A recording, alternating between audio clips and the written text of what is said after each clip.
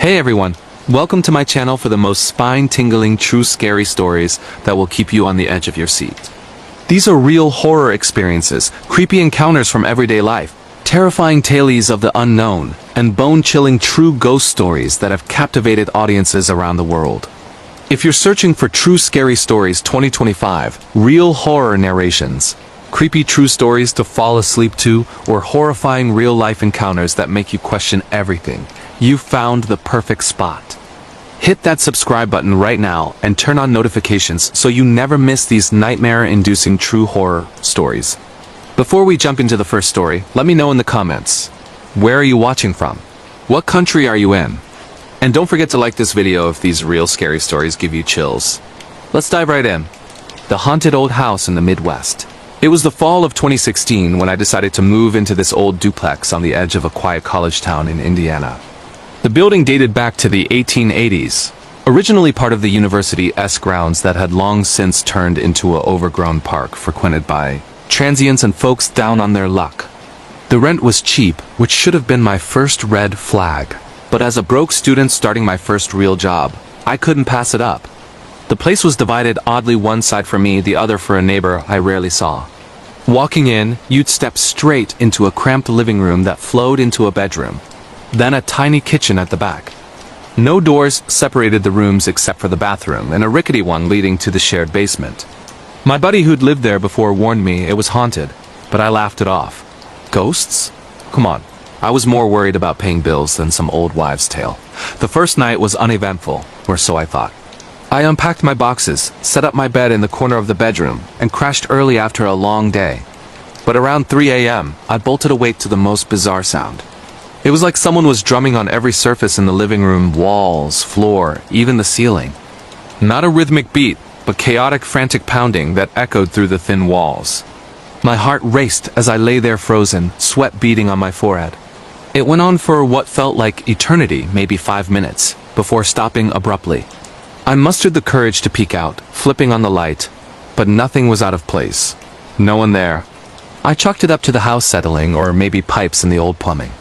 But deep down, a knot formed in my stomach. A few days later, I had a friend over for pizza and video games. We were chilling in the living room when I casually mentioned the drumming incident. He smirked, but as the words left my mouth, a heavy book on the shelf by the front door suddenly launched itself across the room. It didn't just fall, it sailed horizontally, past the dresser, and landed right between us on the floor with a thud. We both jumped, staring at it in disbelief. The book was an old dictionary, dusty and forgotten. No draft, no earthquake, nothing could explain it. My friend left early that night, and I didn't blame him. I started talking to the neighbor next door, an older guy who'd been there for years. He confirmed what my buddy said. No tenant lasted more than a year on my side. People reported whispers, shadows, things moving on their own. But strangely, his half was fine, peaceful even. That made it worse. Whatever was in my place seemed targeted. Nights became a nightmare. I'd hear soft whispers seeping through the walls, like muffled conversations in a language I couldn't quite make out. Footsteps pacing outside my bedroom door, back and forth, as if someone was deciding whether to come in. I'd feel eyes on me while I slept, that prickly sensation on the back of my neck. One evening, while cooking pasta in the kitchen, a blood-curdling scream erupted from the bedroom. I dropped the pot, water splashing everywhere, and ran in empty. Just my bed, neatly made, and silence. Things escalated quickly. The basement was the worst part. It was a dank, unfinished space with exposed beams, old boxes stacked in corners, and a single bare bulb hanging from the ceiling. I'd avoid it, but laundry forced me down there occasionally. One night, around midnight, loud banging started from below, like someone swinging a sledgehammer against the concrete walls. It grew louder, more desperate, vibrating the whole house. I grabbed a flashlight and crept down the creaky stairs, my breath shallow. The door at the bottom was ajar, which I swore I'd locked. Pushing it open, the banging stopped. The room was empty, dust motes floating in the beam of light. But the air felt thick, charged with something malevolent. I backed out, slamming the door, and didn't sleep that night. The final straw came a week later. I was in bed, scrolling on my phone to distract from the usual creaks, when the whispers returned louder this time, surrounding me from all sides. It sounded like 100 voices, hissing and overlapping, filled with hatred. I pulled the covers over my head, praying it'd stop. Then, silence. Peeking out, I saw it. A shadowy figure at the foot of my bed. Tall, hunched, with glowing red eyes and jagged, uneven teeth glinting in the moonlight from the window. It growled low, a sound that rattled my bones, and lunged forward with clawed hands outstretched. I screamed, scrambling back, but in a blink it vanished. The room was empty again, but the terror was real. I grabbed my keys, threw on clothes, and ran out into the night, never looking back. I crashed at a friend's place and moved out the next day, leaving most of my stuff behind. To this day, I don't know what haunted that duplex, a restless spirit, a demon, or something worse. But I know one thing. Some places hold on to their darkness, and it's best to leave them alone. The stalker at the truck stop. As a long-haul trucker, I've seen my share of weirdos on the road, but nothing prepared me for that sweltering summer night in Memphis. I was solo hauling a load of electronics to a warehouse on the city's outskirts. The place looked abandoned, overgrown weeds, flickering security lights, but the receiver was there, a burly guy with a clipboard who grumbled about paperwork errors. He kept me waiting until nearly 7 p.m., the sun dipping low and casting long shadows. "Head to the TA truck stop in West Memphis," he suggested. "Plenty of parking," I nodded, eager to rest after a 12-hour drive. The lot was quieter than usual when I pulled in, my rig rumbling to a stop among a handful of other semis. My little terrier, Noodles, was antsy, whining from the cab. I leashed him up for a quick walk around the perimeter, the humid air thick with the smell of diesel and fried food from the diner. That's when I first noticed a man tall, lanky, in a faded hoodie despite the heat standing behind a trailer, staring right at me. His face was obscured in shadow, but I felt his eyes boring into me. Shaking it off as paranoia, I headed inside the restaurant for a burger. Seated at a booth, I ordered and scrolled through my phone. Footsteps approached from behind, slow and deliberate. Glancing over, it was him again, lingering by the entrance, watching. I changed booths, but he mirrored my moves, always just out of clear view. After eating half my meal, I hit the restroom. Coming back, my fork, which I deplaced on the left side of my plate as a lefty, was now on the right. The food looked disturbed, like someone had poked at it. "Did you move my stuff?" I asked the waitress. She shook her head, confused. The manager checked the security cam and went pale. Some guy sat down, dumped something in your mashed potatoes, stirred it up, and left. Didn't pay or nothing. My blood ran cold. Poison? Drugs? I called the cops while the staff dumped my plate. Officers arrived, reviewed the tape, but the man was gone, no clear face, just a blur. They escorted me back to my truck, patrolling the lot overnight. Noodles barked at shadows all night, and I barely slept, gripping my tire iron. By morning, no sign of him, but I couldn't shake the feeling he was still out there, waiting for his next chance. I quit that route after, sticking to busier highways. True scary stories like this remind me. The road holds dangers you can't always see coming, and sometimes they're human. The thing in the basement, I was just 13 when this happened, staying over at my cousin's house in the rural countryside. His place was this old farmhouse surrounded by towering trees that blocked out the stars, making nights pitch black.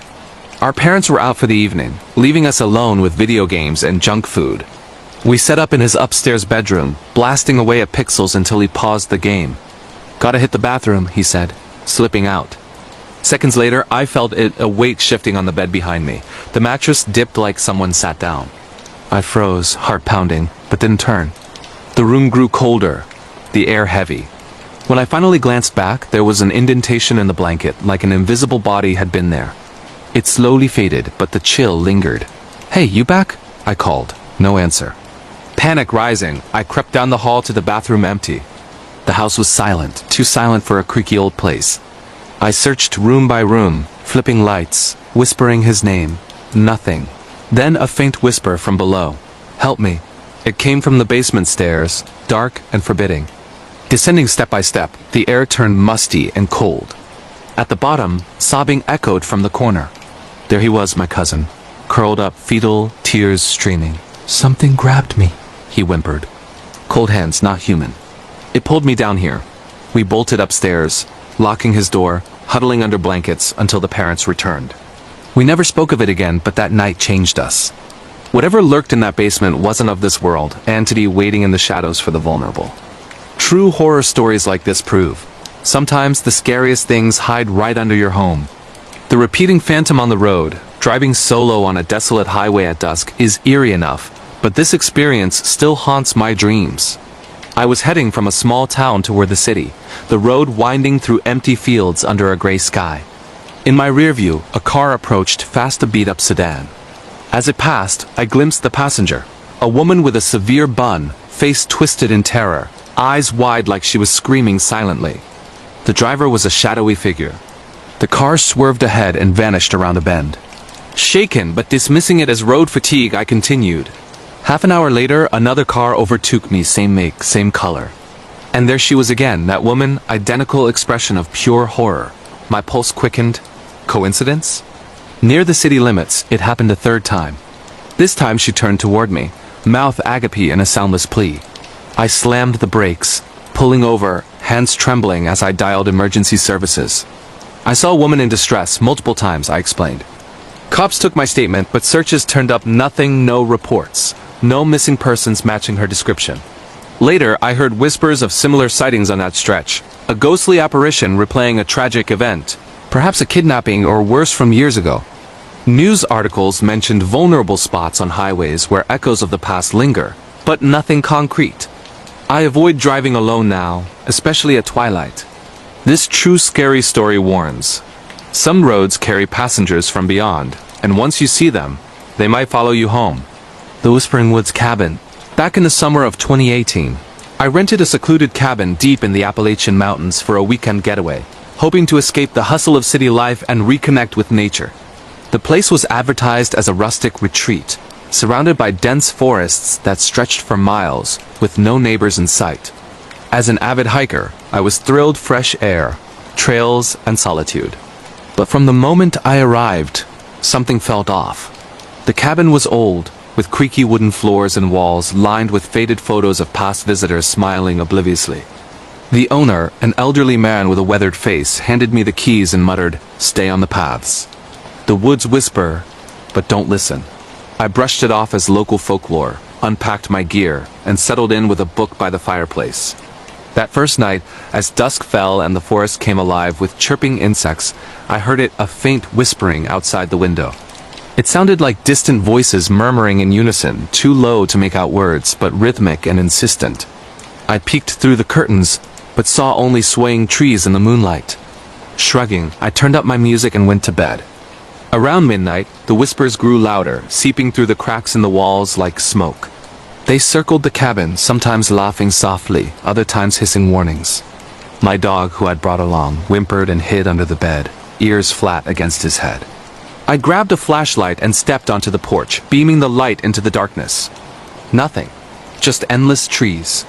But as I turned back, a branch snapped nearby, and the whispers stopped abruptly. The next day, I hiked a nearby trail, but the forest felt watchful. Leaves rustled without wind, and shadows seemed to shift just out of view. I found an old stone marker half buried in the undergrowth, etched with symbols I didn't recognize, maybe Native American or something older. Curiosity piqued. I snapped a photo and continued. That evening, back at the cabin, the whispers returned with vengeance. This time they called my name, clear as day. "Emily, come out. Join us." My blood froze. How did they know my name? I hadn't told anyone. Barricading the door with a chair, I called the owner, but the line went dead, no signal in the storm that rolled in. Rain pounded the roof as the voices multiplied, surrounding the cabin, scratching at the windows with what sounded like nails.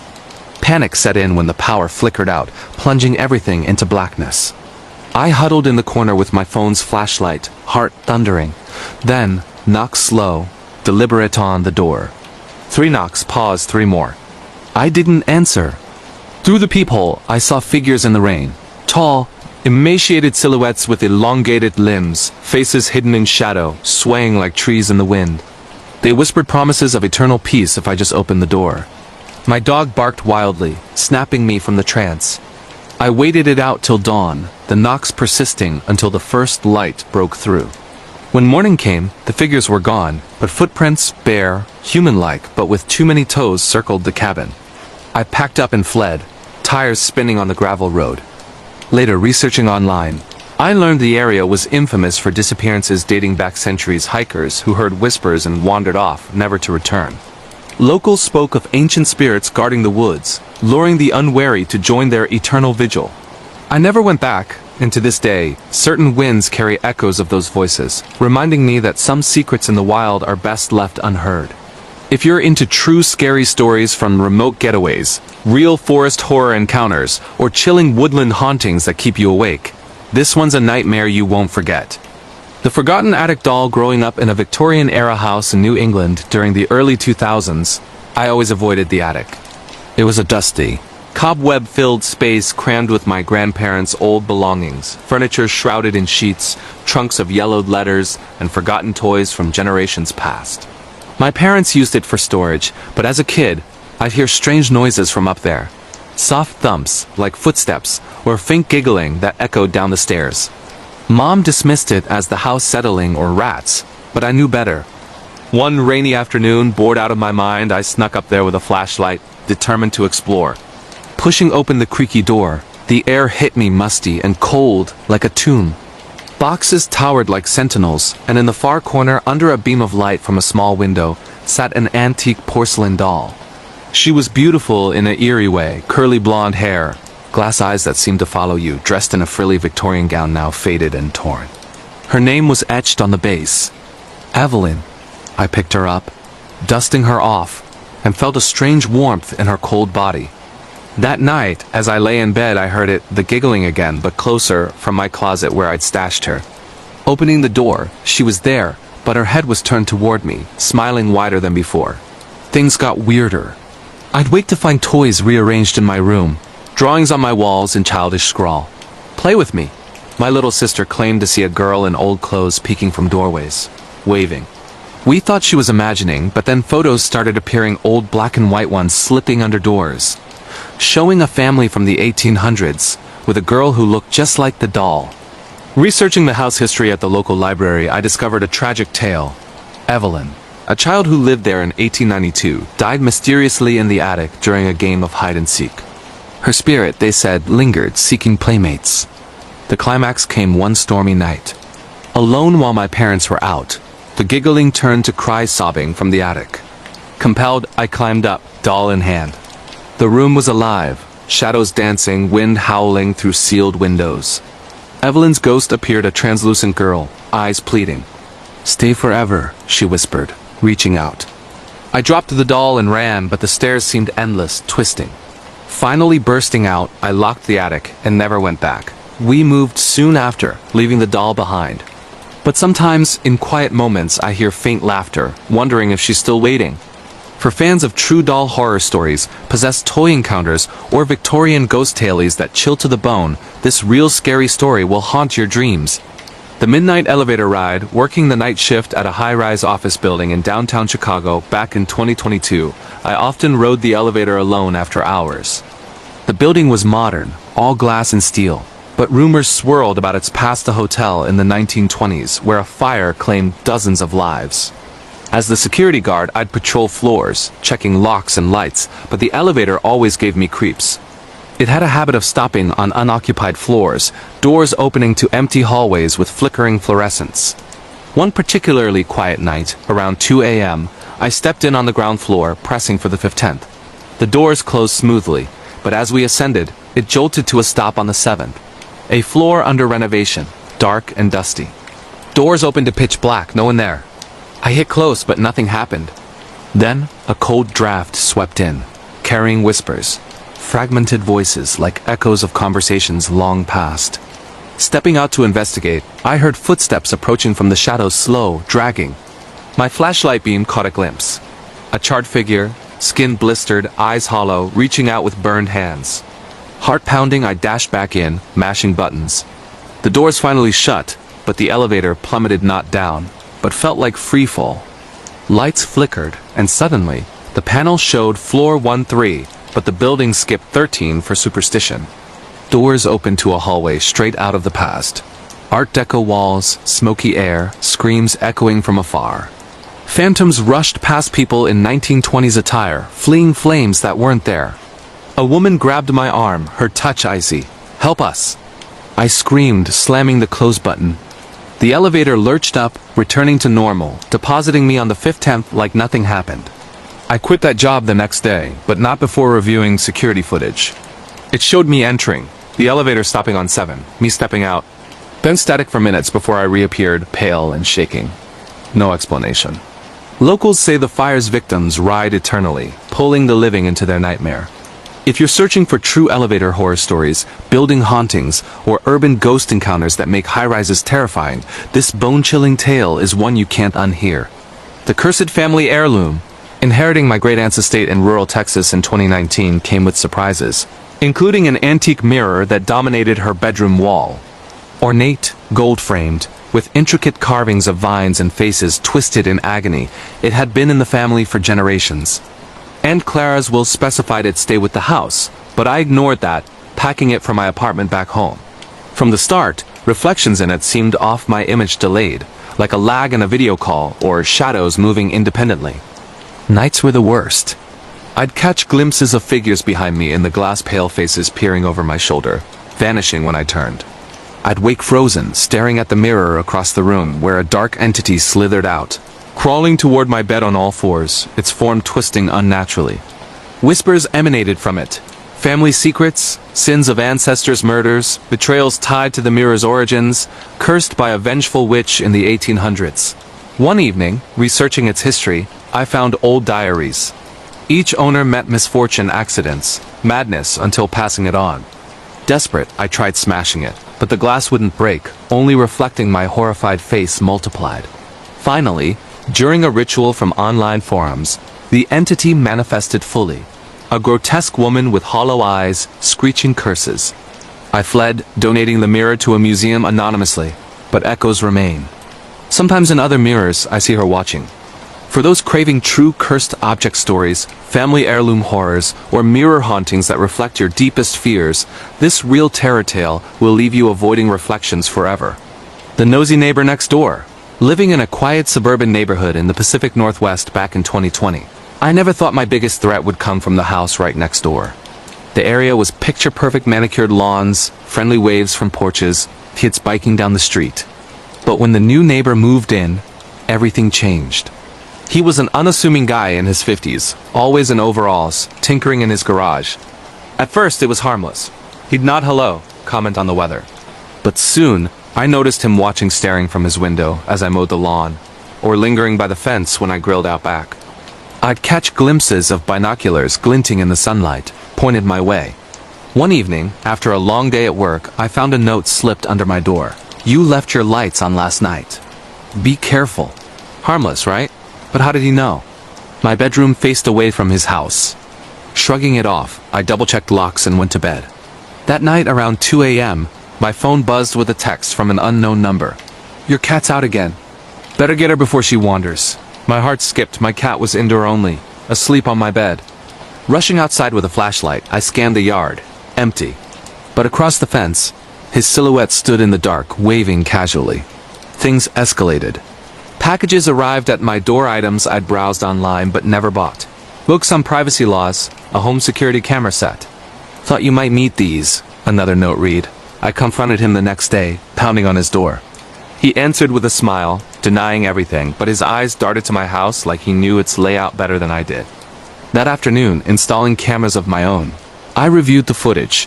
Him sneaking over at night, peering through my windows, even trying the doorknob. Police were called, but he was gone when they arrived. No evidence, just my word.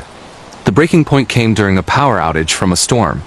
Alone in the dark, candles flickering, I heard scratching at the back door like nails on wood. Peeking out, there he was, face pressed to the glass, grinning maniacally. "I know your secrets," he mouthed, before vanishing into the rain. Terrified, I barricaded myself in the bedroom, dialing 911. Officers found his house empty, but the basement revealed horrors. Walls plastered with photos of me sleeping, eating, showering, taken from impossible angles. Hidden cameras in vents, bugs in outlets. He'd been living vicariously through my life, obsessed. He was arrested blocks away, ranting about protecting me. Turns out he had a history stalking exes, institutionalizations. I moved shortly after, but the paranoia lingers. Every new neighbor gets a wary glance. For anyone seeking true neighbor horror stories, real stalker encounters, or suburban nightmare tales that make you lock your doors twice, This chilling true scary story proves danger can hide behind the friendliest facade. The secrets of Shadow Creek Town. In the summer of 2017, I took a road trip through the heartland, stumbling upon Shadow Creek, a forgotten small town in rural Kansas. Population 300. It looked idyllic, quaint diner, old mill by the creek, folks rocking on porches. Needing gas, I pulled into the only station, where the attendant, an old-timer with a toothless grin, filled my tank while eyeing me suspiciously. Stranger, huh? Best keep moving after dark. I laughed it off, grabbing coffee at the diner across the street. The locals whispered as I entered, falling silent when I sat. Over pie, the waitress chatted. Town history of a mining accident in the 50s, dozens trapped below, bodies never recovered. Superstition kept outsiders away. As dusk fell, my car wouldn't start, dead battery, they said. The mechanic promised morning fix, so I checked into the motel, a rundown place with peeling wallpaper. That night, lying in the lumpy bed, I heard it. Distant moans echoing from the fields, like wind through tunnels but pained human. Peering out, shadows moved under the streetlights, figures shuffling aimlessly. Too many for such a small town. Curiosity won. I snuck out, following the sounds to the old mill. The creek ran black, and in the moonlight, I saw them. Pale faces staring from the water's edge, eyes hollow. One approached a woman in outdated clothes, skin translucent. "Join us," she rasped, hand outstretched, cold as death. I bolted back, but the town had changed. Streets twisted, buildings loomed larger.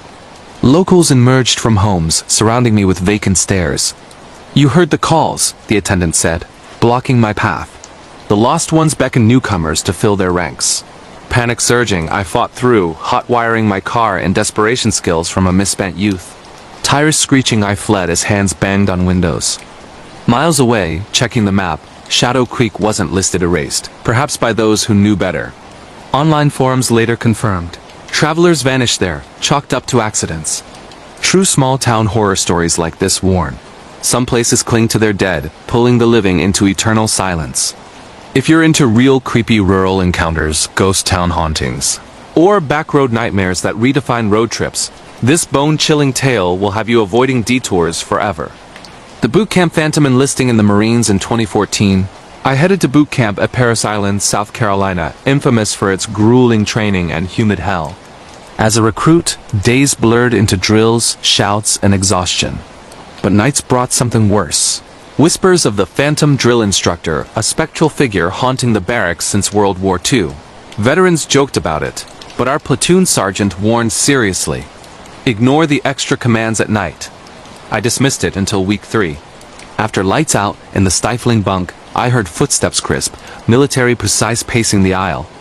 Peeking, a shadowy man in old fatigues stood at attention, face obscured. He barked orders. "Drop and give me 20. Half-asleep recruits obeyed, push-ups in the dark, but come morning, no one admitted calling it. Bruises proved otherwise. Nights worsened. The phantom appeared closer, breath cold on necks, whispering failures. "You'll break." Maggot. One kid, already on edge, vanished during night watch. Found catatonic in the swamps, muttering about the sergeant who wouldn't die. Research in stolen library time revealed a real D from the 40s, killed in a training accident, body lost in the marsh. His spirit enforced eternal discipline, breaking the weak. Our climax came during Hell Week. Alone on sentry, I felt him icy grip on my shoulder, forcing me to march into the woods.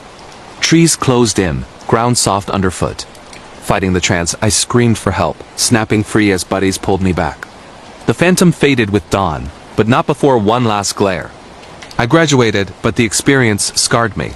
True military horror stories remind. Boot camp tests more than body, sometimes the ghosts of the past demand their due.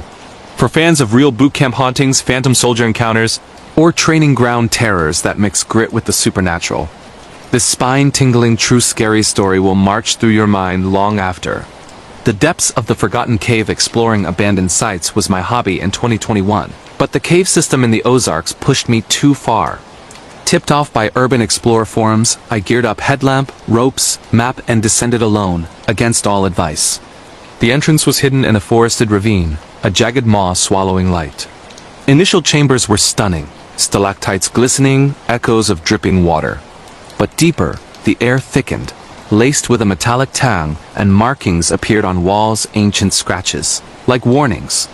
Hours in, my light flickered, revealing side tunnels branching endlessly. Choosing one, I heard echoes not mine that labored breathing from ahead. Heart racing, I called out.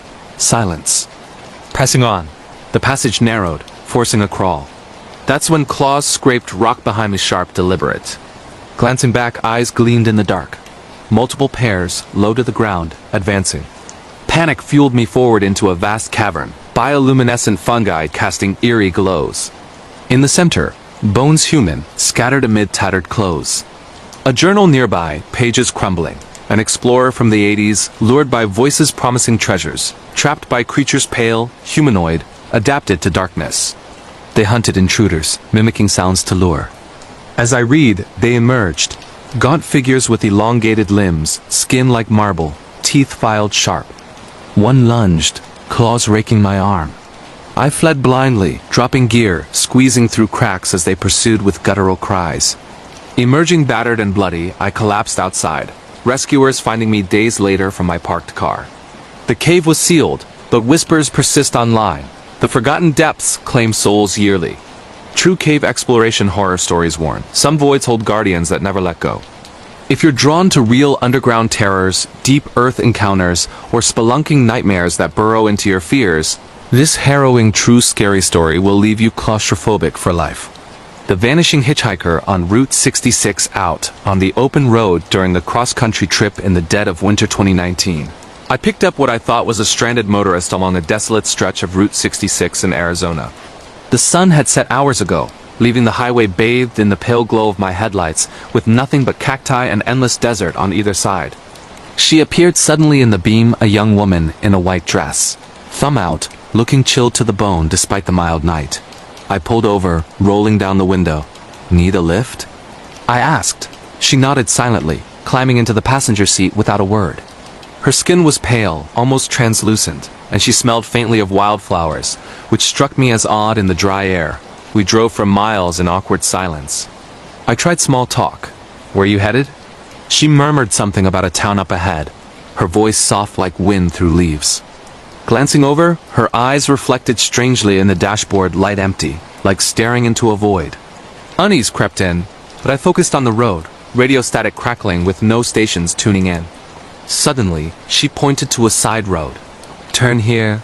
Against better judgment, I did, bumping along a dirt path toward what looked like ruins, an old motel, abandoned and crumbling. This is my stop, she said, stepping out before I could protest. As she walked toward the building, a chill wind whipped up dust, and in a blink, she vanished into thin air. Shaken, I sped back to the highway, heart racing. At the next gas station, I mentioned it to the clerk, an old local with a knowing grin. Ah, the lady in white, he said. Been hitching rides since the 50s. Died in a crash right there trying to get home. Folks say she leads drivers to her grave, but most don't make it back. He showed me faded newspaper clippings. Similar stories, unexplained disappearances. I drove through the night, checking my rear view obsessively, swearing I saw her silhouette in the mirrors. Years later, that encounter lingers, a reminder that some roads carry echoes of the lost, waiting to pull you into their eternal journey. For those hunting true hitchhiker horror stories, real vanishing ghost encounters, or Route 66 paranormal tales that send shivers down your spine, this nightmare fuel is straight from the shadows. The creepy clown in the carnival, attending a traveling carnival in the outskirts of a small Midwestern town back in 2022, turned into a night I'll never forget. The fairgrounds were alive with lights, laughter, and the smell of cotton candy. But something felt off from the start. The crowd's thinner than expected, rides creaking ominously. I wandered alone after my friends hit the Ferris wheel, drawn to a sideshow tent advertising world's oddest curiosities. Inside, dim bulbs illuminated glass cases of taxidermy oddities and faded posters.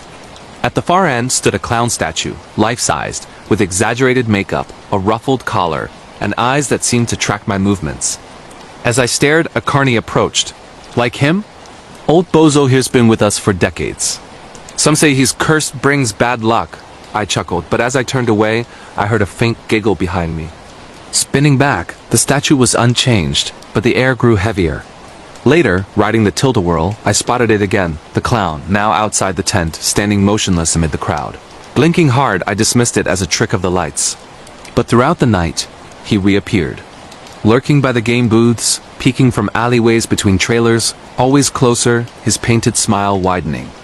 Panic built when I lost my friends in the funhouse mirrors. Distorted reflections multiplied the chaos, and there he was reflected infinitely, stepping forward with jerky movements like a marionette come to life. I bolted out, screaming for help, but the carnies just laughed. Bozo's playful tonight. Racing to my car, keys fumbling. I felt a gloved hand on my shoulder cold, gripping tight. Whirling around, nothing there, but laughter echoed in the wind. Driving away, glimpses in the rearview showed him waving from the receding lights. Research later uncovered the truth. A performer in the 30s, murdered in costume, his spirit haunting carnivals, seeking revenge on mocking crowds. I avoid fairs now, the sound of calliope music triggering dread.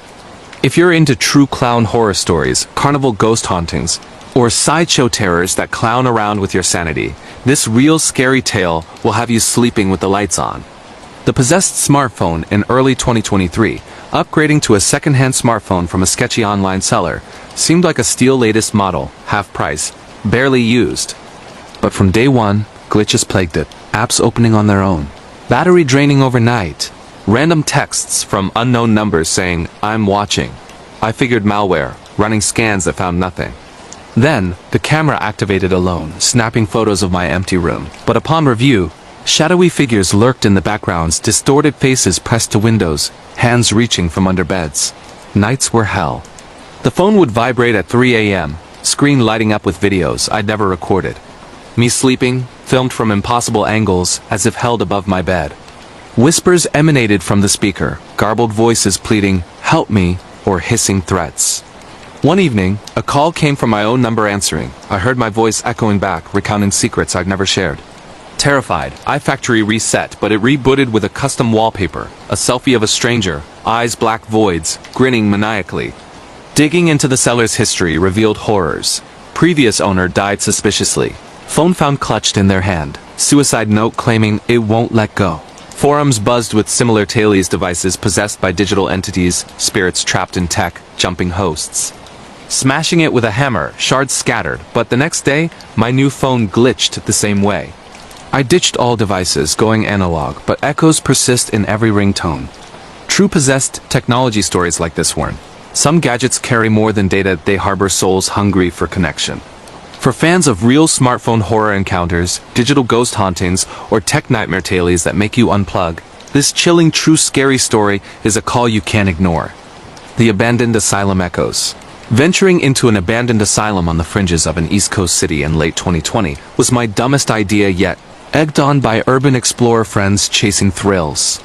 The building loomed like a forgotten giant vine-choked walls, shattered windows whispering winds through empty halls. Built in the 1900s, it housed the mentally ill until scandals shut it down in the 70s. Reports of abuse, experiments, unexplained deaths. Armed with flashlights and cameras, we slipped through a chained gate at midnight. The air thick with decay and something metallic, like blood. Echoes started immediately, distant screams bouncing off concrete, but we laughed it off as imagination. Deeper in, patient rooms lined corridors. Graffiti scrawled warnings. They never left.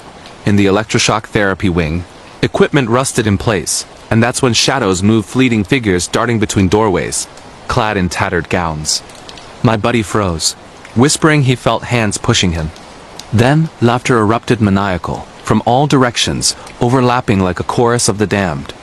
The peak terror hit in the basement morgue, drawers ajar, slabs stained. A voice boomed, "Join us," as doors slammed shut, trapping us in darkness. Scratching on walls, cold breaths on necks, we pounded for escape, flashlights dying one by one. Finally, a door creaked open and we fled, but not before glimpsing them. Spectral patients, eyes glowing, reaching with skeletal arms. Outside, panting, we checked footage, clear apparitions, voices captured. Historical records confirmed mass graves on site, unrestful spirits seeking vengeance. I never explored again, haunted by those echoes and quiet moments. For those craving true asylum horror stories, abandoned building hauntings, or institutional ghost encounters that institutionalize fear, this bone-chilling real tale will commit you to nightmares. The ghostly passenger on the subway late one night in 2021, Navigating the labyrinthine subways of New York City after a grueling shift at a downtown bar, I boarded an empty train car on the 4 line heading uptown. The fluorescent lights buzzed overhead, casting harsh shadows on the graffiti-scarred walls, and the rhythmic clatter of wheels on tracks was the only sound breaking the silence. I slumped into a seat, earbuds in, scrolling through my phone to pass the time. That's when I noticed him, a man in outdated clothes, suit from the 40s maybe, sitting across from me. He hadn't been there when I sat down. His face was gaunt, eyes sunken, staring straight ahead like he was lost in thought. I pulled out an earbud, nodding politely, but he didn't acknowledge me. The train lurched forward, stopping at the next station. Doors opened, no one entered. But when they closed, he was closer, now 2 seats away. My skin prickled. Had he moved? I shifted uncomfortably, glancing around. No cameras in this old car. At the following stop, same thing. Doors open and shut, empty platform. But now he was right beside me, the air turning icy cold. A faint whisper escaped his lips. Wrong train? Hard hammering. I stood to move cars, but the connecting door was locked, jammed tight. Panic rising, I banged on it, yelling for help, but the train sped on. Turning back, he was standing now, hand outstretched, palm up like begging. His mouth moved silently at first, then audible. "Ticket, please." But it wasn't a request. His voice echoed unnaturally, reverberating off the metal. The lights flickered, plunging us into strobe-like darkness, and in flashes, I saw his form change. Skin peeling, bones exposed, a victim of some long-forgotten accident. Historical flashes hit knee subway derailments in the 40s, dozens crushed. Was he one? The train screeched to an emergency stop between stations, lights out completely. In the pitch black, cold fingers gripped my wrist. "Stay with me," I screamed, yanking free, prying the doors with adrenaline-fueled strength. Tumbling onto the tracks, I ran along the third rail's edge, flashlight app guiding me to an access ladder. Emerging topside, cops found me babbling about a ghost. They checked footage later, me alone the whole time, reacting to nothing. But I know what I felt, that touch lingering like frostbite. True subway horror stories like this remind us. Underground, the past rides eternal, waiting for company in the dark. If you're scouring for real NYC ghost encounters, haunted train tailies, or urban transit nightmares that derail your sleep, this chilling, real, scary story is your ticket to terror. The whispering mirror in the antique shop. Browsing an antique shop in a quaint New Orleans neighborhood during a 2018 vacation, I stumbled upon an ornate standing mirror tucked in a dusty corner. The frame was carved with swirling motifs, vines intertwining with skulls, polished to a gleam that belied its age. The shopkeeper, a wiry woman with knowing eyes, warned it came from a plantation house with a colorful history. But I was smitten, haggling it down to a steal and shipping it home to my Boston apartment. Set up in my bedroom, it added elegance, but reflections seemed deeper, like peering into another room. Nights brought the first oddities. Faint whispers from the glass, like conversations muffled by water. I'd wake sweating, convinced someone was in the room, but it was empty. One evening, primping for a date, my reflection lagged smiling when I frowned, waving when I stood still. Blinking hard, it sensed, but unease settled. Friends noticed too. "That mirror gives me chills," one said, refusing to look. Researching its origins online, I uncovered dark tailies, the plantation's mistress in the 1800s, driven mad by jealousy, smashed mirrors after poisoning rivals. Her spirit trapped in this one, seeking vessels. The horror peaked during a blackout storm. Candlelight flickering, I glanced in. Not me, but a woman in period dress, face contorted in rage, banging on the glass from inside. Shards of whispers became screams. "Let me out!" The frame rattled, room temperature plummeting. She reached through ethereal hand, grasping my arm, pulling me toward the surface. I shattered it with a lamp, glass exploding, but in the fragments, her eyes glared back. Bleeding from cuts, I burned the pieces, salting the ashes. Echoes fade, but mirrors now unsettle me. For enthusiasts of true antique horror stories, possessed mirror encounters, or Southern Gothic hauntings that reflect pure dread, this bone-chilling true scary story will shatter your composure. The lurking figure in the cornfield harvesting season in rural Iowa, back in 2020, meant long days on my family's farm. But nights turned the endless cornfields into a maze of rustling stalks under starry skies. One evening, tractor headlights cutting through dusk, I spotted it, a tall figure standing motionless at the field's edge, silhouetted against the setting sun. Too far to make out details, I assumed a neighbor, waving it off. But as I plowed rows, it mirrored my path, always peripheral, never closing in. After sunset, working by floodlights, the rustling intensified, not wind, but deliberate steps crunching leaves. Circling back, the figure was closer, hunched now, arms dangling unnaturally long. Heart racing, I revved the engine, heading home. But glances in the mirror showed it pursuing loping gait, gaining ground. Locking myself in the barn, I called my brother. Something's out there. We armed with shotguns. Searching, but found only trampled stalks forming a path to the house. That night, from my window, it stood at the porch light's fringe. Skin like burlap, eyes reflecting red, mouth a jagged slit. It whispered through the screen, harvest time. Doors rattled, windows shook, an entity from old farmer lore. A scarecrow come alive, punishing those who disturbed ancient burial grounds beneath the fields. We fled to town at dawn, returning with authorities to find the figure gone, but crops withered overnight. Sold the farm soon after, but autumn winds carry its call. True cornfield horror stories prove some lands reap more than crops. They harvest souls. If you're after real farm ghost encounters, rural stalker tales, or Midwest nightmare fuel that stalks your dreams, this terrifying, true scary story will leave you rooted in fear. The cursed videotape from the thrift store. Thrifting in a Seattle suburb in 2022 yielded an unexpected find. An unlabeled VHS tape amid dusty cassettes, dirt cheap. Nostalgic for old tech, I dusted off my ancient VCR and popped it in after dinner, expecting forgotten home movies.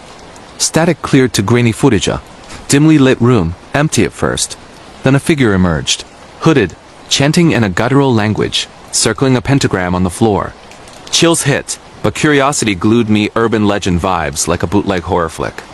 Midway, the screen glitched, and the figure looked directly at the camera. 7 days. My TV flickered, power surging. Ejecting the tape, I laughed nervously, but that night dreams plagued me. Same room, me in the circle, shadows closing in. Waking drenched, my phone rang. Unknown caller, heavy breathing, then 6 days. Paranoia built. Mirrors showed extra reflections, doors creaked open alone. Friends watched snippets, dismissing it, but soon reported nightmares too. Digging online, similar tapes surfaced in forums. Cursed recordings from a 90s cult, embedding rituals that summoned entities, claiming viewers in a week. Symptoms matched hallucinations, whispers counting down. On day 7 alone, the TV turned on itself, footage playing backward, figure stepping out into my living room, solid and reeking of decay. I smashed the VCR, fleeing as it lunged. Hospitalized for exhaustion, but scars remain, burn marks where it touched. Destroyed the tape, but copies circulate. For fans of true cursed media stories, VHS horror encounters, or analog ghost tales that rewind your sanity, this real scary story is a playback of pure terror you can't eject. The shadow in the attic apartment. It all started when I moved into that attic apartment in an old brownstone building in Brooklyn back in the spring of 2021. The place was a steel-high ceilings with exposed beams, hardwood floors that creaked underfoot, and a skylight that let in just enough natural light to make it feel cozy during the day. But at night, it transformed into something else entirely. The landlord, a grizzled old man named Mr. Hargrove, handed me the keys with a warning wrapped in a joke. Don't mind the bumps in the night. The building's got character. I laughed it off, attributing his words to the eccentricity of someone who'd owned the property for decades. Little did I know, those bumps were the least of my worries. The first few weeks were uneventful. I was a freelance graphic designer, working from home, so I'd spend hours at my desk overlooking the bustling street below. But gradually, I noticed small anomalies. Objects would shift positions overnight, a coffee mug left on the counter would appear on the table, or my laptop charger would uncoil itself from the neatly wrapped bundle I'd left it in. I blamed it on forgetfulness, the haze of late-night deadlines clouding my memory. Then came the shadows. Out of the corner of my eye, I'd catch movement. A dark silhouette darting across the room, vanishing before I could focus. It was always just beyond the edge of my vision, like a trick of the light. But the air would grow colder in those moments, a chill that seeped into my bones despite the warm spring air. One evening, as I was cooking pasta in the tiny kitchenette, I heard it. A soft scratching from above, like nails dragging across wood. The attic was directly overhead, But the apartment was the top floor. There shouldn't be anything up there except insulation and dust. I froze, ladle in hand, listening as the sound intensified, rhythmic and deliberate, as if something was trying to dig its way down. My heart pounded in my chest, and I grabbed a flashlight from the drawer, climbing the rickety pull-down ladder to the attic access in the hallway ceiling. Pushing it open, a wave of musty air hit me, laced with the faint scent of decay. The beam of light revealed nothing but boxes of the previous tenants' forgotten belongings, cobwebs draping like veils, and a single bare bulb swinging gently from a cord. No sign of animals, no holes in the roof. Shaking my head, I descended, convincing myself it was rats or the wind. But the incidents escalated. Nights became sleepless ordeals. I'd wake around 3 a.m., the witching hour, as they call it, to the sensation of being watched. Lying in bed, I'd feel eyes boring into me from the darkness, that prickly rays of hairs on the back of my neck. Once, I bolted upright and flipped on the lamp, only to see a shadow stretched across the wall, humanoid but elongated, with limbs too long and fingers like claws. It lingered for a split second before melting into the corner, leaving me gasping for breath. I started researching the building's history online, digging through old newspaper archives and local forums. What I found chilled me further. The brownstone had been a boarding house in the 1920s. Home to a reclusive artist named Elias Crow. He'd gone mad, they said, claiming shadows in his attic studio, whispered secrets, and drove in to paint nightmarish scenes. One day, he vanished, leaving behind unfinished canvases smeared with what looked like blood. The police ruled it a suicide. Body never found. But rumors persisted of a curse, shadows that hungered for the living. Determined to debunk it, I set up a camera in the living room, pointing it toward the attic access. That night, as thunder rumbled outside from an approaching storm, the scratching returned, louder, more insistent. I watched on my phone's app as the ladder creaked open on its own, a dark form slithering down, not climbing but oozing like ink spilling from a bottle. It coalesced into a figure, tall and gaunt, with eyes glowing faintly in the infrared. It shuffled toward my bedroom door, pausing to tilt its head as if listening. My blood ran cold. I was in bed, pretending to sleep, but terror paralyzed me. The camera feed glitched, static filling the screen, and when it cleared, the shadow was gone, but I heard breathing, ragged and close, right beside my ear. "Join me," it whispered, voice like rustling leaves over gravel. I screamed, leaping from bed and fleeing the apartment in my pajamas, pounding on neighbors' doors until someone let me in. The police came, searched, found nothing, no forced entry, no intruder. But the camera footage was there, undeniable proof. I showed it to Mr. Hargrove the next day, demanding answers. His face paled as he watched. "Elias," he muttered. "He never left. Painted his soul into the shadows to escape his demons." He confessed the attic held Crow's old paintings, hidden away to avoid scaring tenants. We went up together, uncovering canvases under tarps depictions of twisted figures emerging from darkness, their eyes alive with malice. As we stared, one painting shifted. The shadow within moved, reaching out from the frame. We burned them that afternoon in the backyard, flames licking high as acrid smoke filled the air. The scratching stopped after that, the shadows retreated. But I moved out anyway, unable to shake the feeling that a piece of Elias lingered, waiting for the next artist to inspire or consume. To this day, in quiet moments, I see flickers and mirrors, reminders that some darkness can't be illuminated. If you're hunting for true attic horror stories, real shadow entity encounters, or urban paranormal hauntings that lurk in old buildings, this extended nightmare tale will have you checking your ceilings twice. The forgotten mine shaft entity deep in the hills of West Virginia, where coal mines riddle the earth like veins. I took a job as a surveyor in 2022, mapping abandoned shafts for a reclamation project. The area was steeped in history-boom towns turned ghost, families displaced by cave-ins and black lung. My team warned me about Tomi knockers, mythical spirits that knocked on walls to warn miners, but sometimes led them astray. I scoffed. Science over superstition.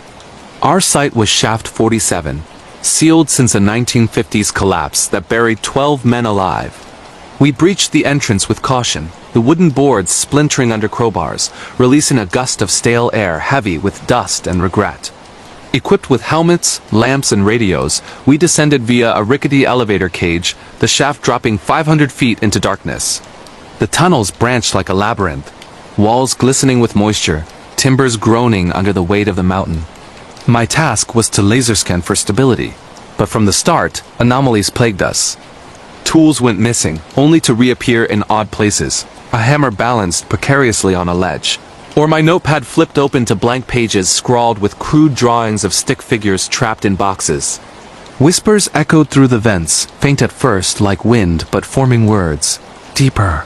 Find us. One afternoon, alone in a side tunnel while the team broke for lunch, I heard knocking sharp raps on the rock, 3 then pause, 3 more. Following the sound, curiosity overriding protocol, I ventured off-map into a narrow crawl space. The air grew thicker, sulfurous, and my lamp dimmed despite fresh batteries. Emerging into a small chamber, I found relics. Rusted picks, a miner's helmet cracked and dusty. But in the center, a fissure in the floor, bottomless, from which the knocking emanated. Leaning over, a hem-pail withered shot up, grabbing my wrist with iron strength. I yanked back, falling as it released, but not before feeling its cold, leathery skin. Panicking, I radioed for help, but static drowned my calls. Scrambling back, shadows danced on walls, forming shapes miners with hollow eyes, mouths agape in silent screams. They advanced, whispering names of the lost. Join the 12. Stay forever. The entity leading them was taller, features decayed, wearing a tattered foreman's cap. It lunged, claws raking my arm, drawing blood. I fled blindly, tunnels twisting illogically, until I burst into the main shaft, collapsing at my team's feet. They found me babbling, wounds fresh but no intruder. Investigating later, records showed the collapse wasn't accidental. A foreman sabotaged supports for insurance, dooming his crew. His body was never recovered. Some said he haunts the depths, recruiting souls to ease his guilt. We sealed the shaft permanently, but scars remain both physical and mental. Echoes of knocks follow me in dreams, pulling me back underground. For seekers of true mine horror stories, real subterranean entity encounters, or Appalachian ghost tales that burrow deep, this detailed terror narrative will leave you claustrophobic and wary of the dark below. The Haunted Highway Rest Stop, traveling solo across the Midwest on Interstate 80 in the fall of 2023, I stopped at a remote rest area in Nebraska around midnight, needing coffee and a stretch. The lot was empty save for a few semis idling, their drivers asleep in cabs. The building was dated flickering vending machines, bathrooms with graffiti-scarred mirrors, and a mat board faded from years of use. A sign outside read, "Welcome to Willow Creek Rest Stop," but locals online called it Widow's Wait, from legends of a woman who died waiting for her trucker husband after a crash in the 70s. Inside, the air was stale, fluorescent lights humming overhead. I bought a soda, but as I turned, a woman stood by the door pail in a flowered dress, hair wet as if from rain, though the night was clear. She stared blankly, lips moving silently. "You okay?" I asked, but she vanished around the corner. Shrugging, I headed to the restroom. Washing up, the mirror fogged unnaturally, and in the steam, words appeared. "He's coming." My reflection distorted, eyes darkening. Wiping it clear, nothing but a chill lingered. Outside, my car wouldn't start, battery dead, despite being new. A trucker offered jumper cables, grumbling about the place's bad vibes. As we worked, he shared stories. Drivers disappearing, cars found abandoned, whispers of a spectral hitchhiker luring folks into the woods bordering the lot. Jump-started, I drove off, but miles later, headlights caught her in the rearview sitting in the back seat. Dress dripping water, face inches from mine. "Wait with me," she rasped, hand on my shoulder, icy grip numbing my arm. Swerving, I pulled over, door flying open as I tumbled out. She was gone, but the seat was soaked, a locket left behind engraved. "To my love, forever waiting." Researching at the next motel, articles detailed accidents. The woman's husband died nearby, her grief driving her to wander the highway until she froze in a storm. Her spirit traps travelers, mistaking them for him, pulling them into eternal vigil. I pawned the locket, but dreams haunt me, endless waiting in fog-shrouded lots. True rest stop horror stories like this caution. Some stops are final destinations. If you're after real highway ghost encounters, haunted travel tales, or Midwest paranormal nightmares that rev your fears, this expansive scary story will have you avoiding pull-offs at night. The Possessed Antique Clock. Inheriting my grandfather's antique grandfather clock from his estate in Vermont in 2024 seemed like a sentimental keepsake at first. Tall, mahogany with intricate carvings of moons and stars, it had stood in his study for generations, chiming hourly with a deep, resonant gong. Grandpa was a clockmaker, obsessed with timepieces, and this one was his prized possession, reportedly from 18th century England. I placed it in my living room, winding it carefully as per his instructions in the will. Keep it ticking. Time waits for no one. The first night, it chimed midnight perfectly, but as the echoes faded, I heard whispers woven into the sound indistinct at first, like a crowd murmuring. By morning, the clock ran fast, hands spinning ahead by hours. Resetting it, I noticed the carvings seemed different faces in the wood, eyes following me. Days blurred. The chimes grew erratic, striking at odd times, each peal accompanied by visions. Flashes of past owners, their lives unraveling. One was a merchant who lost his fortune, driven mad by debts. Another a widow who aged prematurely, claiming the clock stole her years. Nights worsened. I'd wake to the pendulum swinging wildly, room distorted as if time warped. Shadows elongated and figures emerged from the clock's face, ghostly hands reaching out, pulling at my clothes. Give us time, they begged, voices overlapping. Sleep deprived, I researched. The clock was cursed by its maker, a sorcerer who bound souls to extend his life, feeding on victims' lifespans. Owners died young, clocks passed on. Desperate, I tried smashing it, but the wood wouldn't break, reforming overnight. During a final chime, the door swung open, sucking me in a void where time looped eternally, reliving horrors. Fighting free, I buried it in the woods, but ticks follow me, seconds slipping away. For lovers of true possessed object stories, antique curse encounters, or time-haunting terrors that tick away your sanity, this lengthy, real scary story is a timeless nightmare you can't unwind. The eternal echo in the old theater, nestled in the heart of a fading industrial town in Pennsylvania, the Grand Royale Theater had stood since the 1920s, a relic of vaudeville's golden age with its ornate, marquee velvet curtains and rows of plush seats now worn and dusty. In the summer of 2022, I took a job as a night custodian there, tasked with cleaning after the occasional community play or film screening.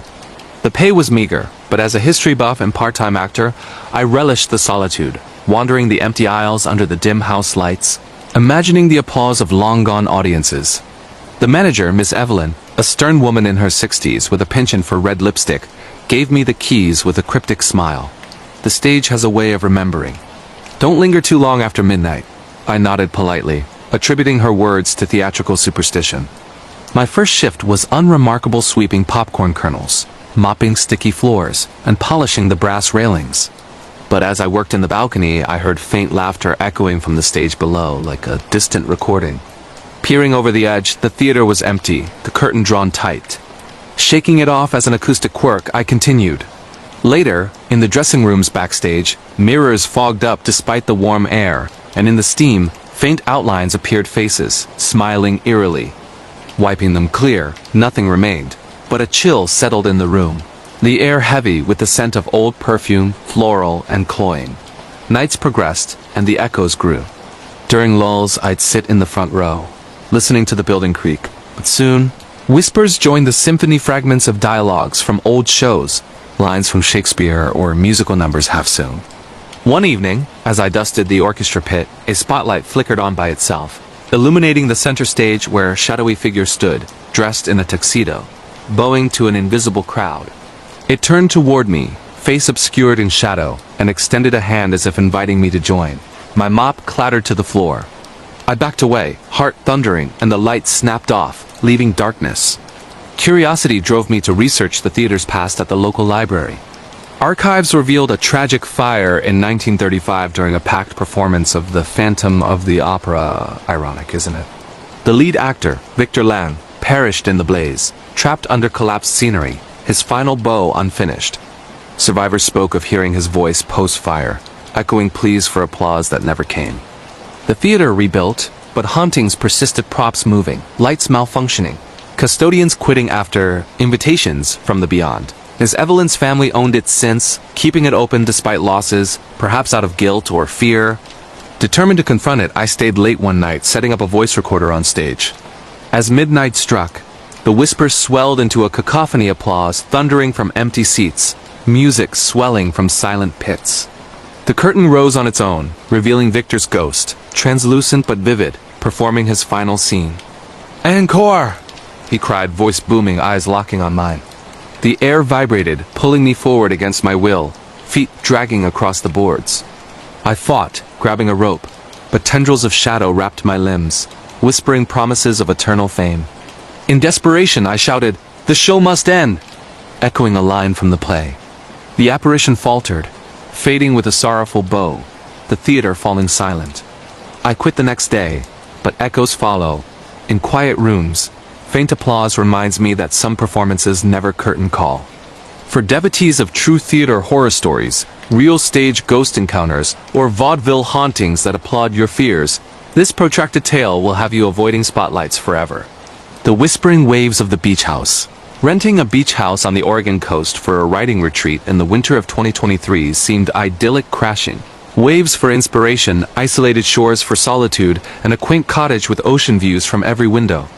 The listing mentioned it was rich in history, which I took as charming, not ominous. Upon arrival, the salt air greeted me, mixed with a faint fishy decay. But the interior was cozy. Driftwood furniture, nautical decor, and a fireplace crackling with provided logs. The owner, a retired fisherman named Captain Hawley, dropped off the keys with a gruff warning. "Waves talk at night." "Don't answer back," I smiled, thinking it folklore to spook tourists. Days were productive, typing away as fog rolled in, but nights brought unrest. Lying in bed, waves lapped rhythmically, but woven in were whispers soft, sibilant, calling my name. "Sarah, come swim." I dismissed it as wind through cracks, but the calls grew insistent, accompanied by wet footsteps on the porch, dripping water pooling under doors. One morning, I found sandy footprints leading from the beach to my bedroom, circling the bed before retreating. No intruders, doors locked, alarms set, unease built. I photographed them, sending to friends who joked about mermaids. Exploring the town, locals shared tales at the diner.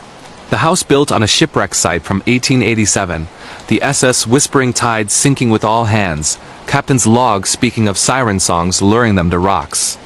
Survivors? None, but bodies washed ashore, eyes wide in eternal surprise. The cottage owner, Hale's ancestor, salvaged wood from the wreck, unwittingly binding spirits to the land. Guests reported drownings. Not in water but dry land, lungs filled with saltwater phantoms. Back home, phenomena intensified. Mirrors reflected ocean depths instead of rooms, hands pressing from below the surface. Showers ran cold, spewing seaweed and shells. One storm night, power out, candles flickering, the whispers surrounded me. Crew voices recounting the wreck, blaming the captain for ignoring warnings. A figure appeared, skeletal, draped in kelp, water streaming from empty sockets. "Join the crew," it gurgled, lunging with webbed fingers. I fled to the beach, waves pulling at ankles, but Holly arrived, chanting old sea shanties to banish it. He explained the curse, annual tributes to appease, but forgotten. We performed a ritual, casting offerings into the sea, whispers fading with the tide. I left early, but ocean sounds now carry calls. For aficionados of true beach horror stories, real nautical ghost encounters, or coastal hauntings that wave in dread, this elongated narrative will drown you in terror. The cursed dollhouse in the antique mall, stumbling upon an antique mall in rural Georgia during a 2021 road trip. I couldn't resist browsing the booths crammed with forgotten treasures. In a dimly lit corner, a Victorian dollhouse caught my eye, intricate, with tiny furniture, porcelain dolls in period attire, and even working lights from a battery pack. The vendor, an elderly lady with trembling hands, sold it cheap. It plays by itself sometimes. Harmless fun. I bought it for my niece's birthday, packing it carefully in the trunk. Home in Atlanta, I set it up in the guest room, admiring the craftsmanship. That night, miniature lights flickered on. Tiny figures moving, dolls repositioning, doors opening, closing. Cute automation, I thought. But mornings revealed changes. Dolls in distress poses, one with a noose of thread. My niece loved it initially, but soon complained of dreams living in the house, trapped as a doll under a giant's gaze. Research uncovered the maker, Amelia Thorne, a toy maker in the 1890s, who lost her family to illness, pouring grief into miniatures, rumor of binding their souls. Owners reported misfortunes, accidents mimicking doll scenes. Phenomena worsened. Dolls whispering at night, reenacting tragedies. One evening, peering in, I saw my reflection as a doll, screaming silently. The house grew, or I shrank pulled into its world, navigating rooms as giants loomed. Escaping the illusion, I burned it, but ashes reformed. Donated to a museum, but nightmares persist. For enthusiasts of true dollhouse horror stories, miniature possession encounters, or antique curse tales that miniaturize your fears, this vast narrative will shrink your world to terror. The Forgotten Crypt in the Cemetery, volunteering for a cemetery restoration project in New Orleans in 2024, exposed me to the city's above-ground tombs, weathered by time and hurricanes. Our team focused on a neglected section, overgrown with vines, where an ornate crypt stood marble angels guarding iron doors inscribed Famille Duval, 1798. The lead historian, Dr. Moreau, noted it sealed since a plague outbreak, family cursed for voodoo dealings. We pried it open for inventory, dust billowing out with a sigh like released breath. Inside, coffins stacked, but one empty lid ajar, scratches inside. That night, at my hotel, scratches echoed on doors. Whispers in French, libérez nous. Shadows slithered under beds, cold hands tugging sheets. Returning, we found bones rearranged, forming symbols. Dr. Moreau translated journals. Duval patriarch practiced dark rites, binding rivals' souls, but backfired, trapping his own. Manifestations escalated, apparitions in mist, pulling us toward the crypt. One fog-shrouded evening, the empty coffin beckoned, invisible forces dragging me in. Fighting, I smashed the relic amulet, screams fading. Sealed anew, but New Orleans nights carry echoes. For fans of true cemetery horror stories, crypt ghost encounters, or voodoo curse tales that bury dread deep, this immense narrative will entomb your peace. The silent passenger in the taxi. It was a rainy Friday night in downtown Seattle in the fall of 2022 when I started my shift as an Uber driver. The city was alive with neon lights reflecting off wet pavement, people hurrying under umbrellas, and the constant hum of traffic. I'd been driving part-time for a couple of years to supplement my day job as a barista, and most rides were uneventful drunk college kids, late-night office workers, tourists asking for recommendations. But that night, everything changed when I accepted a pickup from a dimly lit street corner near Pioneer Square, an area known for its historic buildings and occasional sketchy vibes. The request came in with no profile picture, just a generic silhouette and the name passenger. Unusual, but not unheard of. I pulled up to the curb, wipers swishing rhythmically, and waited. After a minute, the back door opened on its own, creepy, but I figured a gust of wind or something.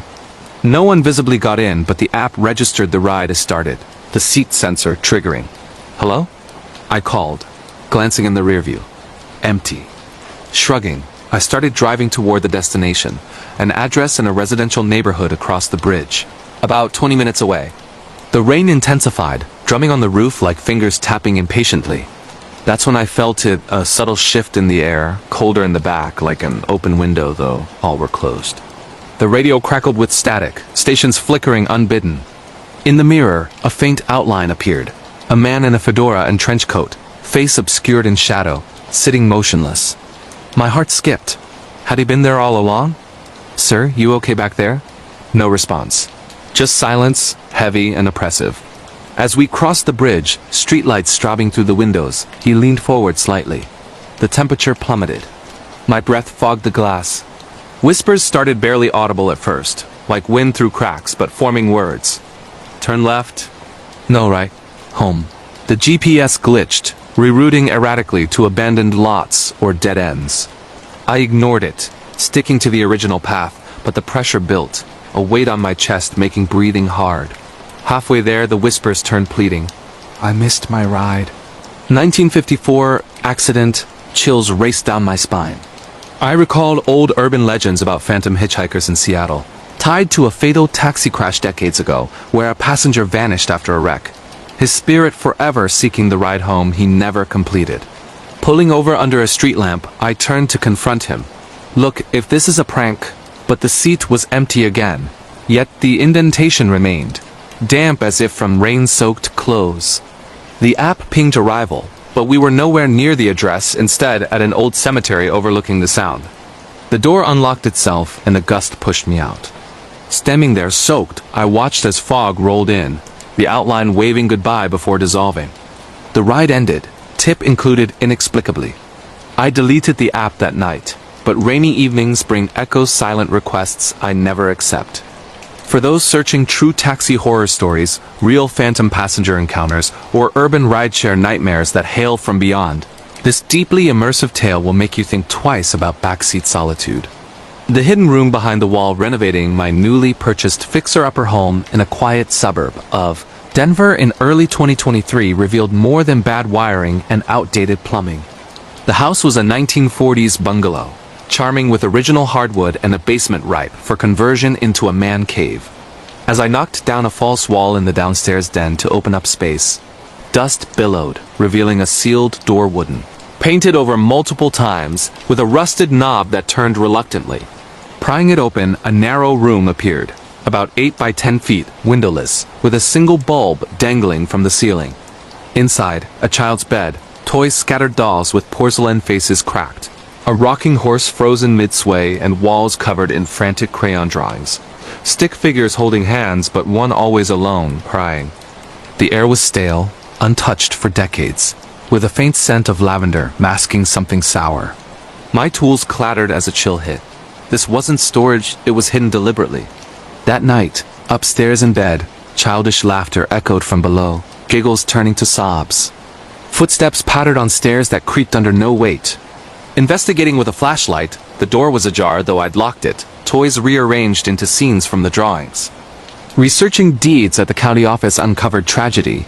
In the 1950s, a family lived there. The youngest daughter, Emily, disappeared during a game of hide-and-seek, presumed runaway. Parents walled up her favorite playroom in grief, selling soon after. Nobody found. Case cold. Phenomena escalated nightly. Doors slamming, drawings appearing on my walls matching the old ones, a small handprint on fogged mirrors. Emily's apparition manifested, a girl in a pinafore, eyes wide and sad. Found me? Play? She led me to the room, where walls bled faint red, revealing scratches. Let me out. Compelled, I demolished fully, finding a small skeleton curled in a corner void, clutching a doll. Authorities confirmed identity via records. Proper burial followed. Laughter ceased, but sometimes in quiet, a joyful giggle thanks me. True hidden room horror stories like this uncover buried secrets best left interred. If you're into real home renovation hauntings, discovered remains encounters, or child ghost tales that play on your heartstrings, this profoundly detailed narrative will wall you in fear. The Phantom Caller on the landline. In a small apartment in Boston during the summer of 2024, I kept an old landline for emergencies, nostalgic, reliable during cell outages. Most calls were telemarketers or wrong numbers, but one evening, as thunder boomed outside, it rang shrilly. Picking up, heavy breathing, then a voice, distorted and crackling. Is this home? Female, older, confused. Wrong number? I said, hanging up. But it rang again immediately. Same voice pleading, don't hang up. I can't see. Calls persisted nightly at 3:17 a.m. exactly. Messages left on the ancient answering machine. Fragments of conversations from the past. Mentioning addresses, names unfamiliar yet chillingly specific to my life. Tracing the number. Disconnected since 1987. Research revealed the previous tenant, an elderly woman named Margaret, died alone in the apartment, phone clutched, waiting for a call from her estranged son that never came. Her ghost dialed eternally, mistaking new residents for him. Whispers through the receiver grew intimate, knowing secrets. I see you sleeping. Forgive me. One storm. The phone rang during a blackout, screen glowing ethereally. Answering, her form materialized, translucent, wrinkled hands reaching through wires. Come talk, she begged, pulling me into static void. Smashing the phone ended it, but echoes in every ring remind me. For seekers of true phone horror stories, phantom call encounters, or landline ghost tales that connect dread, this intricately woven narrative will disconnect your peace. The Overgrown Path in the National Park. Hiking solo in Yellowstone National Park in 2023. I veered off trail chasing a scenic overlook, following an overgrown path not on maps. Dense foliage parted unnaturally, leading to a clearing with geothermal pools bubbling invitingly. Steam rose, air sulfurous, but peace enveloped me until whispers from the mist. Indigenous voices warning sacred. Leave. Ignoring I photographed, but camera glitched. Images showing figures in traditional attire watching. Path vanished behind. Lost, I wandered hours as day turned dusk. Apparitions guided or misled toward dangers. Geysers erupting nearby, wildlife charging. Guardians of the land, angered by disrespect, trapping intruders. Rescue found me dehydrated, babbling of spirits. Park rangers confirmed legends. Paths appearing to test visitors, claiming the unworthy. I heed trails now. True national park horror stories warn of nature's sentinels. The deep woods of Yellowstone National Park. A terrifying true camping horror story that will keep you awake at night. Imagine venturing into one of America's most iconic wilderness areas, Yellowstone National Park in Wyoming, United States, seeking solitude and adventure on a solo camping trip. What starts as a peaceful escape into nature quickly spirals into a nightmare of unexplained disappearances. Eerie sounds echoing through the dense forests, strange figures lurking in the shadows, and a glitch-like distortion of reality that leaves you questioning everything you thought you knew about the world. This is a chilling true horror story of survival against the unknown, blending creepy wilderness encounters, potential cryptid sightings, and bizarre coincidences that feel like a glitch in the Matrix. If you love true scary stories about national parks, missing persons cases, skinwalkers, or paranormal activity in remote woods, this one will haunt you long after it's over. It was the summer of 2023 when Alex, a 32-year-old experienced hiker from California, decided to take a much-needed break from the chaos of city life. Alex had always been drawn to the raw beauty of national parks, Yosemite, Glacier, and now Yellowstone. He'd read countless stories online about the park's geothermal wonders, wildlife sightings, and vast trails, but he also knew the warnings: unpredictable weather, aggressive bears, and the sheer isolation of the backcountry. Armed with a sturdy tent, bear spray, a GPS device, and weeks of supplies, Alex obtained the necessary permits and set off on a multi-day loop trail in the remote northern section of the park, far from the crowded tourist spots like Old Faithful. The first few days were idyllic. Alex hiked through meadows dotted with wildflowers, watched bison graze in the distance, and camped beside pristine lakes where the water reflected the starry sky like a mirror. He journaled every night by lantern light, feeling more alive than ever. "This is what freedom feels like," he wrote on day 3. But on the 4th night, everything changed. As dusk fell, Alex set up camp in a secluded clearing deep in the Lamar Valley area, surrounded by thick pine forests. The air was crisp, and the only sounds were the distant howl of wolves and the crackle of his campfire. He cooked a simple meal, hung his food bag high in a tree to deter bears, and settled into his tent as the temperature dropped. Sleep came easily at first. Around 2 a.m., Alex jolted awake to an unnatural silence. No crickets, no wind rustling the leaves, nothing. It was as if the entire forest had held its breath. Then he heard it, footsteps. Slow, deliberate crunching on the dry leaves outside his tent. Human footsteps, not the heavy thud of a bear or the light scamper of a deer. His heart pounded as he grabbed his flashlight and bear spray, whispering to himself that it was probably another hiker who had lost the trail. "Hello? Is someone out there?" he called softly. No response. The footsteps stopped. Alex shone his light through the tent mesh, scanning the trees. Nothing. He waited, breath held, for what felt like hours. Eventually, the normal night sounds returned, and he drifted back to uneasy sleep. The next morning, Alex packed up quickly, chalking it up to paranoia. But as he hiked deeper into the trail, a strange feeling settled over him, like he was being watched. Every snap of a twig made him spin around, but there was never anything there. By midday, he reached a remote hot spring, a hidden gem off the beaten path that he'd researched online. Steam rose from the bubbling pools, and the area was eerily beautiful, surrounded by towering evergreens. That's when he saw the first sign of something wrong. Footprints. Fresh human footprints leading into the woods from the spring, but none coming back out. They were barefoot, unusually large, and spaced in a way that suggested someone running. Alex's stomach twisted. He took photos with his phone, noting how the prints suddenly vanished into thick underbrush, as if the person had simply disappeared. Shaking it off as an old trail from another camper, Alex continued. But that afternoon, the weirdness escalated. While crossing a rocky ridge, he experienced what he later described as a glitch in reality. One moment, he was hiking uphill, the sun high in the sky. The next, without any transition, he was standing at the bottom of the same ridge, facing the opposite direction. His watch showed no time had passed, it was still the exact minute.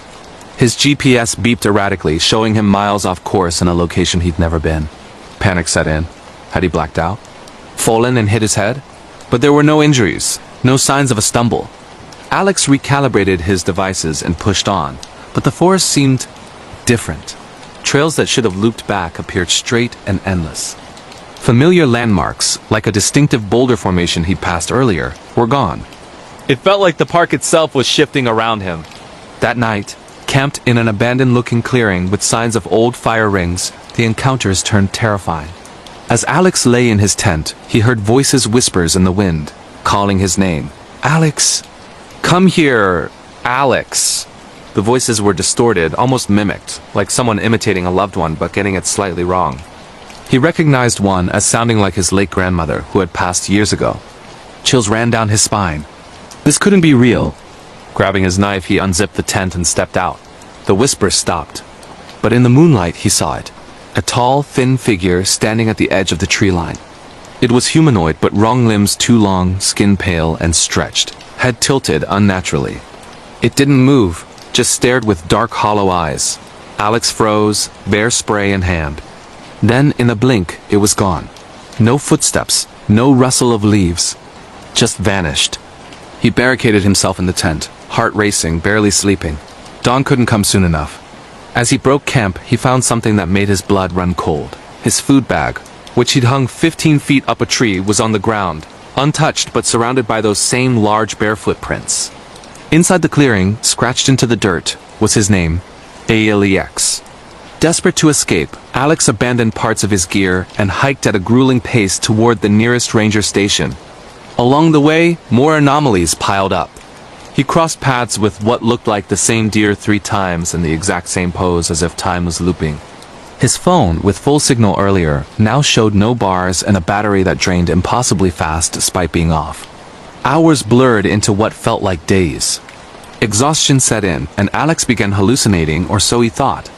Shadows moved on their own, mimicking his movements but delayed, like a lag in a video game. He heard footsteps paralleling his the entire time, always just out of sight. Finally, after what his watch claimed was only 8 hours, but felt like 2 days, he stumbled onto a main road. A passing park ranger vehicle spotted him disheveled, dehydrated, rambling about figures in the woods and reality shifting. They rushed him to medical care. Rangers searched the area Alex described, but found no evidence of another person. No footprints matching the ones he photographed, which mysteriously didn't save on his phone. No disturbed campsites, nothing. His GPS data was corrupted, showing impossible loops and locations outside the park boundaries. Alex spent weeks recovering, both physically and mentally. He quit his job, moved away from urban areas, and to this day refuses to enter any forest alone. He shared his story anonymously on forums, warning others about the dangers lurking in Yellowstone's deep woods, not just wildlife, but something unexplained, perhaps supernatural. Experts and enthusiasts have speculated wildly. Some point to the park's history of missing persons cases where people vanish without a trace, only to reappear miles away, confused and with no memory of time past. Others whisper about cryptids, tall, pale beings that mimic voices to lure victims, much like legends of skinwalkers or wendigos in Native American folklore. Yellowstone sits on lands sacred to indigenous tribes, who have long spoken of spirits and entities that guard the wilderness, punishing those who disrespect it. Then there's the glitch aspect, reports of time slips, where hikers experience hours in minutes or vice versa, objects appearing, disappearing, and reality feeling off. Is it exhaustion-induced hallucination? Infrasound from geothermal activity messing with the brain? Or something more sinister, a tear in the fabric of our world? Alex believes he narrowly escaped whatever claimed those whose stories end in. Missing 411 files unsolved disappearances with bizarre clusters in national parks. He urges anyone planning a trip to Yellowstone or similar remote areas. Stick to groups. Carry multiple navigation tools, and if you hear your name whispered in the night, run. This true scary wilderness horror story from Yellowstone National Park serves as a stark reminder that some places in America's vast national parks hold secrets we're not meant to uncover. Creepy encounters with strangers or something pretending to be human strange coincidences. And paranormal distortions can turn a dream adventure into a living nightmare. If you're into real ghost stories, cryptid sightings, glitch in the matrix experiences, or unsolved mysteries in the deep woods, share your own encounters below. Stay safe out there, the wilderness is watching. True scary camping horror story. The Vanishing in Yosemite National Park. Imagine you're deep in the heart of Yosemite National Park, California, one of America's most breathtaking wilderness areas, with towering granite cliffs, ancient sequoias, and crystal-clear streams that seem to whisper secrets from centuries past. It's the summer of 2023 and a group of 4 friends, Alex, Sarah, Mike, and Jenna, decide to escape the hustle of city life in San Francisco for a week-long backpacking trip. They're experienced hikers, armed with the best gear, high-quality tents, bear-proof canisters, GPS devices, and even satellite phones for emergencies. Yosemite is known for its beauty but also for its dangers, steep drops, unpredictable weather, and the occasional wildlife encounter. What they don't expect is something far more sinister, something that defies explanation and turns their dream adventure into a nightmare of disappearances, strange sounds, and an overwhelming sense of being watched in the deep woods. It all starts innocently enough. The group sets out on the popular Yosemite Valley Loop Trail, planning to camp off the beaten path near a secluded meadow surrounded by dense forest. The first 2 days are perfect: crisp mountain air, stunning views of Half Dome at sunset, campfires under a blanket of stars, and stories shared late into the night. Alex, the group's unofficial leader, is a 28-year-old software engineer who's always prepared. Sarah, his girlfriend, loves photography and captures every moment. Mike, the jokester, keeps morale high with bad puns, and Jenna, the quiet one with a knack for navigation, ensures they never stray too far. On the third night, things begin to feel off. They recamped in a remote spot near an abandoned cabin remnant from the park's early mining days, overgrown with vines, its wooden beams creaking in the wind. As the fire dies down, they hear it. Distant footsteps crunching through the underbrush. At first, they dismiss it as a deer or maybe a bear scavenging. But the sounds circle their camp, stopping abruptly whenever they shine their flashlights. Probably just the wind playing tricks, Mike says, but his voice wavers. Jenna checks the GPS. They're miles from any main trail, no other hikers registered in this area.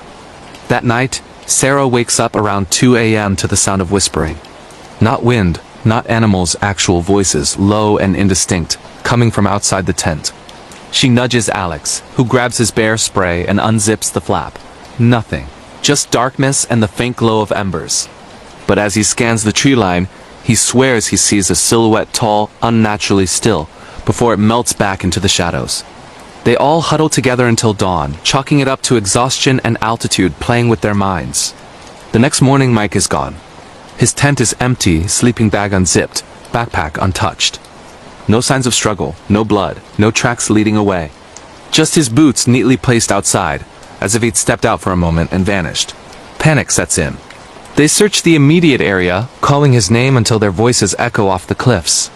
Jenna pulls up the satellite phone signal is spotty, but she manages to alert park rangers. A search team arrives by helicopter that afternoon, combing the meadow, the woods, even the nearby river. Dogs are brought in, thermal imaging drones fly overhead. Nothing. Mike has disappeared without a trace in one of the most monitored national parks in the United States. As the search expands, strange details emerge. Rangers find odd markings on trees near the camp, deep scratches too high for bears, almost like claw marks from something massive. One searcher reports hearing the same whispering voices at night, mimicking human calls for help. Sarah starts having vivid nightmares. Dreams of being pulled into the forest by invisible hands, waking to find dirt under her fingernails as if she'd been digging in her sleep. Days turn into weeks. Alex and Jenna are evacuated, but Sarah insists on staying to help search. She's convinced Mike is still out there alive. But on the 7th day, a hiker miles away stumbles upon something horrifying. Mike's jacket, torn and bloodied, hanging from a branch in an area already searched multiple times. No body, no footprints around it. Forensic analysis later shows the blood is Mike's. But the tears in the fabric don't match any known animal. The group is shattered. Alex returns home haunted, quitting his job and obsessively researching similar cases in Yosemite hikers vanishing suddenly. Bodies found in impossible locations or never at all. He discovers clusters of disappearances dating back decades. People gone in broad daylight, near popular trails, with no explanation. Some cases involve strange weather rolling in right after someone goes missing, or searchers finding items in places they'd already checked. Jenna moves across the country, but the paranoia follows her. She installs security cameras everywhere, jumps at shadows in the woods during runs. One night, months later, she receives an anonymous email with a photo attachment. A blurry image of their old campsite, taken recently, with a figure standing exactly where Mike's tent was. The timestamp is from a week ago. No sender info, no metadata. She forwards it to authorities, but it leads nowhere. Sarah never fully recovers. She becomes an advocate for missing persons in national parks, speaking at events about the dangers lurking in America's wilderness. But in private, she confesses to friends that she still hears the whispering sometimes, even in her urban apartment. And on quiet nights, she swears she feels eyes on her from the darkness outside her window. To this day, Mike's case remains open, an unsolved mystery in Yosemite National Park. Rangers warn visitors to stick to trails, travel in groups, and report anything unusual. But deep in those ancient woods, among the abandoned cabins and hidden valleys, something waits. Something that watches. Something that takes. What happened to Mike? Was it a tragic accident, lost in the vast expanse? A predator, human or otherwise? Or something more unexplained, a glitch in the wild where people simply cease to exist? If you're planning a trip to Yosemite or any national park, remember, the beauty is real, but so are the horrors hidden in the deep woods. Stay safe out there. Lock your tents. And if you hear footsteps circling your camp, don't ignore them. True scary haunted school horror story, The Eternal Detention in Blackwood Academy, England. Picture this, a foggy autumn evening in the English countryside, deep in rural Yorkshire, where the ancient stone walls of Blackwood Academy stand like silent guardians of forgotten secrets. Built in the late 1800s as a prestigious boarding school for the children of Britain's elite, Blackwood has a history steeped in tradition and tragedy. Fires, mysterious deaths, strict punishments that bordered on cruelty. Whispers of all that and more have lingered for over a century. By 2024, the school is still operational, a mix of historic grandeur and modern updates, with creaky wooden floors, dimly lit corridors, and dorm rooms that feel frozen in time. It's the kind of place where legends are born, and for a group of sixth form students, Emily, Tom, Liam, and Sophie staying late for a study session turns into the most terrifying night of their lives, filled with ghostly apparitions, unexplained sounds, and a presence that refuses to let them leave. Emily is the brave one, a 17-year-old history buff obsessed with the school's past. She's heard the stories. Back in the 1920s, a strict headmistress named Mrs. Hargrove ruled with an iron fist, locking misbehaving students in the old detention room in the basement for days at a time. One girl, a 15-year-old named Eliza, supposedly vanished after one such punishment, her cries echoing through the halls before silence fell forever. Tom, the skeptic and class clown, laughs it off as urban legends. Liam, the tech guy, brings his camera to film a ghost hunt for fun. And Sophie, the quiet artist, tags along mostly to keep Emily company. They decide to sneak into the restricted lower levels after hours, armed with flashlights, snacks, and zero fear until everything changes. It starts subtly. They're in the main hall, past midnight, when the temperature drops sharply. Their breath fogs in the air, even though the heating is on. Sophie swears she hears faint whispering like a woman's voice scolding children. Sit still, no talking. Eternal detention. They brush it off as wind through the old windows. Heading down the narrow stone stairs to the basement, the air grows thick, heavy, like walking through water. The detention room is at the end of a long corridor, its heavy oak door padlocked for decades. But tonight, the lock is undone, hanging open, as if inviting them in. Inside, the room is a time capsule, dusty desks in perfect rows, a chalkboard with faded writing from the 1930s, and iron rings bolted to the walls where unruly students were once chained. Liam sets up his camera on a tripod, joking about catching evidence for their YouTube channel.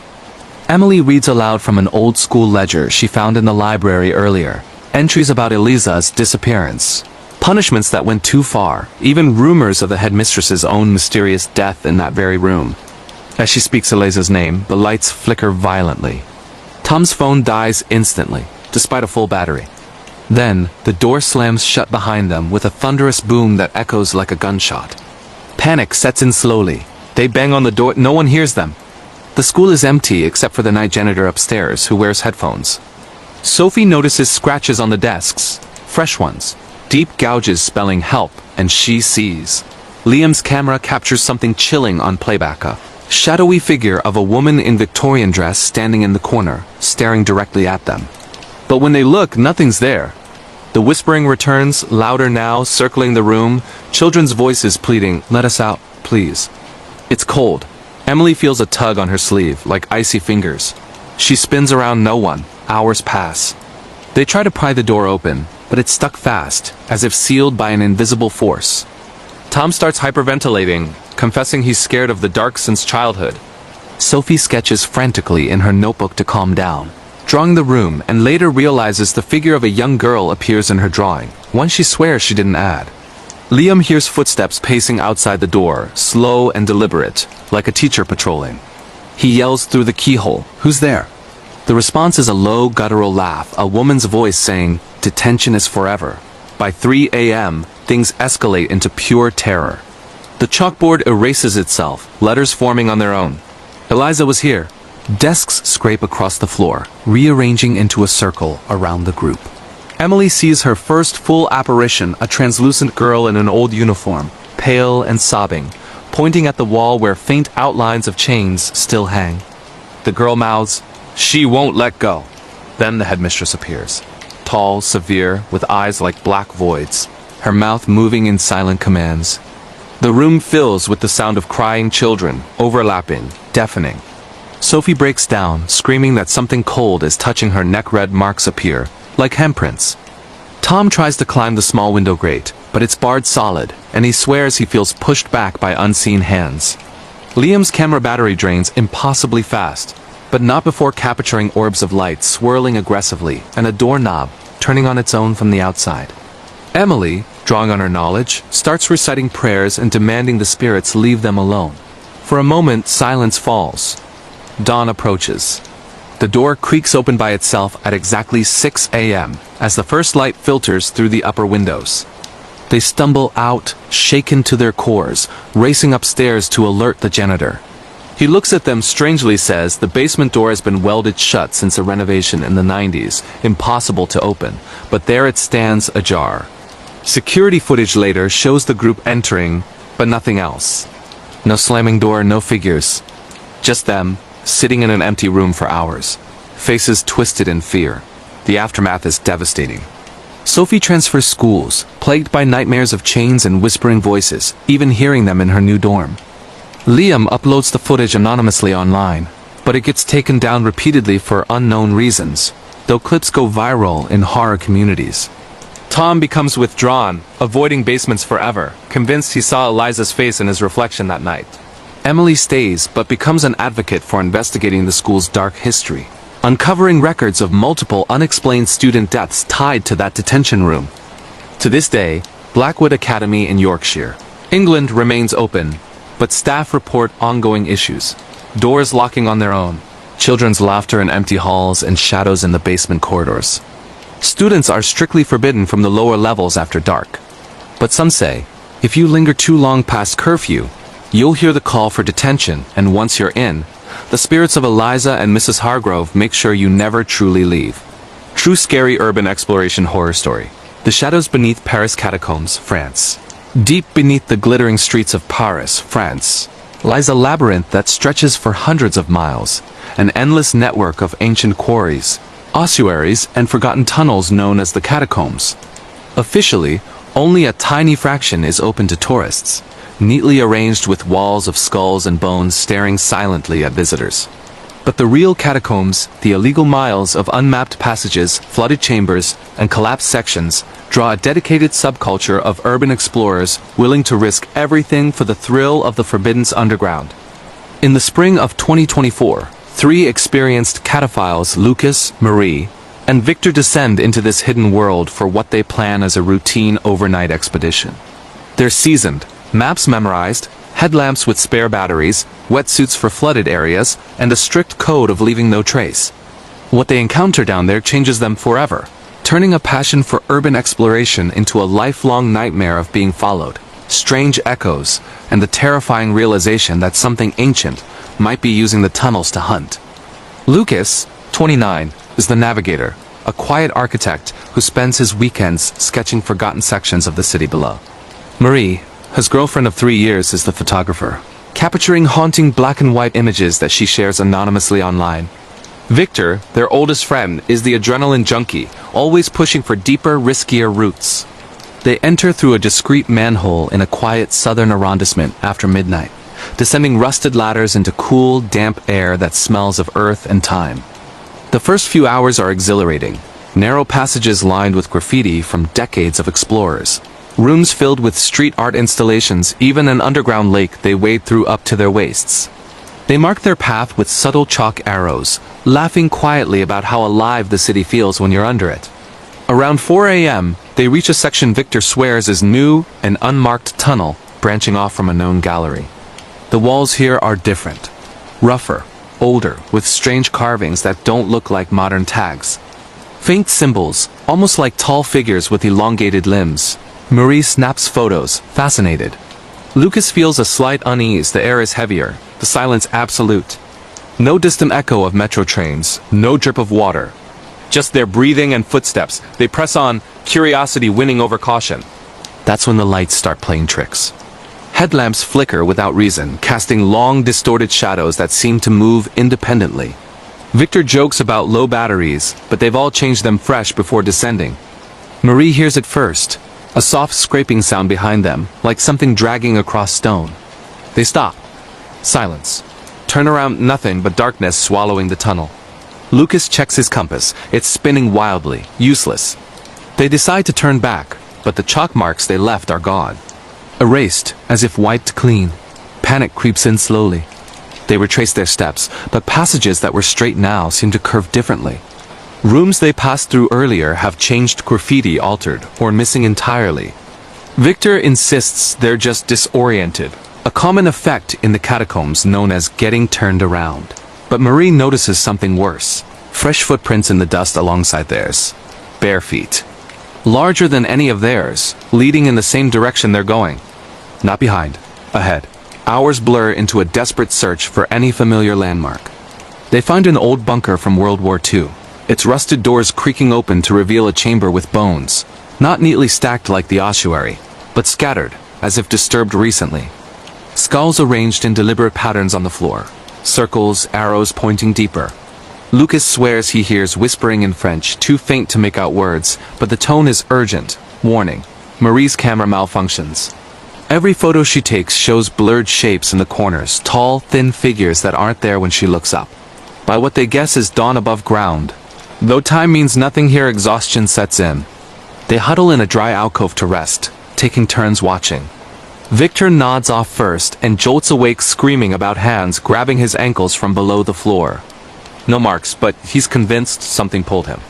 Marie starts crying quietly, confessing she's seen glimpses of movement in her peripheral vision all night. Silhouettes ducking into side tunnels just as she turns. Lucas, trying to stay rational, pulls out his phone. No signal, of course, but the battery drains from 80% to dead in minutes. Then comes the worst part. They hear voices calling their names, not echoes. Clear, human voices from multiple directions. Lucas's mother's voice pleading for him to come home. Marie hears her deceased grandmother. Victor hears his own voice, mocking him from the darkness. You're never getting out. They run, flashlights bouncing wildly, splashing through knee-deep water and flooded galleries. At one point, they stumble into a vast chamber they've never seen documented, a natural cavern with walls covered in handprints. Thousands of them, in what looks like old blood or ochre. In the center, a pile of modern items. Backpacks, water bottles, a shoe.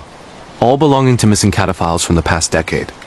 They finally find an exit ladder after what feels like days emerging filthy and shaking into a construction site near Denford Rochereau at twilight. Police question them. Illegal entry carries fines, but they're let off with warnings. The aftermath destroys their lives in slow motion. Victor quits exploring entirely, moving to the countryside, but he still checks under his bed every night, convinced something followed him up. Marie deletes all her photos. The few that survived show inexplicable shadows stretching impossibly long. She develops severe claustrophobia, unable to take the metro anymore. Lucas becomes obsessed researching historical accounts of the quarries. Legends of workers vanishing in the 18th century, bodies never found. Rumors of cult activity in the 1900s. Even older tales from when the tunnels were mines of guardians or entities that protected the depths. He returns once, alone, leaving a camera trap in that unmarked tunnel. The footage, recovered weeks later, shows nothing for hours, then a tall, emaciated figure walking past on all fours, pausing to stare directly at the lens with reflective eyes before dragging something heavy out of frame. To this day, the illegal catacombs remain a magnet for the brave and foolish. Authorities seal entrances regularly, but new ones appear. Missing persons reports linked to underground exploration continue. People who enter and simply never resurface. Some say the tunnels shift on their own, a living maze.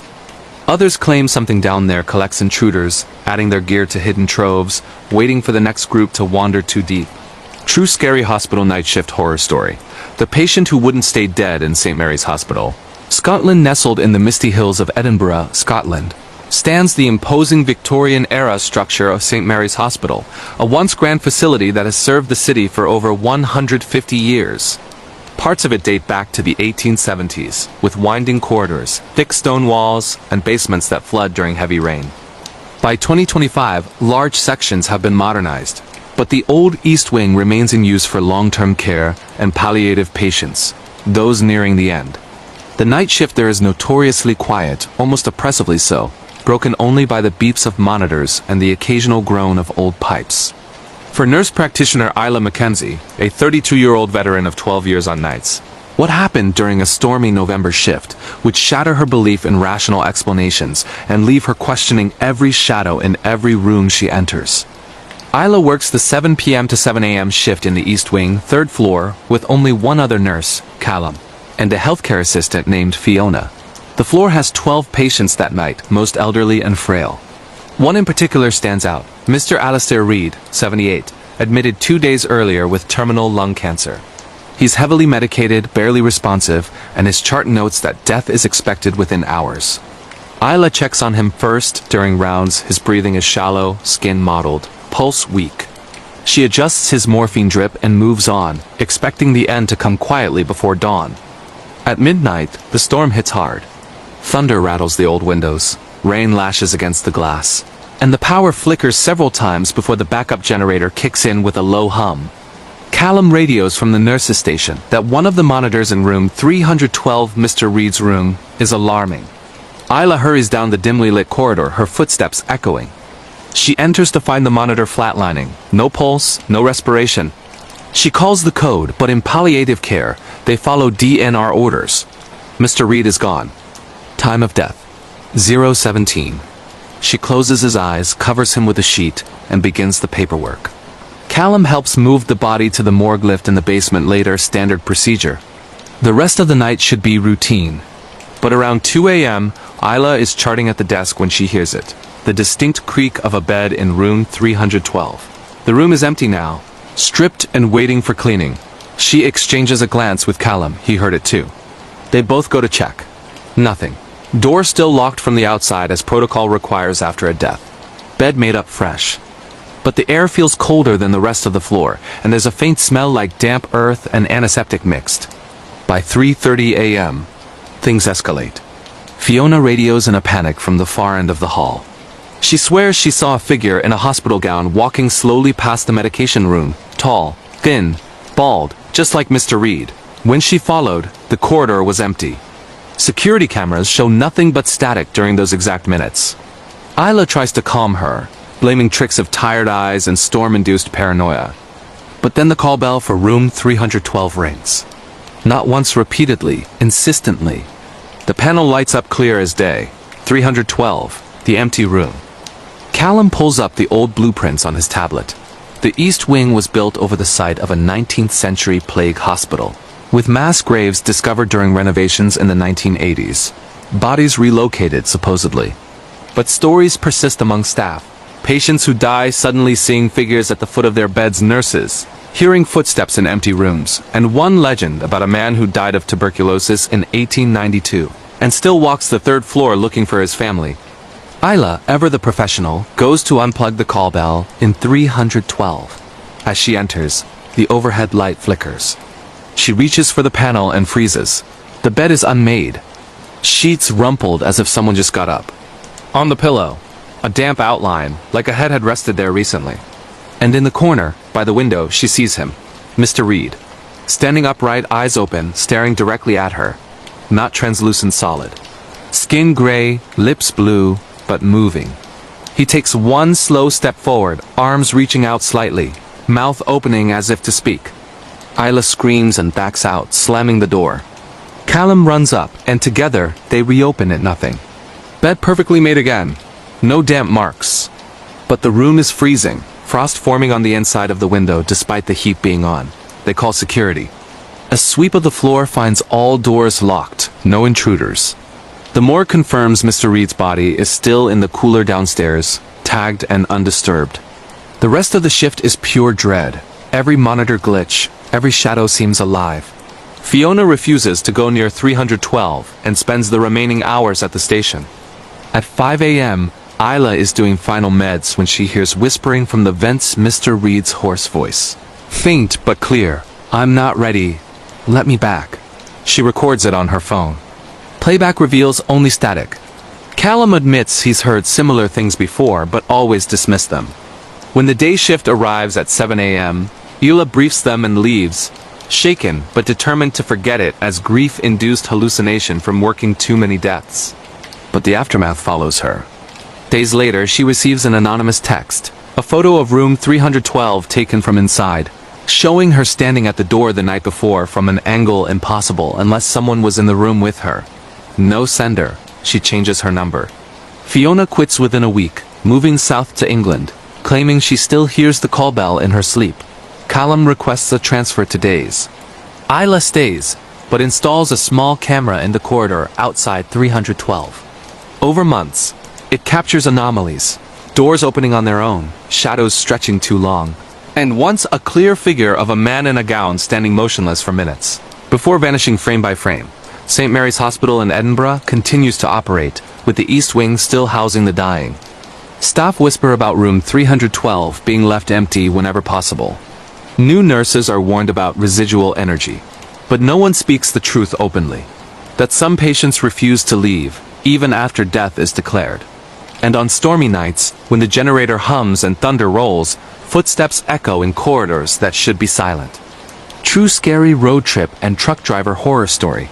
The endless pursuit on the Black Forest roads. Germany, in the shadowy depths of Germany's Black Forest region, where ancient trees loom like silent sentinels over twisting rural highways, lies a stretch of road that seasoned truckers whisper about in hushed tones at rest stops. The B500, also known as the Schwarzwaldautschtz, winds through Baden-Württemberg, offering stunning views by day but transforming into a labyrinth of fog-shrouded curves and isolated pullouts by night. It's early 2025 and veteran truck driver Carl Becker, a 45-year-old from Munich with over 2 decades hauling freight across Europe, takes on what should be a routine overnight run from Freiburg to Stuttgart. His rig is a massive manned semi-trailer loaded with automotive parts, heavy, stable, equipped with dash cams, GPS trackers, and even a satellite radio for company. Carl's no stranger to long hauls. He's dealt with blizzards in the Alps, breakdowns in remote Poland, and the occasional wildlife scare. But this night, something far more insidious begins tailing him, turning a simple delivery into a harrowing game of cat and mouse that blurs the line between human predator and something unearthly. Carl starts his shift at dusk, the January chill biting through his cab as he merges onto the A5 Autobahn heading north. The first hour is uneventful, smooth asphalt, sparse traffic, podcasts droning about unsolved mysteries to keep him alert. He's divorced, kids grown, so these runs are his solitude therapeutic, almost. Around 10 p.m., as he veers onto the B500 for a shortcut through the forest to avoid construction delays, the fog rolls in thick, like a living blanket smothering the headlights. Visibility drops to mere meters. He slows to 40 kilometers per hour, hazard lights flashing. That's when he first notices it in his side mirrors, a pair of dim, yellowish headlights far behind, maintaining perfect distance. Not unusual, could be another trucker. But as minutes stretch into half an hour, the lights never close in or fall back. They match his every speed change, every curve. Curiosity turns to unease. Carl fiddles with his CB radio, calling out in German and English. "Hey, buddy back there. You following for a reason?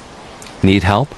Static answers broken by faint crackles that sound almost like whispers, indistinct words he can't make out. He shakes it off as interference from the mountains. At a pullout near Triberg, famous for its waterfalls, but desolate at night, he stops to check his load straps and stretch. The headlights behind halt 2, about 200 meters back, engines idling softly in the mist. No one emerges. Carl shines his flashlight, no details visible through the fog. Heart pounding a bit faster, he climbs back in and pulls out. The lights follow immediately. By midnight, the pursuit feels deliberate. Carl accelerates on a straight stretch, pushing 80 kilometers per hour risky in the fog, but the vehicle keeps pace effortlessly. He catches glimpses in the mirrors. It's not a truck, but something smaller, maybe a van or SUV. Black or dark gray, no plates visible. Panic creeps in. Is this a hijacker? Road rage from earlier? He dials the police on his hands-free phone, but the signal dips and the valley's call drops twice. Finally connecting, he reports a tailgater acting suspiciously. The dispatcher promises to send a patrol, but warns of delays due to weather. "Stay on main roads, don't stop," she advises. Carl laughs bitterly. He's already deep in the Black Forest, no exits for miles. Things escalate around 1 a.m. near the town of Bayersbronn. The fog lifts slightly, revealing dense woods pressing against the road. Carl hears it over his engine, a low horn blast from behind, not a standard car horn, more like a distorted train whistle, echoing unnaturally through the trees. He glances back and swears the vehicle is closer now, its headlights flickering oddly, like old bulbs about to die. Then, his dashcam glitches. The screen freezes, rewinds briefly, showing his own truck from an impossible angle, as if filmed from above. "What the hell?" he mutters, restarting it.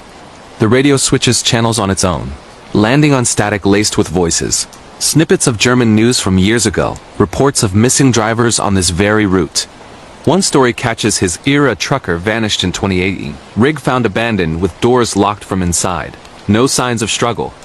Fear turns to terror when the pursuer starts flashing high beams rhythmically long, short, long like Morse code. Carl doesn't know code, but it feels mocking, intentional. He pushes the rig harder, tires screeching on wet pavement. At a sharp bend, something thumps against his trailer hard, like a rock or debris. He checks mirrors. The vehicle is right on his tail now, bumping lightly. Adrenaline surges. Carl slams brakes, forcing it to swerve. It recovers impossibly fast, pulling alongside. For the first time he sees inside. The driver is a silhouette, featureless in the dark cab, wearing what looks like an old-fashioned hat. No face visible, just shadows where eyes should be. The passenger window rolls down slightly, and a hand emerges, pale and bony, gesturing for him to pull over. Carl floors it, weaving to block the pass. His mind races. Human traffickers? A ghost from the forest legends? The Black Forest is rife with folklore witches, spirits of lost travelers luring the living to their doom.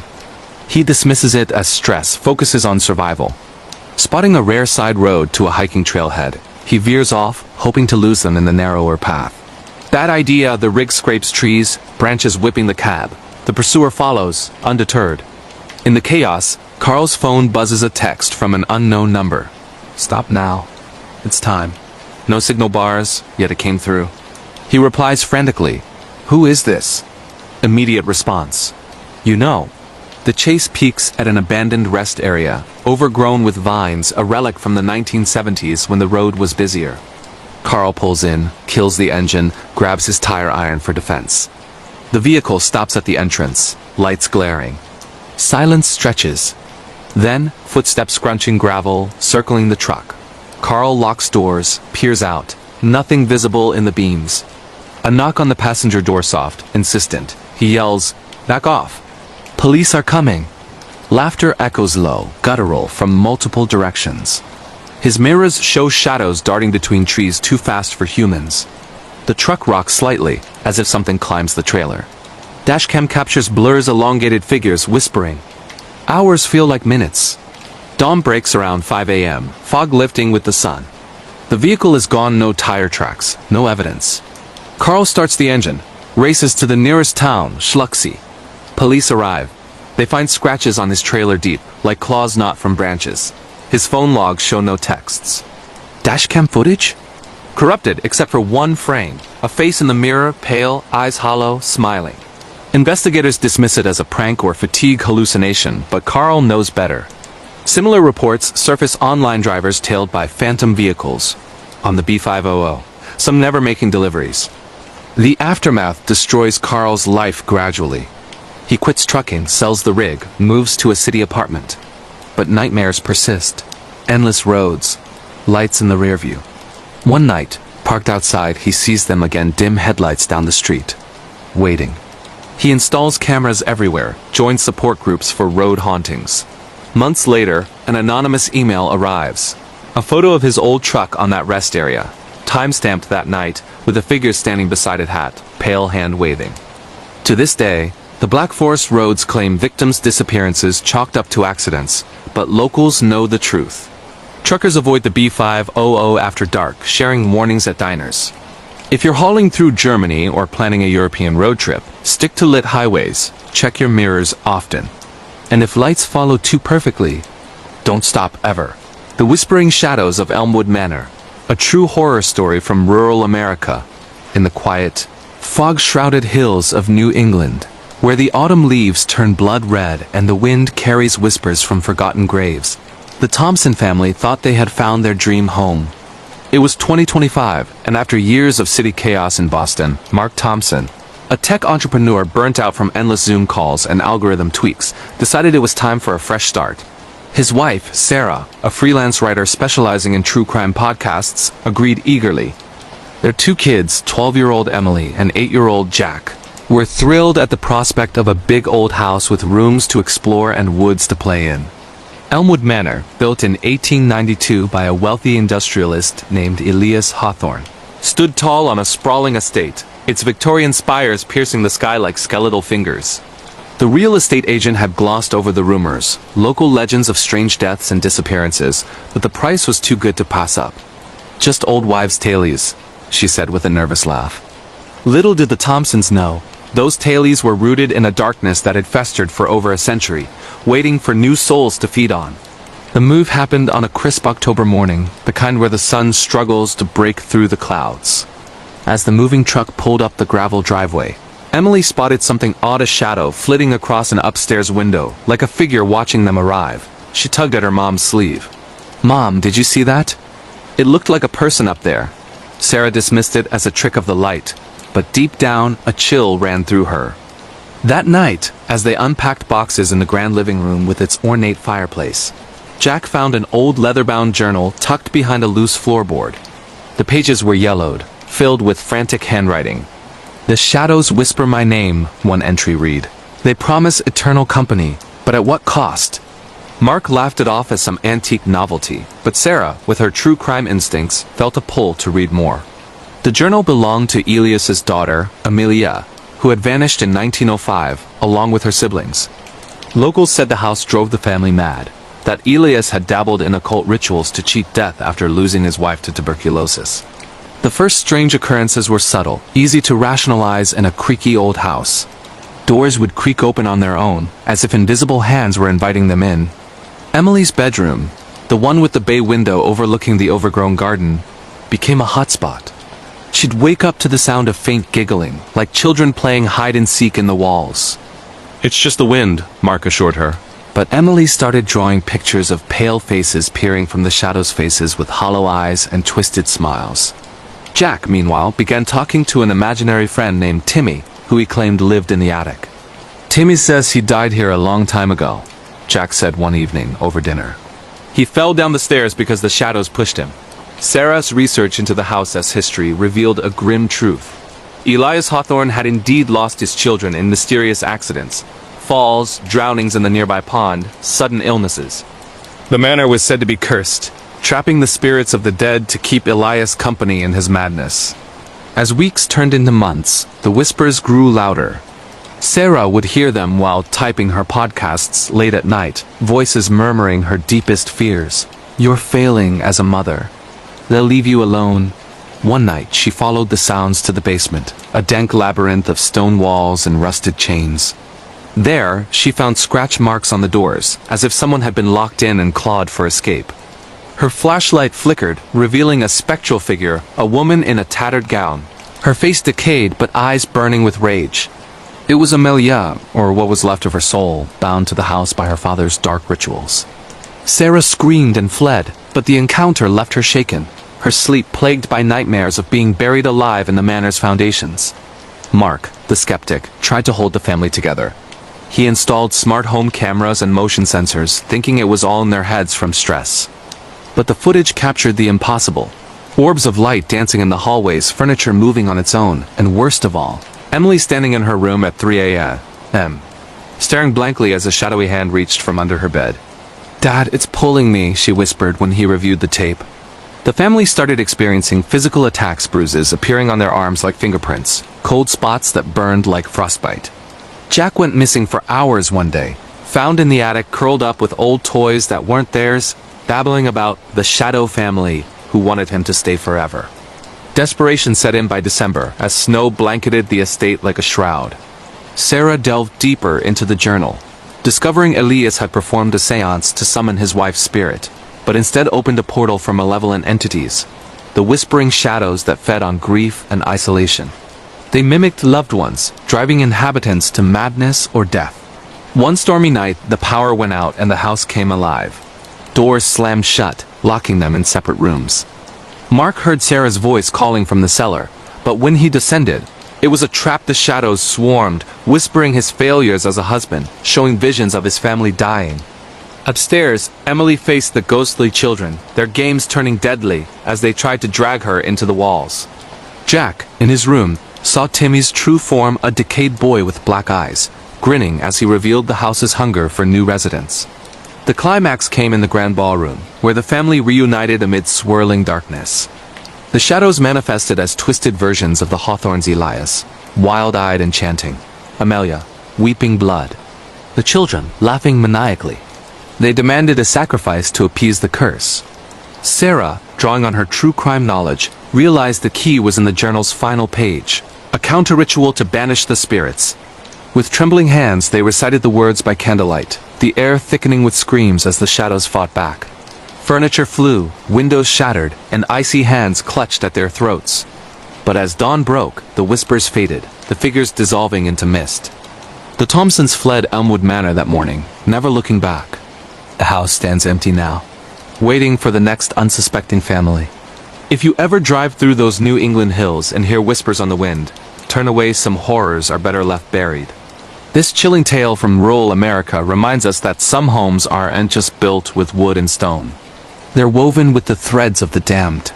True horror stories like this one expose the dark underbelly of everyday life, where ghosts haunt not just places, but the souls who dare to linger.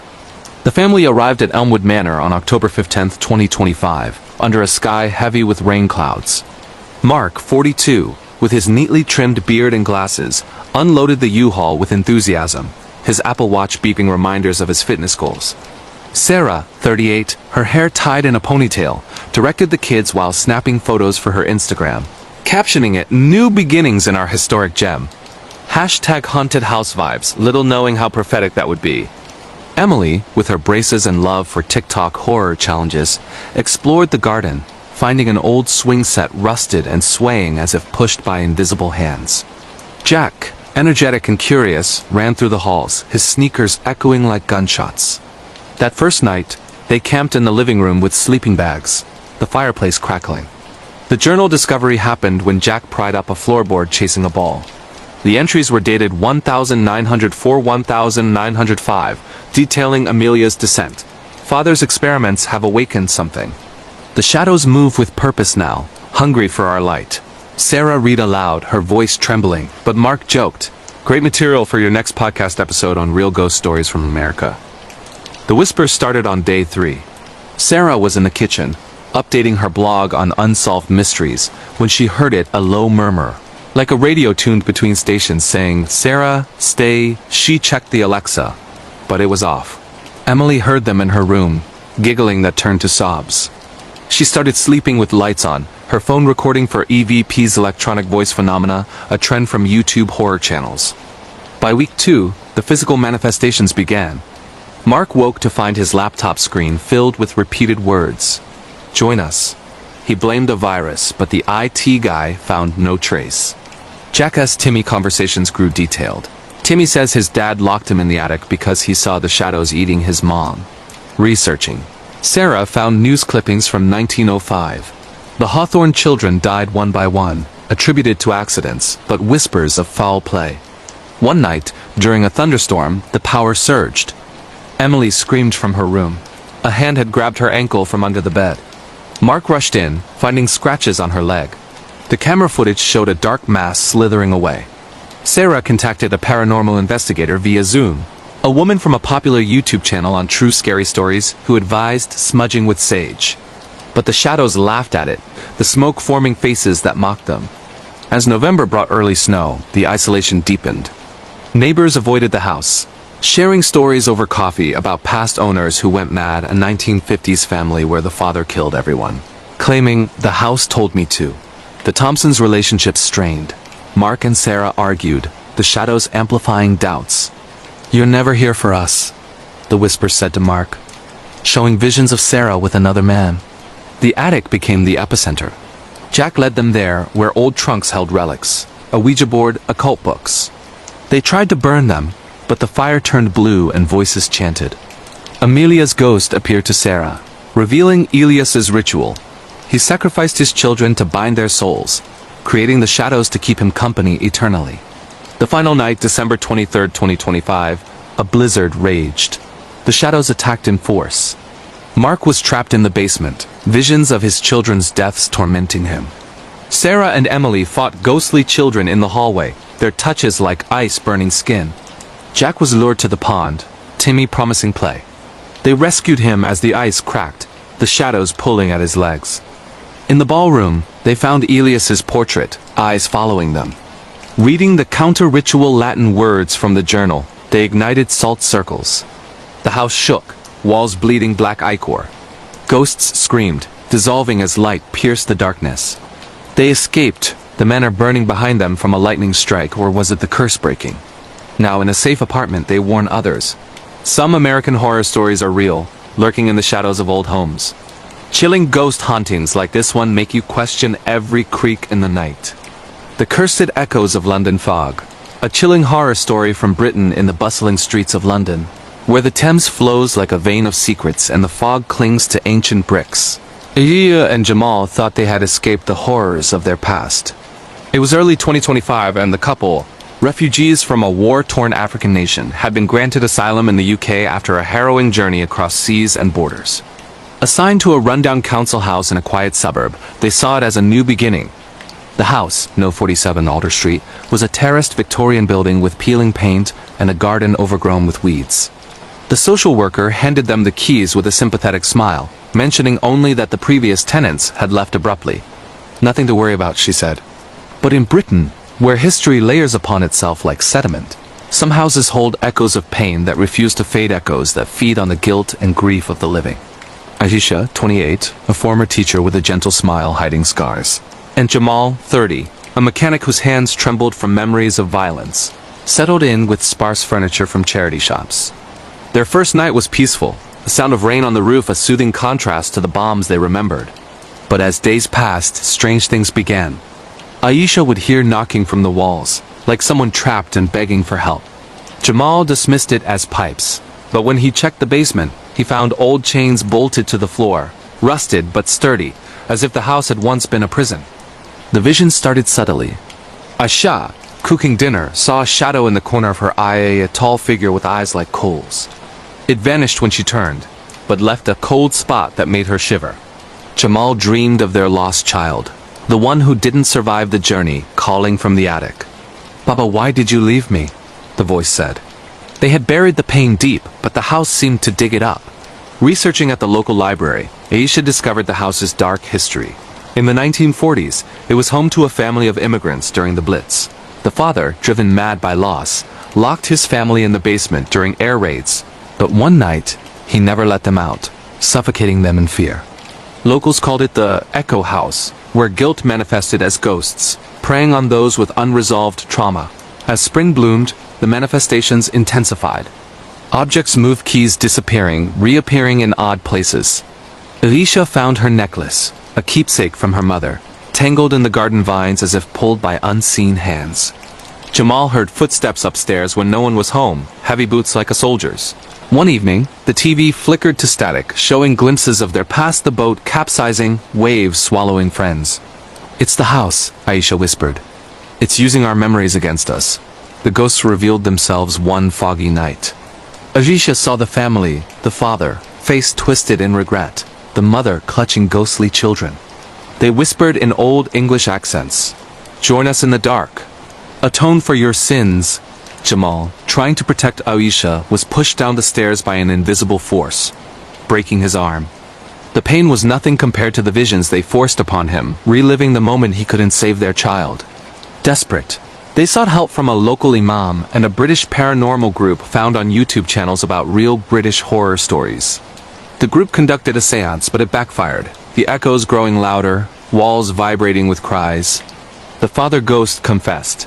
He had killed his family to save them from war, and now the house trapped souls to repeat the cycle. The climax came during a storm, the fog so thick it seeped inside. The ghosts locked them in the basement, chains rattling to life. Visions of their past mixed with the house's bombs falling, waves crashing. Aisha, drawing strength from her teaching days, chanted prayers, breaking the cycle by forgiving themselves. The echoes screamed, fading as light broke through. They left No. 47, the house standing silent. This British horror tale warns that some fogs hide more than mist. They hide the ghosts of guilt. True scary stories from Britain like this one chill the bone, reminding us the past never truly dies. The Monster in the Pages, a terrifying horror story from Australia in the sun-baked suburbs of Sydney, where eucalyptus trees sway and the ocean roars in the distance. Amelia and her son, Liam, faced a nightmare born from the pages of a book. It was mid-2025 and Amelia, a single mom in her 30s working as a nurse, had inherited an old house from her estranged aunt. The place was cluttered with antiques, including a mysterious pop-up book titled Mr. Shadow. Liam, 6, with his wild curls and endless energy, found it in the attic, its cover depicting a tall hatted figure with long fingers. "Mom, look, it's like a story for bedtime," he said. Amelia, exhausted from shifts, read it to him that night, not knowing it would unleash a horror that stalked the night. The book told of Mr. Shadow, a creature that came when called 3 times, feeding on fear. "If it's Mr. Shadow you see, from the dark he will be free," the rhyme went. That night, Liam woke screaming about a knocking at his door. Amelia checked nothing. But the next day, shadows in the house seemed longer, stretching like fingers. Liam drew the creature tall, black, with a top hat and grin. As days passed, the manifestations grew. Toys moved. Whispers from vents said, "Let me in." Amelia, researching, found her aunt had been a writer of dark tales, rumored to have summoned something real. The house, in a quiet Australian neighborhood, had a history of odd occurrences, previous owners driven to madness. The creature appeared first to Liam, scratching at windows. Amelia saw it too, a silhouette in the hallway, eyes glowing. It mimicked voices calling mommy from the basement. One night, it attacked, claws raking Liam's arm. Amelia burned the book, but Mr. Shadow laughed, now free. The final confrontation in the attic, Amelia facing the monster with light, banishing it by denying fear. They moved, but shadows still scare them. This Australian horror story shows some books should stay closed. In the heart of the Pacific Northwest, where towering pines cast long shadows over misty valleys and the rain never seems to stop, the Carter family believe they have found sanctuary. It was the summer of 2025, and after a string of misfortunes, a layoff from a tech giant in Seattle, a bitter divorce lingering in the air, and the weight of medical bills from a child's illness, they needed a reset. David Carter, a 45-year-old software engineer with a penchant for rational explanations, had inherited Ravenwood Estate from a distant uncle he barely knew. The sprawling Victorian mansion, perched on a cliff overlooking the stormy ocean, had stood since 1887, built by a shipping magnate named Nathaniel Blackwood, who had made his fortune in treacherous waters. The locals in the nearby town of Storm Harbor whispered about the place tales of shipwrecks, lost souls, and a curse that bound the dead to the living, but David dismissed it as small-town superstition. His ex-wife had custody of their daughter, but this summer, 14-year-old Mia was staying with him, her phone glued to her hand as she scrolled through viral horror trends on TikTok. "Dad, this place looks like it's from a creepypasta," she said as they drove up the winding road. The house's turrets piercing the gray sky like jagged teeth. The move-in day was unremarkable at first. Boxes piled high in the grand foyer, with its marble floors and crystal chandelier that swayed gently even without wind. Mia claimed the upstairs bedroom with the balcony, enchanted by the view of crashing waves. David busied himself with repairs, the house creaking like an old ship at sea. That night, as rain pelted the windows, Mia heard it, a faint whisper, like the ocean but closer, murmuring her name from the walls. "Mia, come closer." She bolted upright, heart pounding, but when she checked the hallway, it was empty. The next morning she found scratches on her door, thin lines as if nails had dragged across the wood. David blamed rats, but Mia, influenced by her online obsession with real ghost stories, started recording on her phone, hoping to capture evidence for a YouTube video. As days turned to weeks, the whispers grew bolder. David heard them while working in the study, a room lined with bookshelves filled with Nathaniel's journals. The entry spoke of shipwrecks engineered for insurance fraud, crews drowned deliberately, their souls haunting Blackwood for his sins. "The dead demand repayment," one page read, ink smudged as if written in haste. David, the skeptic, laughed it off, but then the visions began. Mia saw a shadowy figure at the foot of her bed, a sailor with seaweed tangled in his beard, eyes hollow and accusing. "You took our lives," it rasped. She screamed, and David rushed in, finding only a puddle of salt water on the floor impossible in a locked room. The estate's history unraveled like a frayed rope.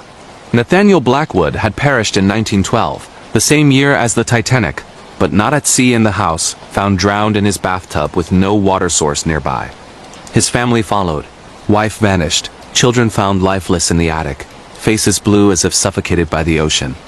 Locals said the house was a portal, pulling in the spirits of the drowned to torment the living, feeding on guilt and secrets.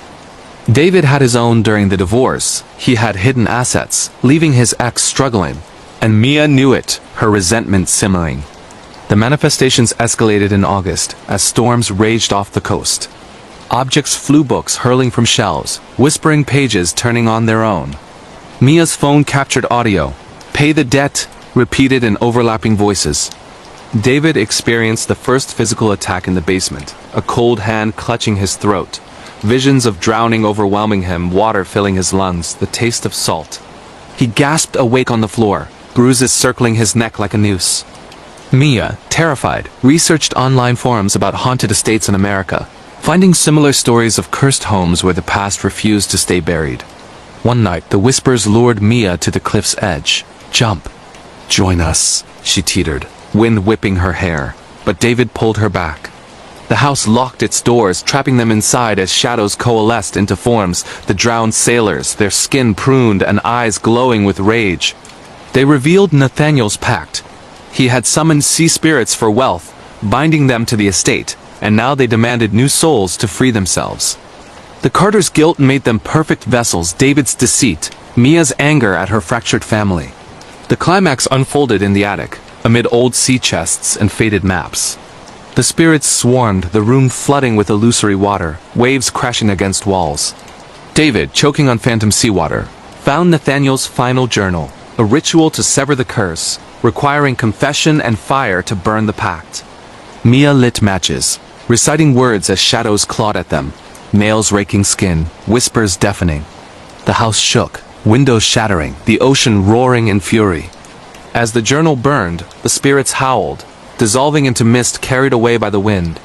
They fled Ravenwood that dawn, the estate silent but waiting. David and Mia reconciled, their bond strengthened by survival. This true horror story from America serves as a warning. Some whispers are the wind, they read the dead demanding justice. Chilling ghost hauntings, real paranormal encounters, scary estate curses, these are the tales that keep you up at night, questioning every sound in the dark. True horror story from Britain.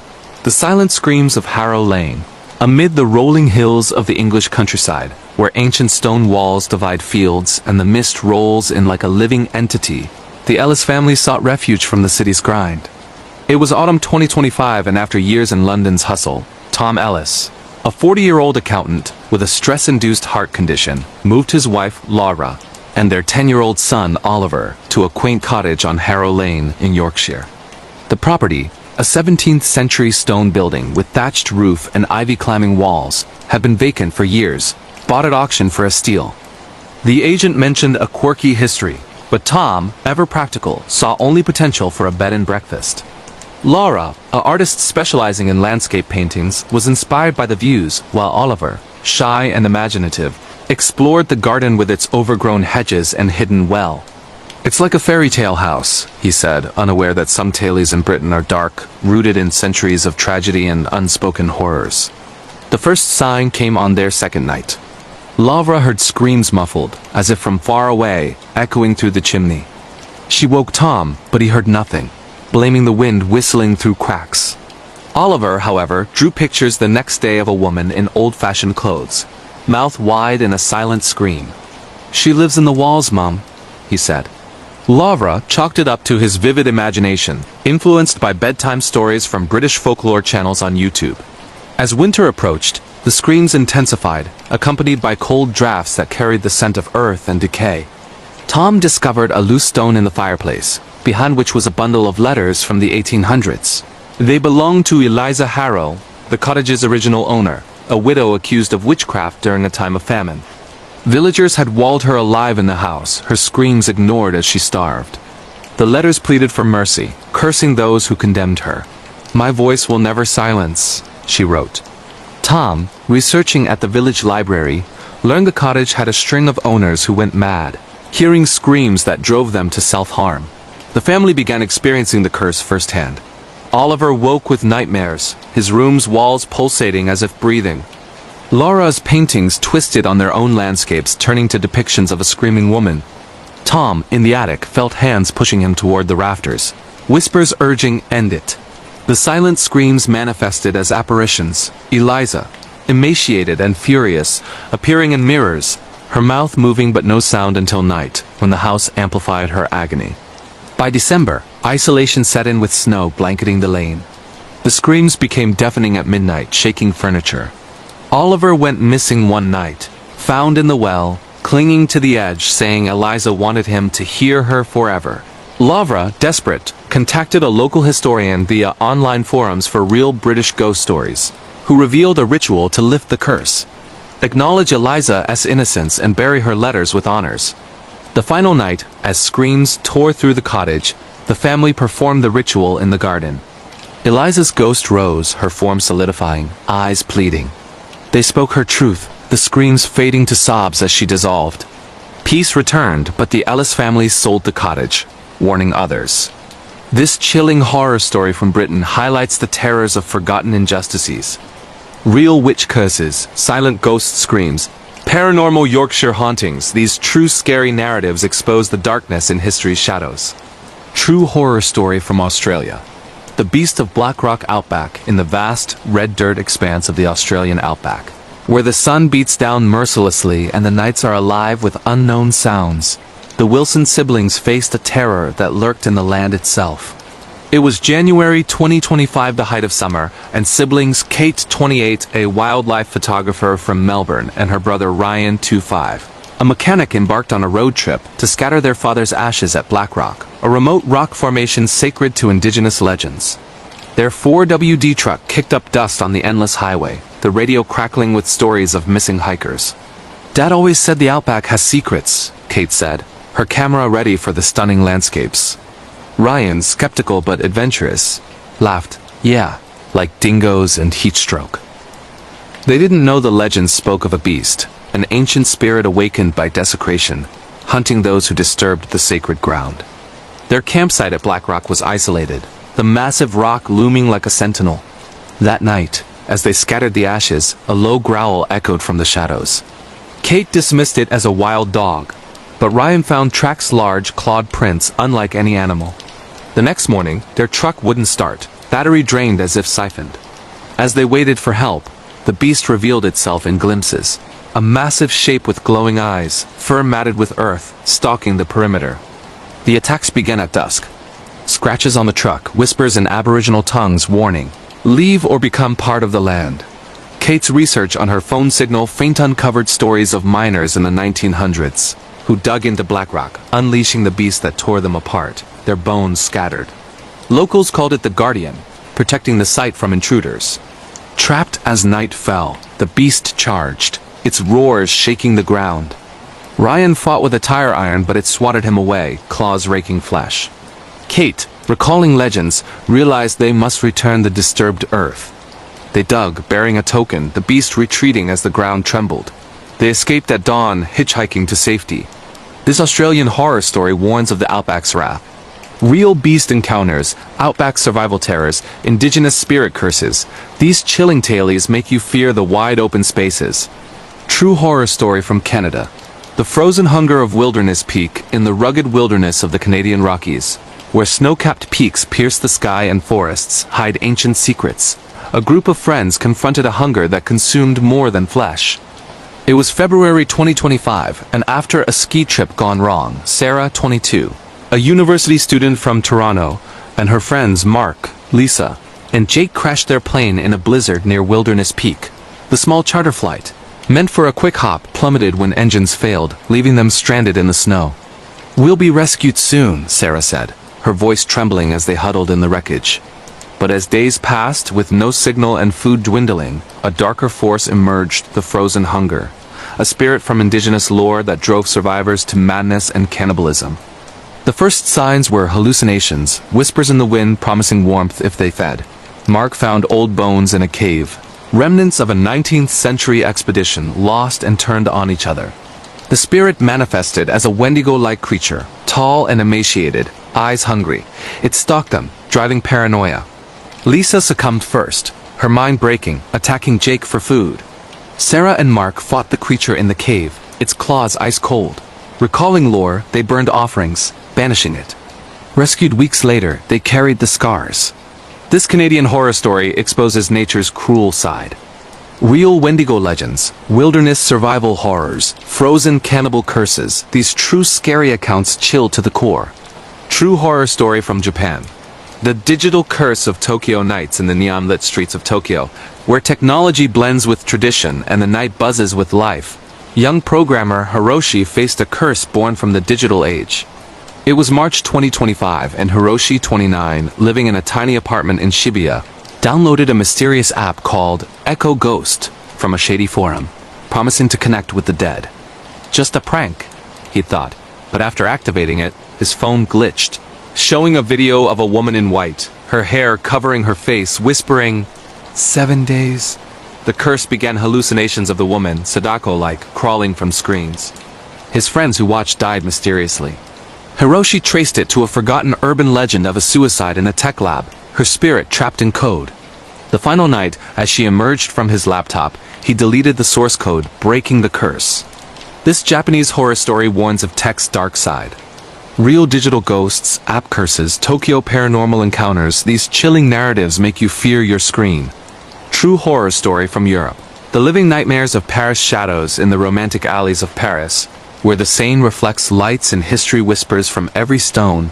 Writer Claire uncovered nightmares that stepped off the page. It was May 2025 and Claire, 35, a novelist from France, moved to a garret apartment in Montmartre to finish her horror book. The place, once home to a tormented artist in the 1920s, inspired her, but soon her stories came alive, monsters from her manuscript stalking the streets. The first victim was her neighbor, killed as described in her draft. Claire realized the apartment's curse. Thoughts manifested. She burned the manuscript, but the nightmares persisted, chasing her through the city. In the catacombs, she confronted the source, a ghost of the artist, and sealed it with a ritual. This European horror story reveals imagination's terror.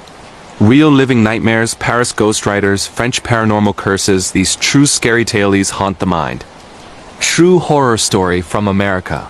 The eternal whisper of Ravenwood Estate in the heart of the Pacific Northwest, where towering evergreens stand like silent guardians over fog-shrouded valleys and the relentless Pacific rain drums against the earth like an unending heartbeat. The Carter family believed they had stumbled upon the perfect escape from the chaos of modern life. It was the sweltering summer of 2025, A time when wildfires raged in distant states, and the news was filled with stories of economic uncertainty and personal breakdowns. David Carter, a 45-year-old software engineer with salt and pepper hair, tired eyes behind wire-rimmed glasses, and the habit of explaining everything through logic and code, had just been through the ringer. Laid off from his high-paying job at a Seattle tech giant amid mass cuts, he was drowning in resentment, not just at the company, but at himself for the long hours that had cost him his marriage. His ex-wife, Rebecca, had taken primary custody of their only child, 14-year-old Mia, a bright, but withdrawn teenager with long dark hair, a passion for digital art on her tablet, and an unhealthy obsession with viral horror content online. Mia spent hours scrolling through true scary stories, ghost hunting videos, and creepypasta narrations, often late into the night with headphones on, her face illuminated by the glow of her screen. The unexpected inheritance came like a lifeline. David's great-uncle, Elias Carter, a reclusive man he'd met only once as a child, had passed away quietly in a nursing home, leaving Ravenwood Estate to his only living relative. The property was a sprawling Victorian mansion built in 1887 by Nathaniel Blackwood, a ruthless shipping magnate who had amassed his fortune through treacherous voyages along the stormy Oregon coast.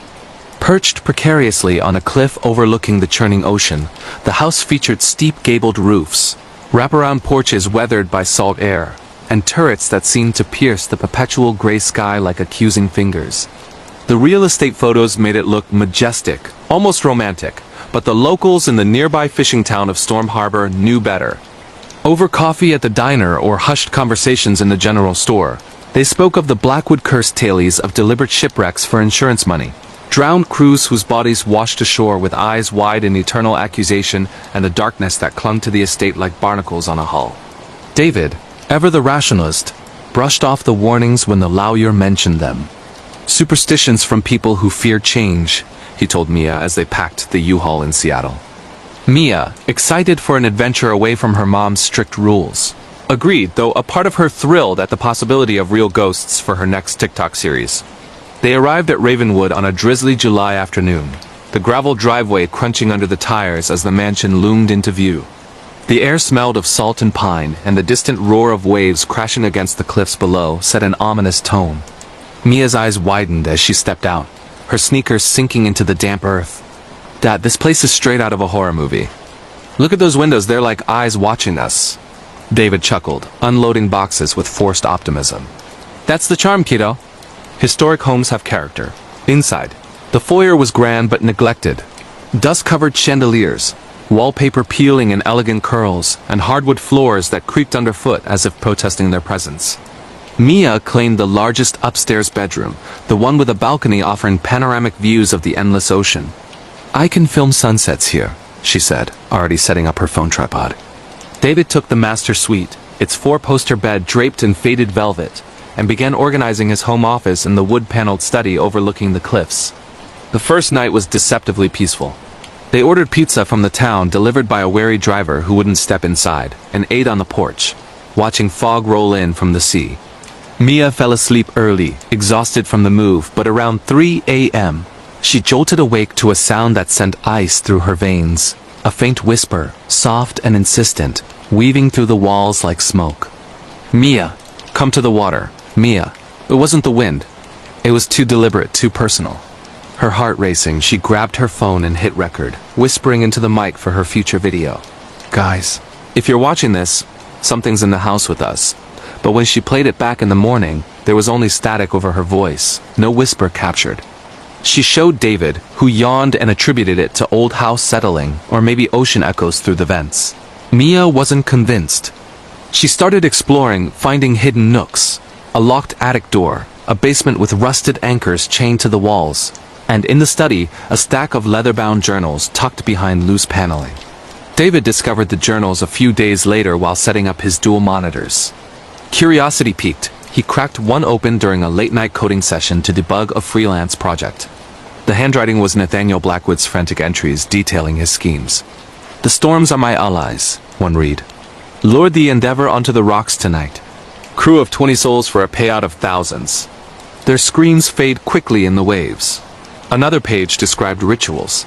Blackwood, grief-stricken after losing his own family to fever, had turned to forbidden occult practices, attempting to bind the drowned sailor's spirits to protect his wealth eternally. "They serve me now," he wrote, whispering warnings of intruders guarding the cliffs. David felt a chill but rationalized it as historical fiction or madness. He showed Mia, who was thrilled. "This is gold for content. Real haunted house evidence." She began filming daily vlogs. Day 3 at the cursed estate, whispers caught on camera. The subtle hauntings escalated gradually, building like a gathering storm. Mia's balcony door would unlatch on its own, swinging open to the salty breeze even when locked. She'd find wet footprints on her floor, bare feet, trailing seawater that evaporated too quickly. David heard the whispers during Zoom calls with potential clients. "Liar. Thief. Your secrets drown you." He muted his mic, blaming audio glitches, but deep down, his guilt gnawed. The hidden offshore accounts during the divorce. The lies about working late when he was just avoiding home. One evening, while Mia edited footage in her room, she captured an orb on camera, a glowing light drifting across the screen before vanishing. Posting a teaser online, it went viral in horror communities.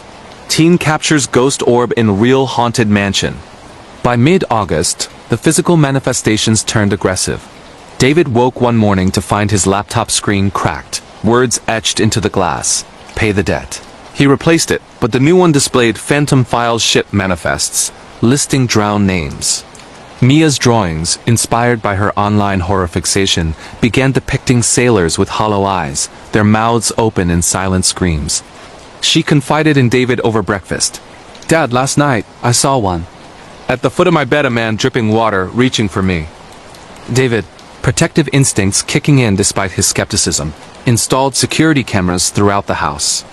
The footage revealed horrors, shadows elongating unnaturally, furniture shifting inches, and worst, Mia sleepwalking toward the balcony at midnight. Her eyes blank as whispers filled the audio. The town's locals avoided them. At the grocery store, an old fisherman warned David, "Blackwood's ghosts don't rest.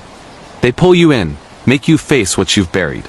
Researching online late-at-night forums filled with true American ghost stories, paranormal podcasts, and archived news clippings, David uncovered the full tragedy.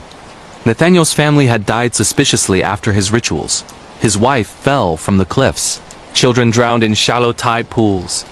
The estate had passed through owners who met grim ends, suicides, disappearances, madness. One 1950s family vanished entirely. Their car found abandoned with doors open to the sea. September brought fiercer storms, mirroring the turmoil inside. The whispers targeted their fractures. To David, echoes of Rebecca's voice accusing him of abandonment. To Mia, her mother's words twisted into "You're just like your father, unwanted." Bruises appeared, finger marks on arms, as if gripped by icy hands. Mia's phone battery drained inexplicably, videos corrupting with overlaid static showing ghostly faces. One terrifying night, during a blackout from thunder, the basement flooded not with rainwater, but seawater seeping through stone walls. David descended with a flashlight, finding chains rattling on their own, visions assaulting him, drowning in black waves, lungs burning, the sailors' faces pressing close. "Join us, atone." Mia experienced her worst encounter in the attic, lured by whispers promising secrets. She found an old sea chest containing Nathaniel's amulet, a cursed relic binding the spirits.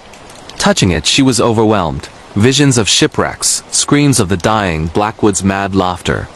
She collapsed, waking to find claw marks on her back. Desperation peaked in October, leaves turning fiery red against the gray. Father and daughter bonded over survival, sharing truths, David confessing his regrets, Mia admitting her anger. They consulted a paranormal expert virtually, recommended from popular YouTube channels on real hauntings. The expert identified the curse. The spirits fed on unresolved guilt, demanding a toll in souls. The climax erupted on a moonless November night, the ocean raging below like a beast unleashed. Whispers became roars, the house shaking as doors slammed shut, trapping them. Shadows materialized, fully translucent sailors, decayed and vengeful, led by Nathaniel's spectral form, eyes burning with centuries of rage. They swarmed the grand hall, icy touches burning skin, forcing visions, David reliving his failures, Mia seeing her family shattered forever. The spirits dragged them toward the cliffs, promising eternal company in the deep. In the study, Amid chaos, books flying, chandelier crashing, David found the final journal entry. A reversal ritual requiring the amulet's destruction and confession over the flames. With Mia's help, they built a fire in the hearth, reciting words as spirits clawed and howled. The amulet shattered in the blaze, screams echoing as figures dissolved into mist, sucked toward the sea. Dawn broke calm, the house silent for the first time. David and Mia fled, selling the estate remotely. They rebuilt their relationship, therapy uncovering buried pains. But on stormy nights, they still hear faint whispers on the wind, a reminder that some American horrors are real, lurking in the shadows of guilt and the eternal crash of waves. True horror story from Britain. The silent screams of Harrow Lane, deep in the misty moors of rural Yorkshire, England, where ancient stone walls snake across rolling green hills like veins of forgotten history, and the wind carries echoes from centuries past. The Ellis family thought they had found their idyllic countryside retreat. It was the crisp autumn of 2025, a time when the leaves turned shades of amber and crimson, and the world felt like it was slowing down after the frenzy of post-pandemic life. Tom Ellis, a 40-year-old accountant from Manchester with a receding hairline, a perpetual worry crease on his forehead, and a recent diagnosis of stress-related hypertension, had grown weary of the city's relentless pace, endless spreadsheets, commuter trains packed like sardines, and the constant buzz of notifications. His wife, Laura, 38, a talented but struggling landscape artist with flowing auburn hair and paint-stained fingers, dreamed of open spaces to inspire her canvases.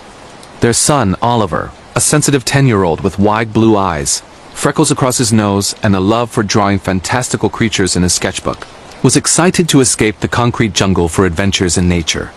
"We'll have sheep as neighbors and stars at night," Tom promised as they loaded their estate car with boxes and headed north. The cottage on Harrow Lane was everything the online listing promised. A charming 17th-century stone building with a thatched roof sagging slightly under the weight of time, ivy climbing. The walls like possessive fingers, and a sprawling garden overgrown with wild roses and hidden paths leading to an old stone well. The village nearby, a cluster of pubs and quaint shops, welcomed them warmly at first, but eyes lingered a bit too long when Tom mentioned the address. The estate agent, a nervous woman in her 50s, handed over the keys with a forced smile. "It's been empty a while, needs a bit of love. Some old stories about it, but nothing serious." Tom, practical as ever, saw only the low price and potential for renovation into a family home, perhaps even a holiday let.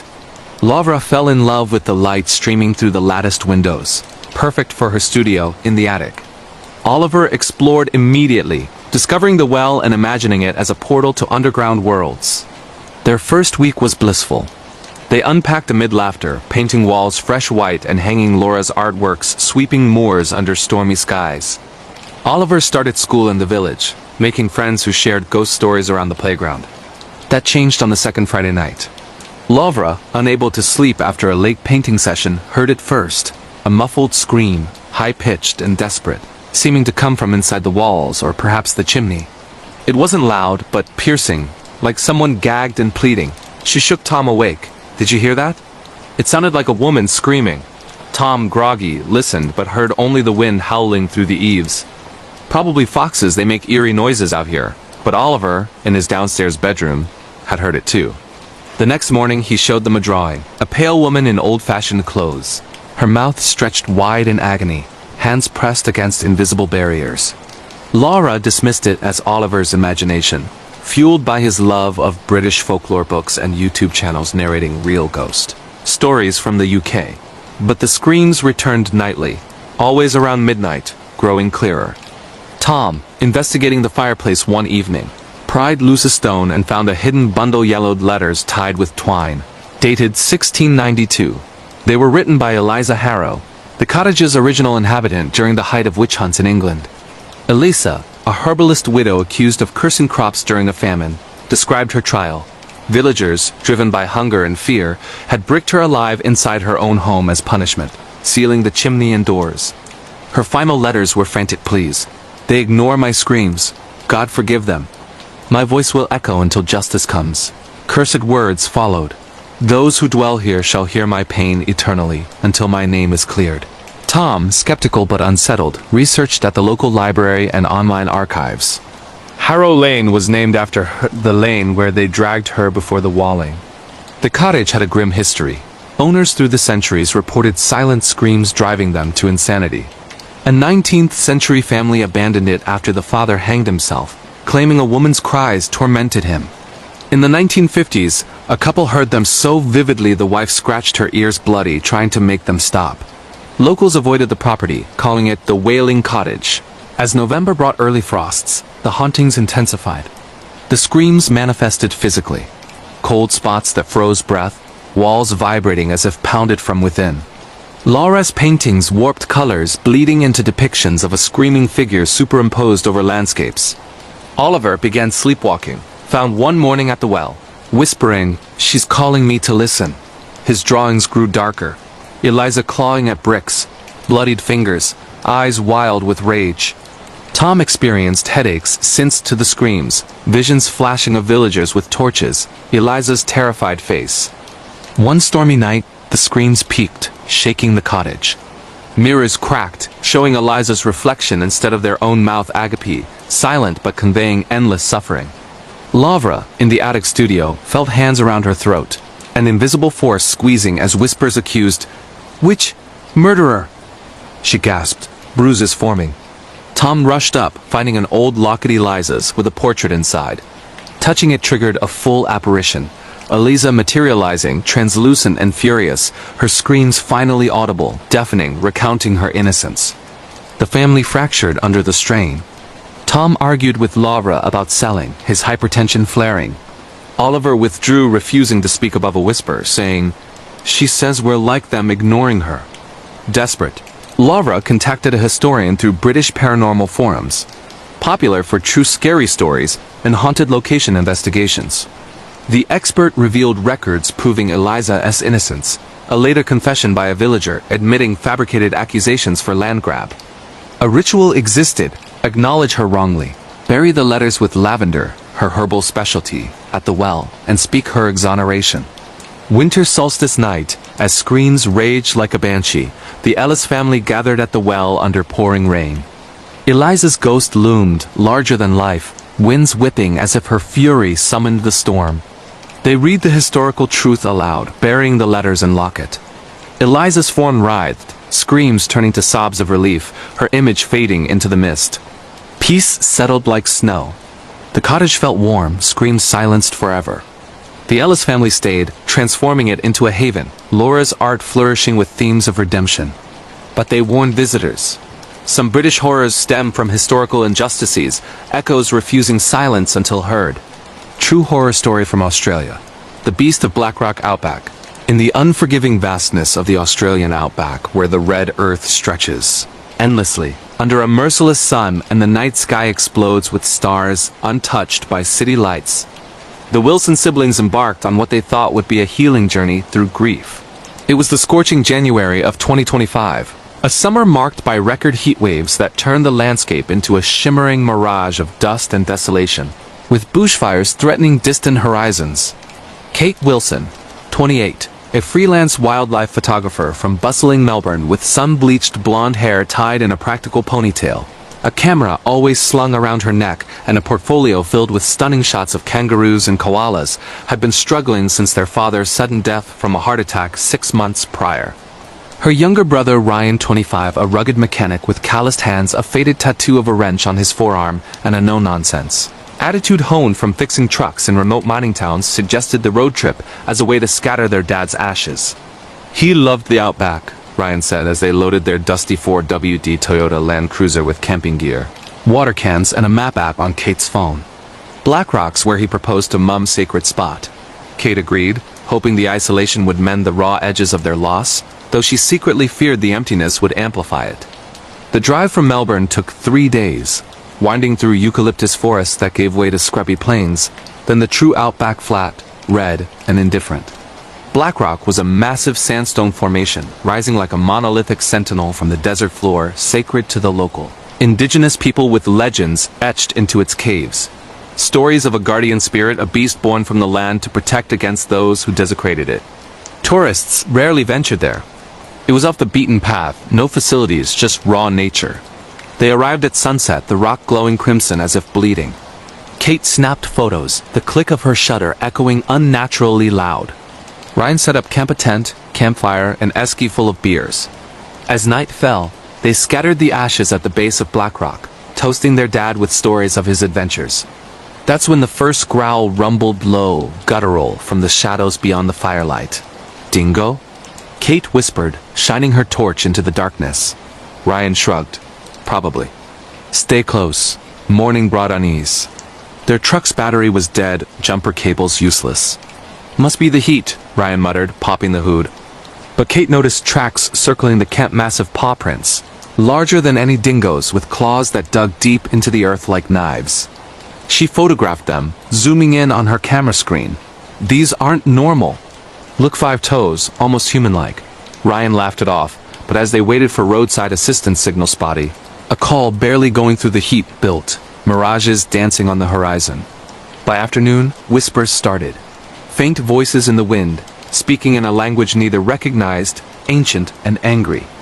Kate's phone glitched, her photos of the tracks distorting into shapes that resembled a hulking figure with fur and fangs. As dusk approached, the beast revealed glimpses. A shadow darting behind rocks, eyes reflecting the dying sun like embers. Ryan built a bigger fire, but the growls returned closer, circling. Kate delved into her phone's saved articles offline mode now, from earlier research on outback legends. Black Rock's guardian was no myth. Indigenous tales spoke of a shape-shifting beast awakened by miners in the 1800s who blasted the rock for gold, disturbing ancestral spirits. The miners vanished, bones found scattered, gnawed clean. Subsequent intruders, poachers, lost hikers met similar fates, driven mad by hunger and hallucinations before the beast struck. "It's punishing desecration," Kate read aloud. "We scattered ashes, maybe that's seen as intrusion?" Ryan, sweating under the stars, scoffed but gripped his multi-tool tighter. Night 2 was terror. The beast attacked the truck, claws screeching against metal, leaving gashes that smoked as if acid etched. Ryan yelled, waving a burning branch, but it retreated into the dark. Kate's flashlight caught it briefly, towering on hind legs, fur matted with red dirt, jaws dripping, eyes intelligent and vengeful. Whispers intensified. "Thieves, defilers, feed the land." Their food supplies dwindled, water rationed, the heat sapping strength. Hallucinations set in visions of their father, decayed and accusing. "You left me to rot," Ryan confided his guilt. He'd argued with Dad the night before the heart attack, words he couldn't take back. Kate admitted hers, too focused on her career, missing family calls. By day 3, assistance delayed by a flash flood elsewhere. Paranoia gripped them. The beast toyed, knocking over the tent, stealing gear. Kate found claw marks on her camera bag. Photos inside altered images of the beast superimposed over family snaps. Ryan twisted his ankle, fleeing a shadow, hobbling now. Night fell with roars shaking the ground, the beast charging. It swatted Ryan, claws raking his arm, blood soaking the dirt. Kate dragged him to the truck, barricading inside as it rammed the doors, glass cracking. Visions assaulted, miners' screams, indigenous warnings ignored, the land hungering for balance. Desperation birthed the plan. Kate recalled a legend detail. To appease, return what's taken off her respect.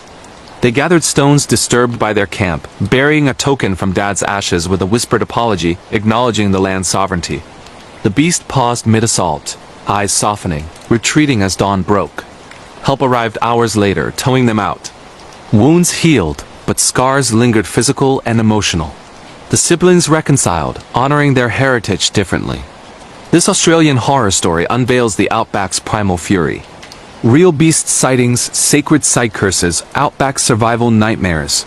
Indigenous spirit guardians, these chilling elements forge one of the most terrifying true tales from down under. If you're drawn to scary outback encounters, this Black Rock beast narrative will make you rethink remote travels, hearing every rustle as a warning from the ancient earth. Respect the land or become its prey. The Disappearing Hiker, a true scary camping horror story in Yosemite National Park. USA. Imagine stepping into the vast wilderness of one of America's most iconic national parks, where towering granite cliffs pierce the sky, ancient sequoias whisper secrets in the wind, and crystal-clear waterfalls cascade into hidden valleys. Yosemite National Park in California has drawn millions of adventurers seeking solitude and beauty. But beneath its breathtaking facade lies a darker side, a place where people vanish without a trace. Where strange sounds echo through the night, and where survivors speak of encounters that defy explanation. This is the true scary story of Alex Thompson, a seasoned hiker who ventured into Yosemite's backcountry in the summer of 2022, only to experience a terrifying ordeal that left him questioning reality itself. A real creepy encounter in the deep woods that combines elements of unsolved mystery, wilderness horror, and something far more sinister lurking in the shadows.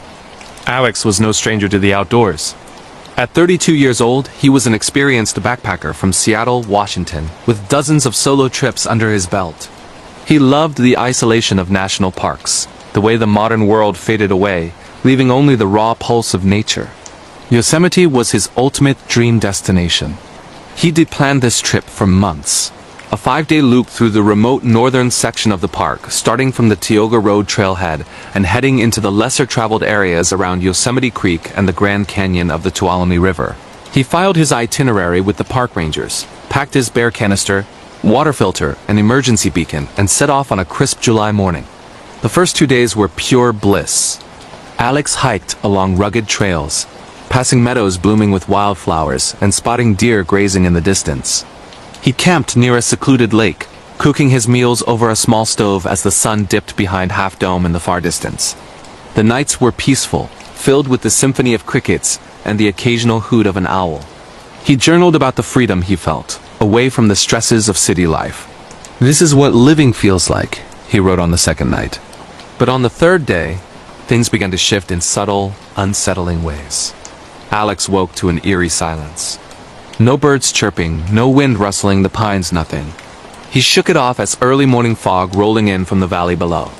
As he packed up his tent, he noticed his compass spinning erratically, refusing to point north.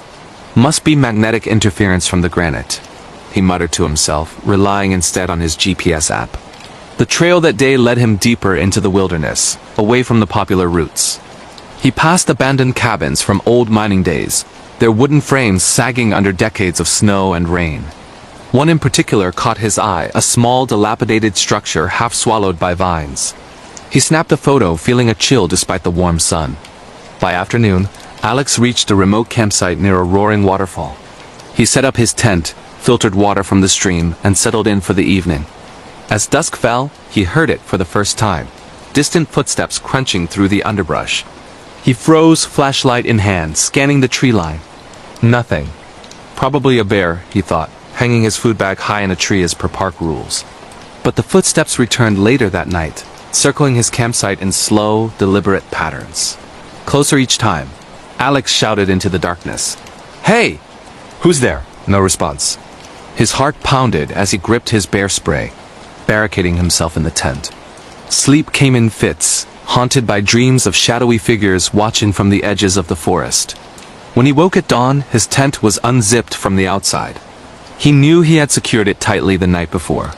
Footprints, human footprints, circled his sight, but they stopped abruptly at the tree line as if the person had vanished into thin air. Panic set in. Alex packed hastily and hit the trail, determined to push through to the next ranger station 2 days away. The fourth day was when the real horror began. The trail seemed wrong. Landmarks he remembered from his map didn't match. A massive boulder that should have been on his left was suddenly on his right. The path twisted in ways that defied the topography. His GPS flickered, showing him miles off course one moment, then back on track the next. Glitch in the app, he rationalized, sweat beading on his forehead despite the cool air. Then came the whispers. Faint at first, like wind through leaves. But they grew clearer. His name murmured over and over. "Alex! Alex!" He spun around, yelling challenges into the empty woods. No one. The voices seemed to come from everywhere and nowhere. He quickened his pace, branches whipping his face as he bushwhacked through denser forest. By midday, exhaustion and fear took hold. Alex stumbled upon a clearing he didn't recognize, a perfect circle of dead trees surrounding a small pond. In the center stood a figure. Tall, humanoid, but wrong. Its limbs too long, skin pale and stretched, face obscured by what looked like a deer skull mask. It didn't move as Alex approached, frozen in terror. He raised his phone to take a photo, but the screen glitched, filling with static. When it cleared, the figure was gone. Only faint footprints leading into the pond remained, prints that ended at the water's edge without entering it. That night, camped in a hurried spot off-trail, the encounters escalated. Scratching on his tent walls, rocks thrown from the darkness thudding against the nylon, and the worst, mimicry. A voice calling out in his mother's tone, pleading for help. Then his own voice, laughing maniacally from the shadows. Alex activated his emergency beacon, but no signal penetrated the dense canopy.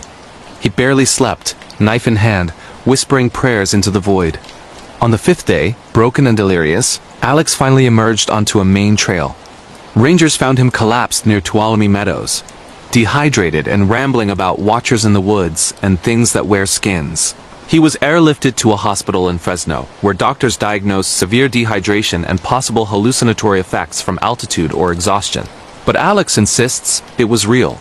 Months later, in interviews with park investigators, he described details that matched reports from other missing hikers: strange mimics, vanishing figures, distorted trails.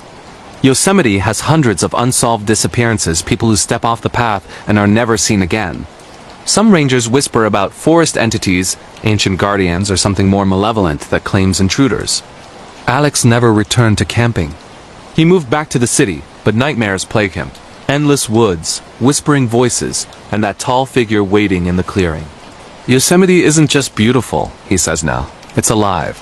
And it doesn't like sharing its secrets. This true scary wilderness horror story from Yosemite National Park reminds us why national parks hold such terrifying mysteries. Creepy encounters with strangers or something worse in the deep woods. Unsolved disappearances. Supernatural creatures lurking in America's backcountry. If you're planning a trip to Yosemite or any national park, stay on the trails, travel in groups, and remember, the wilderness watches back. What do you think happened to Alex? Was it a skinwalker-like entity, a glitch in reality, or pure terror playing tricks? Share your own national park horror stories in the comments below. Like and subscribe for more true scary stories, creepy camping encounters, real wilderness horror, and unsolved mysteries from national parks across America and Europe. Turn on notifications so you never miss a chilling tale. Stay safe out there, the woods are full of secrets. The Vanishing Lights of Blackwood Forest, a terrifying true wilderness horror story from the Scottish Highlands. United Kingdom, deep in the ancient Caledonian forest remnants of the Scottish Highlands lies a remote expanse known locally as Blackwood Forest, a place where mist clings to centuries-old pines, lochs reflect stormy skies, and legends of supernatural beings have persisted for generations. The Highlands are famous for their rugged beauty, drawing hikers, campers, and nature lovers from around the world. But beneath the postcard-perfect landscapes hides something darker. This is the chilling true story of Sarah McLeod, a 28-year-old photographer from Edinburgh, who ventured into Blackwood Forest alone in the autumn of 2023 for a weekend camping trip to capture the elusive northern lights. What she encountered instead was a nightmare of strange glowing orbs, disembodied voices, and an overwhelming sense of being hunted by something ancient and unseen. A real creepy wilderness encounter that blends unsolved mystery, paranormal activity, and deep woods horror in one of Europe's most haunting locations. Sarah had always been drawn to the wild places of Scotland. Growing up in the city, she escaped whenever she could to the mountains and glens, camera in hand. The Highlands were her sanctuary. She'd heard whispers about Blackwood Forest from online hiking forums, tales of unexplained disappearances, flickering lights that lured people off trails, and rangers warning about areas best avoided after dark. But Sarah dismissed them as folklore. She was experienced, equipped with a high-quality tent, GPS tracker, emergency satellite communicator, and enough supplies for 3 days. Her plan was simple: drive north from Inverness, park at a remote trailhead near Aviemore, hike 5 miles into the forest to a secluded clearing overlooking a small loch, and wait for clear skies to photograph the aurora. The first day went perfectly. Sarah arrived in the late afternoon, the air crisp with the scent of pine and damp earth. Golden sunlight filtered through the canopy as she followed a faint deer path deeper into the woods. The forest was denser than she expected, towering Scots pines and birches crowded together, their branches forming a thick ceiling that blocked much of the sky. Birds called in the distance, and occasionally she'd spot a red deer bounding away. By dusk, she reached the clearing, a perfect spot with open views north toward the Cairngorms. She set up her tent, built a small fire in a designated ring, and cooked a warm meal as stars began to emerge. That night, the aurora didn't disappoint. Ribbons of green and purple danced across the heavens, and Sarah spent hours capturing long exposure shots, mesmerized by the display.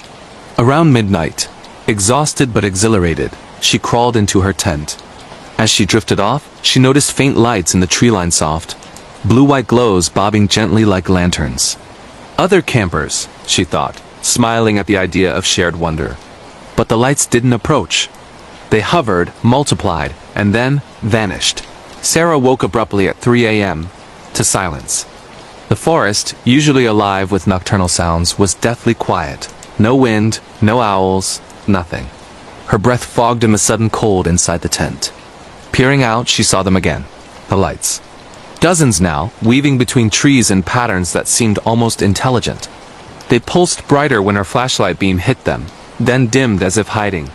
Uneasy, she zipped the tent shut and tried to sleep, chalking it up to bioluminescent fungi or distant car headlights reflecting oddly. Morning brought thick fog. Visibility dropped to mere feet, and Sarah's compass needles spun wildly. Her GPS showed her location jumping erratically first in the clearing, then miles away near Loch Morlich. Frustrated, she packed up and decided to hike out early. But the trail had changed. Paths she remembered were overgrown overnight, new ones appearing where none had been. Branches snapped in the distance, too rhythmic to be animals. Footsteps paralleled her on both sides, keeping pace but never revealing their source. By midday, the fog lifted slightly, revealing glimpses of the loch far below. Sarah paused to drink water and check her map. That's when she heard the voices. Low murmurs in Gaelic and ancient dialect she vaguely recognized from her grandmother's stories. Words like failed, welcome, and fob, leave, repeated in chorus. They seemed to come from the mist itself. Heart racing, she called out, "Hello? Is anyone there?" The voices stopped instantly. Then laughter childlike, echoing unnaturally through the trees. Panic rising, Sarah quickened her pace. The lights returned at twilight, closer now. Orbs the size of footballs floated just off the path, leading her deeper instead of out. She resisted, sticking to her bearing, but the forest seemed to shift. Trees she'd passed hours ago reappeared ahead. Her phone battery drained rapidly, despite being fully charged. The satellite communicator flashed no signal in an area known for coverage. Night fell early in the highlands autumn. Sarah, lost and terrified, found a small overhang to shelter under, unable to pitch her tent in the wind that had suddenly whipped up. The lights surrounded her camp, hundreds of them, forming a perfect circle. In their glow, she saw shadows moving, tall, thin figures with elongated limbs, faces hidden in hoods or perhaps something worse. They didn't approach, just watched. One light drifted close, revealing itself not as an orb, but a face pale, eyeless, smiling grotesquely before dissolving. The voices grew louder, chanting now. Sarah activated her emergency beacon multiple times, but no acknowledgement came. She screamed into the darkness, firing her flare gun skyward. The red burst illuminated the figures briefly. They scattered like smoke, only to reform farther away. Rocks pelted her shelter. Branches cracked overhead as if something heavy moved through the canopy. Dawn finally broke after the longest night of her life. The lights faded with the rising sun. Exhausted, hypothermic, and covered in unexplained scratches, Sarah stumbled onto a forestry road. A passing ranger vehicle spotted her and rushed her to Ira Hospital in Inverness. Doctors treated her for exposure and dehydration. She rambled about will-o'-the-wisps that hunt and guardians of the old forest. Investigators later found her original campsite abandoned, with her tent slashed from the outside in precise patterns. Her camera memory card contained photos of the aurora, and blurred images of glowing orbs up close, with shadowy forms in the background that experts couldn't explain. Blackwood Forest has a history of similar incidents. Hikers vanishing in the 1980s and 90s, search parties hearing voices, lights leading rescuers astray. Local folklore speaks of the Sesh, fairies or spirits that guard ancient places and punish intruders. Sarah never returned to the Highlands. She moved to Glasgow, but suffers from night terrors.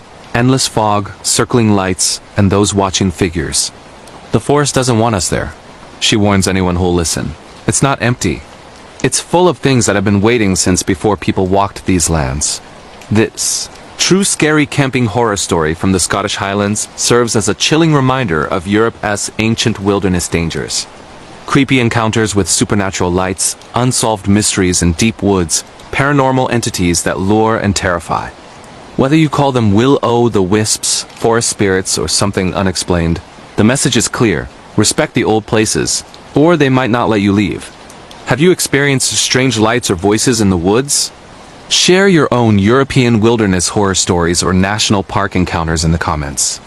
Like, subscribe, and hit the bell for more true scary stories, real paranormal experiences, creepy camping tales, and haunting mysteries from the UK, Scotland, and beyond.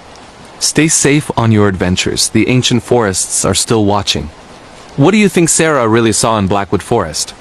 Supernatural creatures, a glitch in reality, or something even darker? Let me know below. The Shadow in the Mirror, a chilling true paranormal encounter in an abandoned asylum in rural England. United Kingdom, tucked away in the misty countryside of Essex, England, stands the crumbling remains of Ira Hospital, a sprawling Victorian-era psychiatric asylum that operated from 1913 until its closure in 1997. With its towering red brick wards, endless echoing corridors, and a dark history of controversial treatments, lobotomies, and thousands of patient deaths, Severals has long been considered one of the most haunted locations in the United Kingdom. Urban explorers flock to its decaying halls seeking thrills, but many leave with stories they can't explain.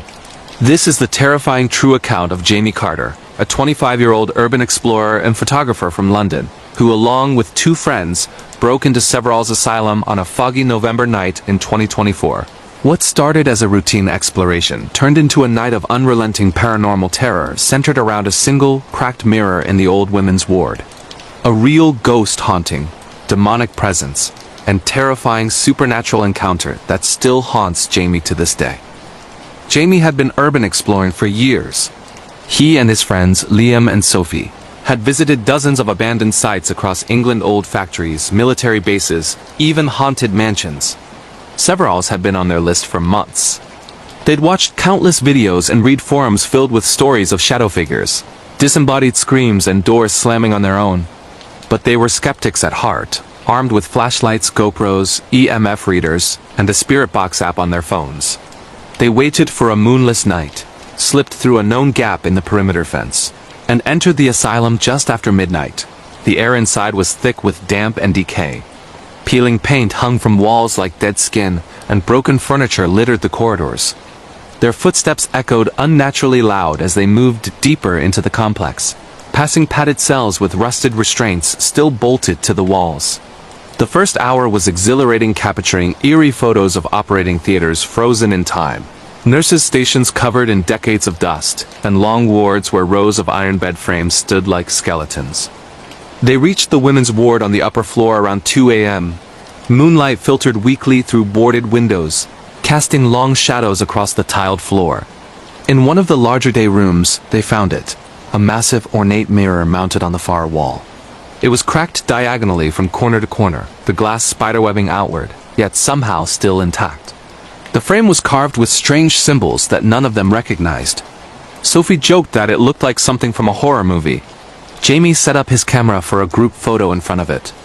That's when the temperature plummeted. Their breath became visible, and the EMF reader spiked wildly. Liam's spirit box began spitting out fragmented words. Leave, pain, watch.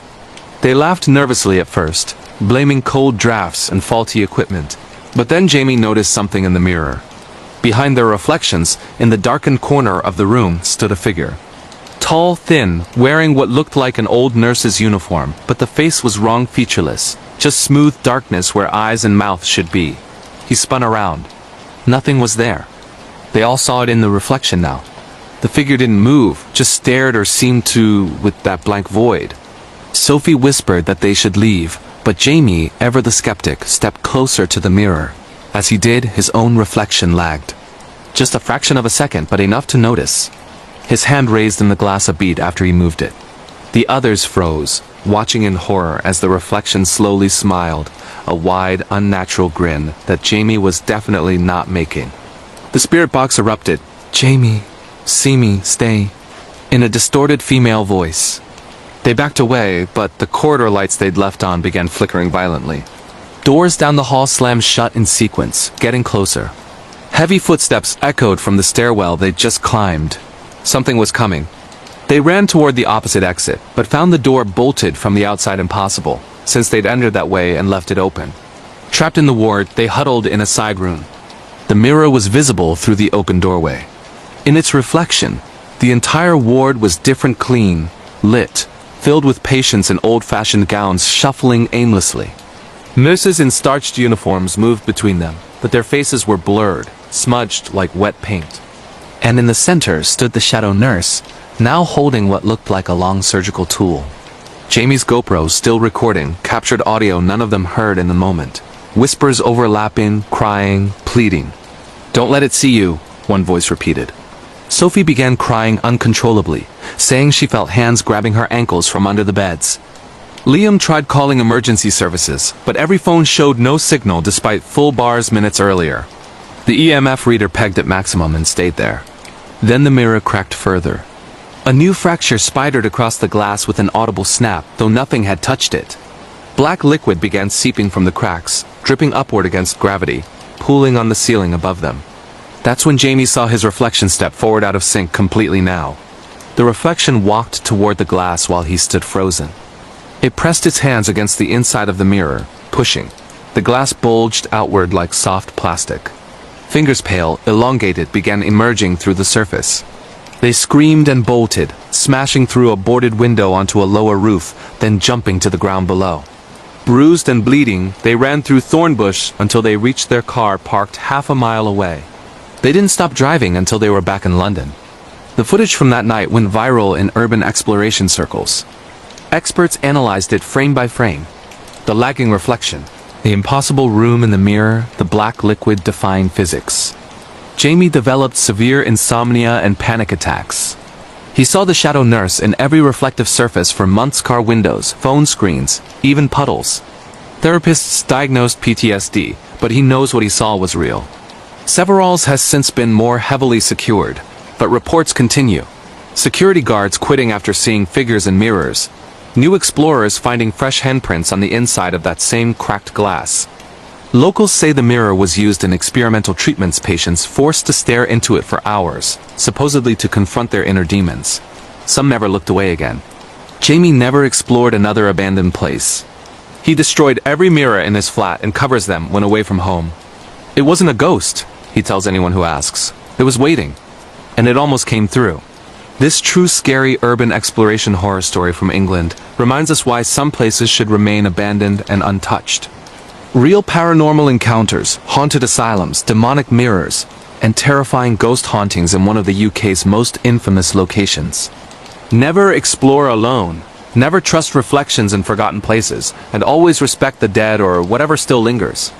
Have you ever experienced something paranormal in an abandoned building? Share your own urban exploration horror stories, asylum encounters, or mirror ghost experiences in the comments below. Like, subscribe, and turn on notifications for more true scary stories. Real haunted location tales, creepy paranormal encounters, and chilling ghost stories from the UK, Europe, and America. Stay safe out there. Some doors, once opened, don't fully close. What do you think was behind that mirror in Severall's asylum? A trapped spirit, a demon, or a tear between worlds? Let me know your theories below. The Endless Staircase. A terrifying true urban exploration horror story from Paris catacombs, France. Beneath the bustling streets of Paris, France, lies a vast subterranean labyrinth that stretches for hundreds of miles, the infamous catacombs. Officially, only a tiny fraction is open to tourists, lined with neatly stacked skulls and bones of 6 million long-dead Parisians. But the rest, the illegal sections, are a forbidden underworld of flooded tunnels, collapsed passages, and forgotten chambers where urban explorers, known as cataphiles, risk everything to venture in secret. Police patrol the entrances, fines are heavy, and getting lost can mean death. Yet the allure of the unknown draws daring souls year after year.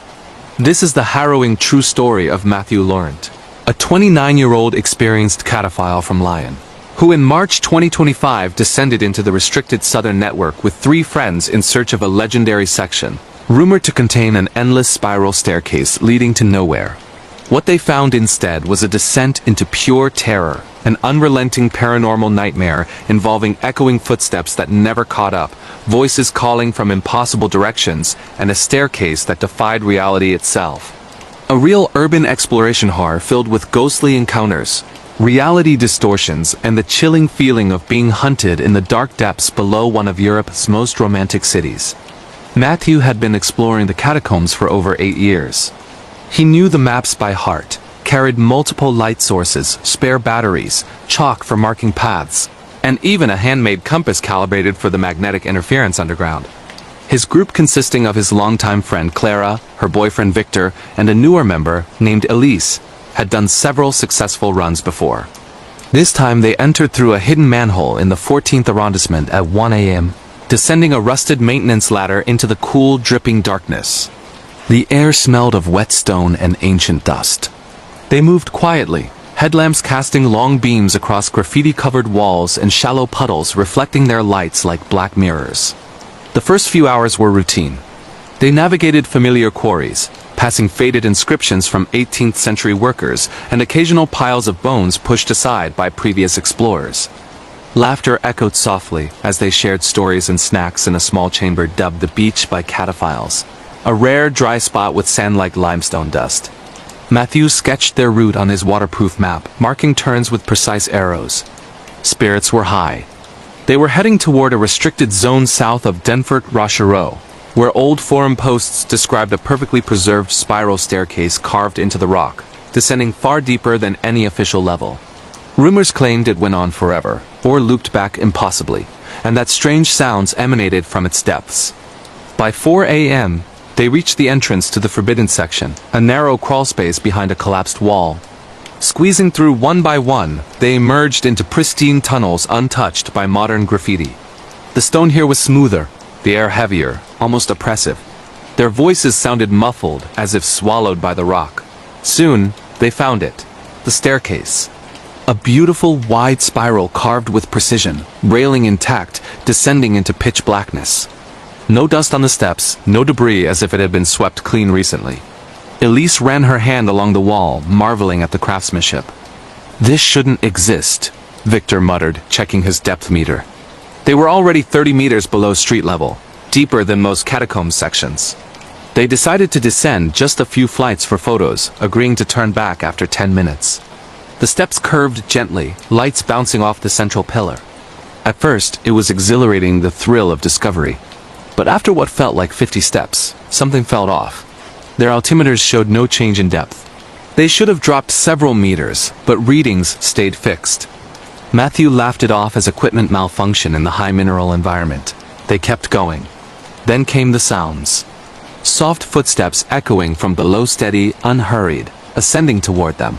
The group froze. "Another group?" Clara whispered. But cataphiles rarely ventured this far, and the steps sounded solitary. They called out in French, "Qui est là?" No answer. The footsteps continued, getting louder, closer. Panicking slightly, they hurried upward, but the footsteps matched their pace exactly, always just below the curve of the spiral. Victor shone his powerful torch down the center void. Nothing but endless stairs vanishing into dark.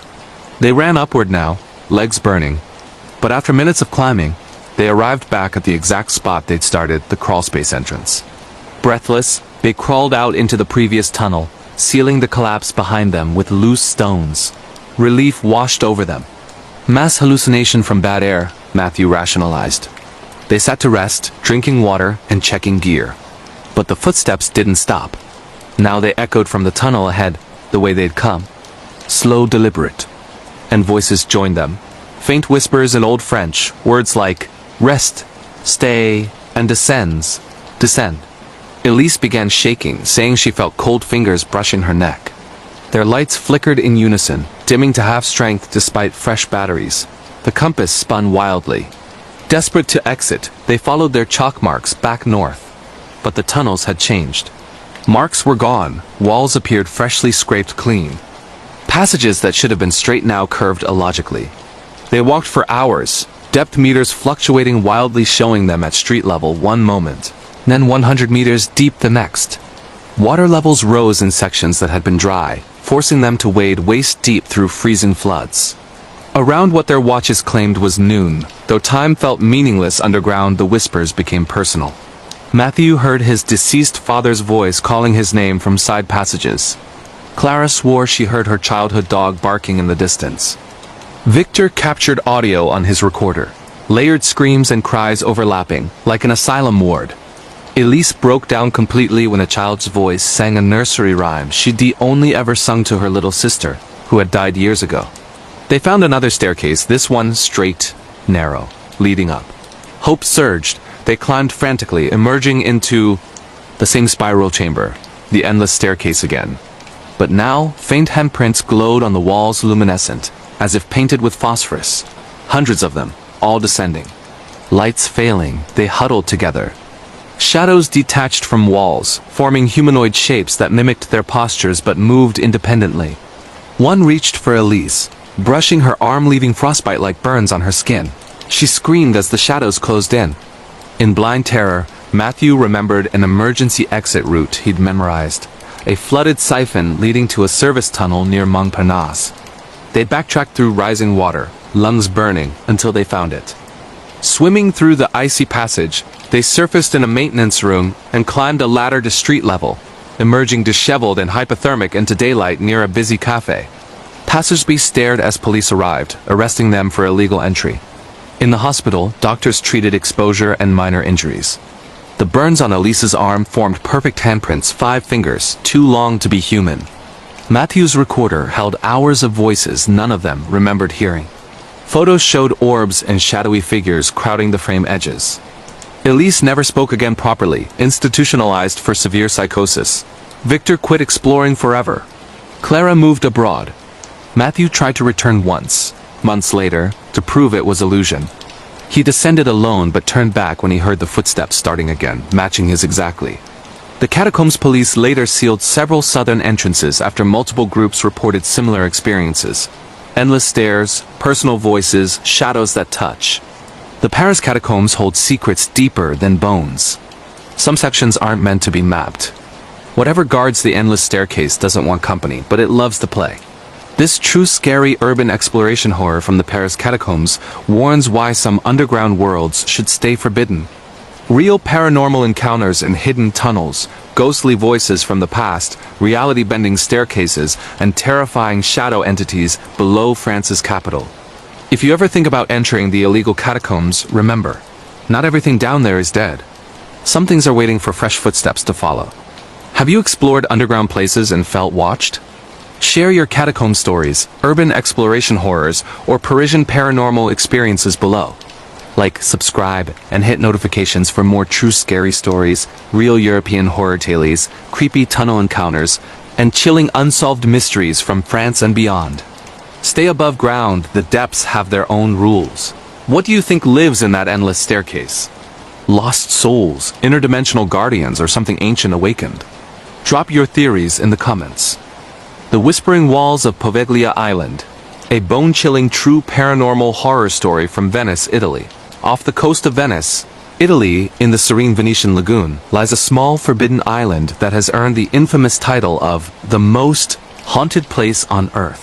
Poveglia Island, a once thriving community turned plague quarantine station, then a grim mental asylum in the 20th century, has been abandoned since 1968. Its soil is said to be composed of 50% human ashes from the thousands burned during the Black Death. Buildings crumble under vines, rusted medical equipment lies scattered, and mass graves hide beneath overgrown fields. Access is strictly prohibited by Italian authorities.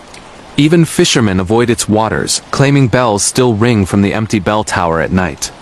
This is the terrifying true story of Luca Rossi, a 31-year-old documentary filmmaker from Rome, who with a small crew of 4, illegally landed on Poveglia in October 2025 to film footage for an independent paranormal investigation project. What began as a daring night shoot became a descent into unrelenting supernatural terror, disembodied whispers that knew their darkest secrets, shadowy figures that physically attacked, and walls that bled with messages warning them to leave. A real haunted island encounter blending ghost hauntings, demonic oppression, and pure survival horror in one of Europe's most cursed locations. Luca had spent years researching haunted sites across Italy. From the screaming cells of Volterra Asylum to the possessed bridges of Rome, nothing had truly frightened him. Poveglia was different. Every forum, every whispered story from locals, painted it as a place where the veil between worlds was torn. He assembled a trusted team: Maria, his sound engineer and girlfriend; Giovanni, the cameraman; Sofia, a medium and researcher; and Matteo, the drone operator and tech specialist. They chartered a private boat from a shady contact in Venice under the cover of darkness, arriving at the island's dilapidated dock just after 2 a.m. The air was unnaturally still, the water lapping silently against rotting pillars. No crickets, no birds, just the faint smell of decay carried on the breeze. They moved inland cautiously, headlamps cutting through thick fog that rolled in from the lagoon. The main asylum building loomed ahead, a massive, decaying structure with broken windows like empty eye sockets. Vines strangled the walls, and rusted gurneys blocked doorways. Inside, the corridors stretched endlessly, lined with patient rooms containing iron beds, straitjackets still hanging from hooks, and surgical tools crusted with age. Their footsteps echoed too loudly, as if the building amplified every sound. Maria set up microphones while Giovanni filmed wide shots of lobotomy rooms and electroshock chambers frozen in time. The first anomaly happened in the plague ward, a vast open room where victims were once stacked like cordwood. Sophia, the medium, suddenly clutched her head, whispering that she felt overwhelming despair. The temperature dropped sharply. Frost formed on their camera lenses despite the mild autumn night. Their EVP recorder captured faint whispers in Venetian dialect, words like morde, death, and fuoco, fire. Luca dismissed it as wind through cracks, but Sophia insisted the spirits were warning them to leave. Deeper into the asylum, they reached the doctor's quarters on the upper floor. Here, the infamous bell tower cast a long shadow visible through shattered windows. Matteo launched the drone for exterior shots, but it malfunctioned immediately, controls unresponsive, then crashing into the lagoon far below. As they retrieved backup gear, the whispers began in earnest. Not through speakers, but directly in their ears. Personal. Maria heard her deceased mother's voice scolding her for coming here. Giovanni heard children laughing, then screaming. Luca heard his own voice mocking him from empty rooms. "You're going to die here, just like them." They pressed on to the isolation wing-padded cells deep underground, accessible by a crumbling staircase. The walls here were scratched with desperate messages from former patients. Names, dates, pleas for help. Sophia began shaking violently, entering what she called a trance. In a voice not her own deep guttural, she spoke of a doctor who experimented on patients, throwing the incurables from the bell tower. The team filmed everything, hearts pounding. Then the physical manifestations started. Doors slammed shut behind them, trapping the group in a long corridor. Heavy breathing echoed from ceiling vents. Shadowy figures, tall, elongated, with glowing red eyes, peered from doorways, vanishing when light hit them. Giovanni's camera captured a full-bodied apparition, a nurse in blood-stained uniform dragging a body bag that left no trail. Maria felt invisible hands push her from behind, sending her sprawling into a pile of rusted restraints that cut her arms deeply. The walls began to change. Fresh scratches appeared before their eyes, words forming in real time. Laciate. Leave, in Italian. Then their names, Luca, Maria, Morde. Dark liquid seeped from cracks, smelling of iron and rot. Blood.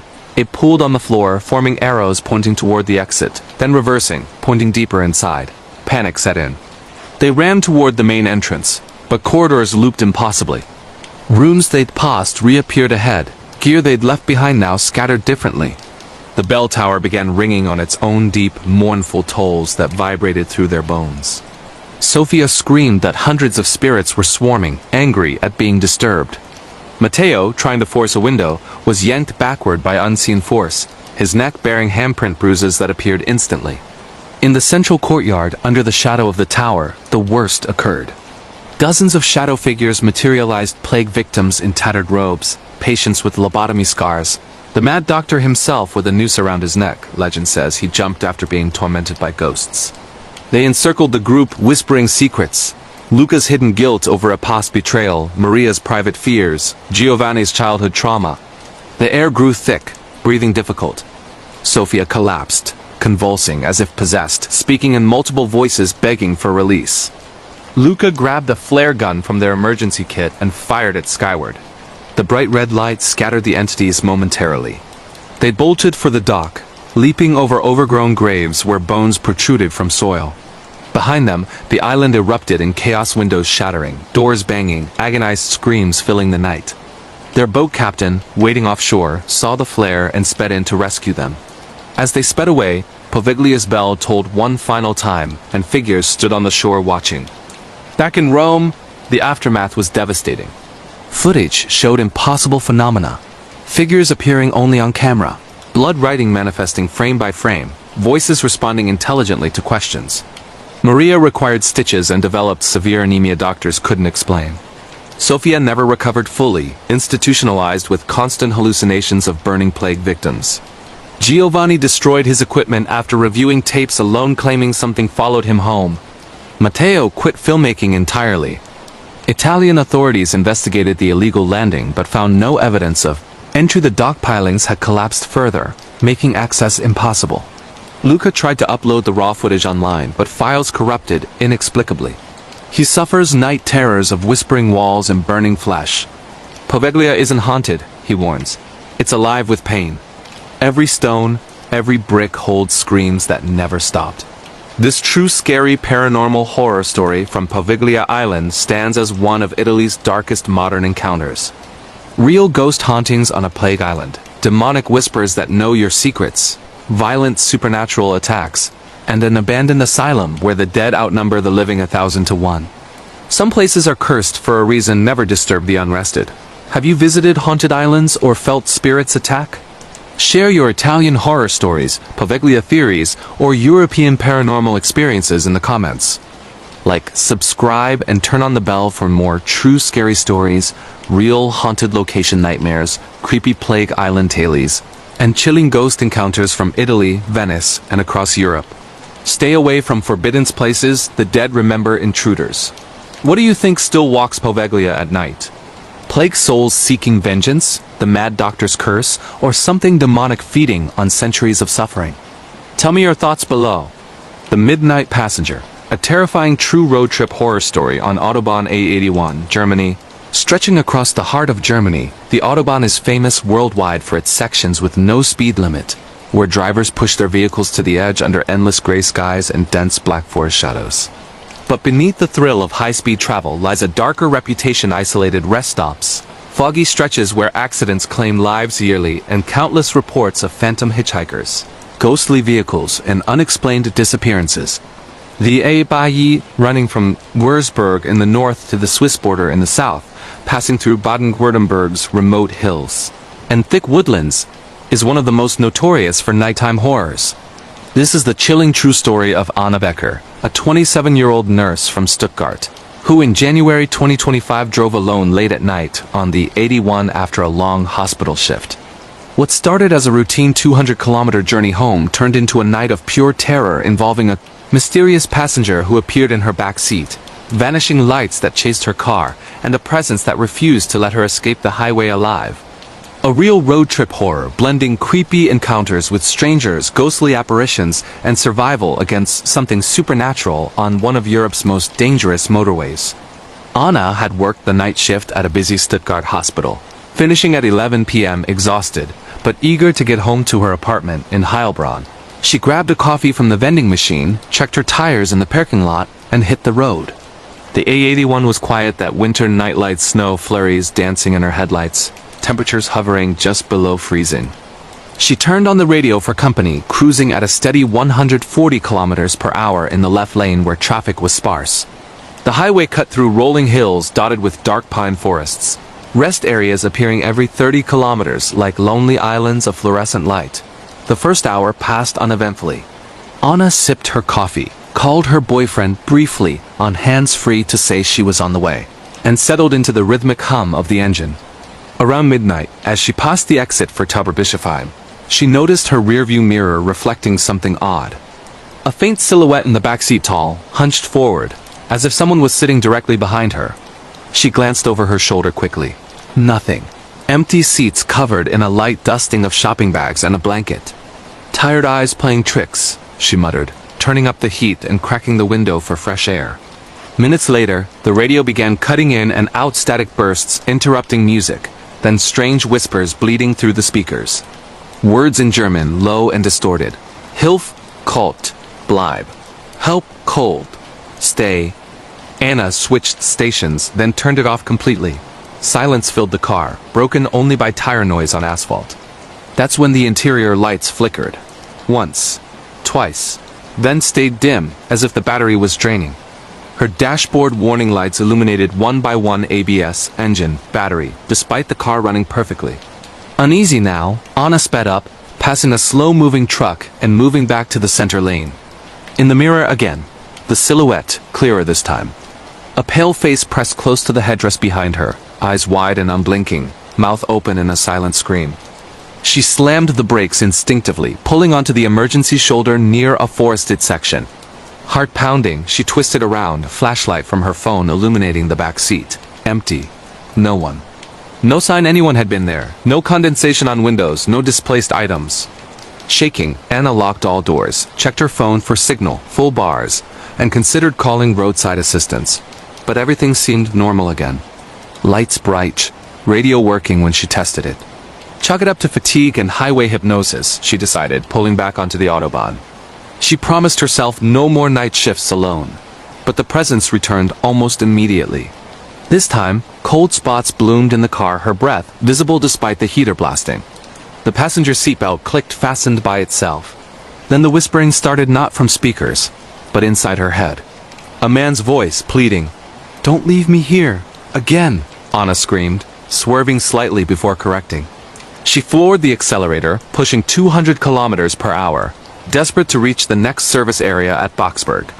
That's when the lights appeared behind her. First one pair of headlights far back, then closing impossibly fast. No matter how fast she drove, they matched her speed exactly, never overtaking, never falling behind.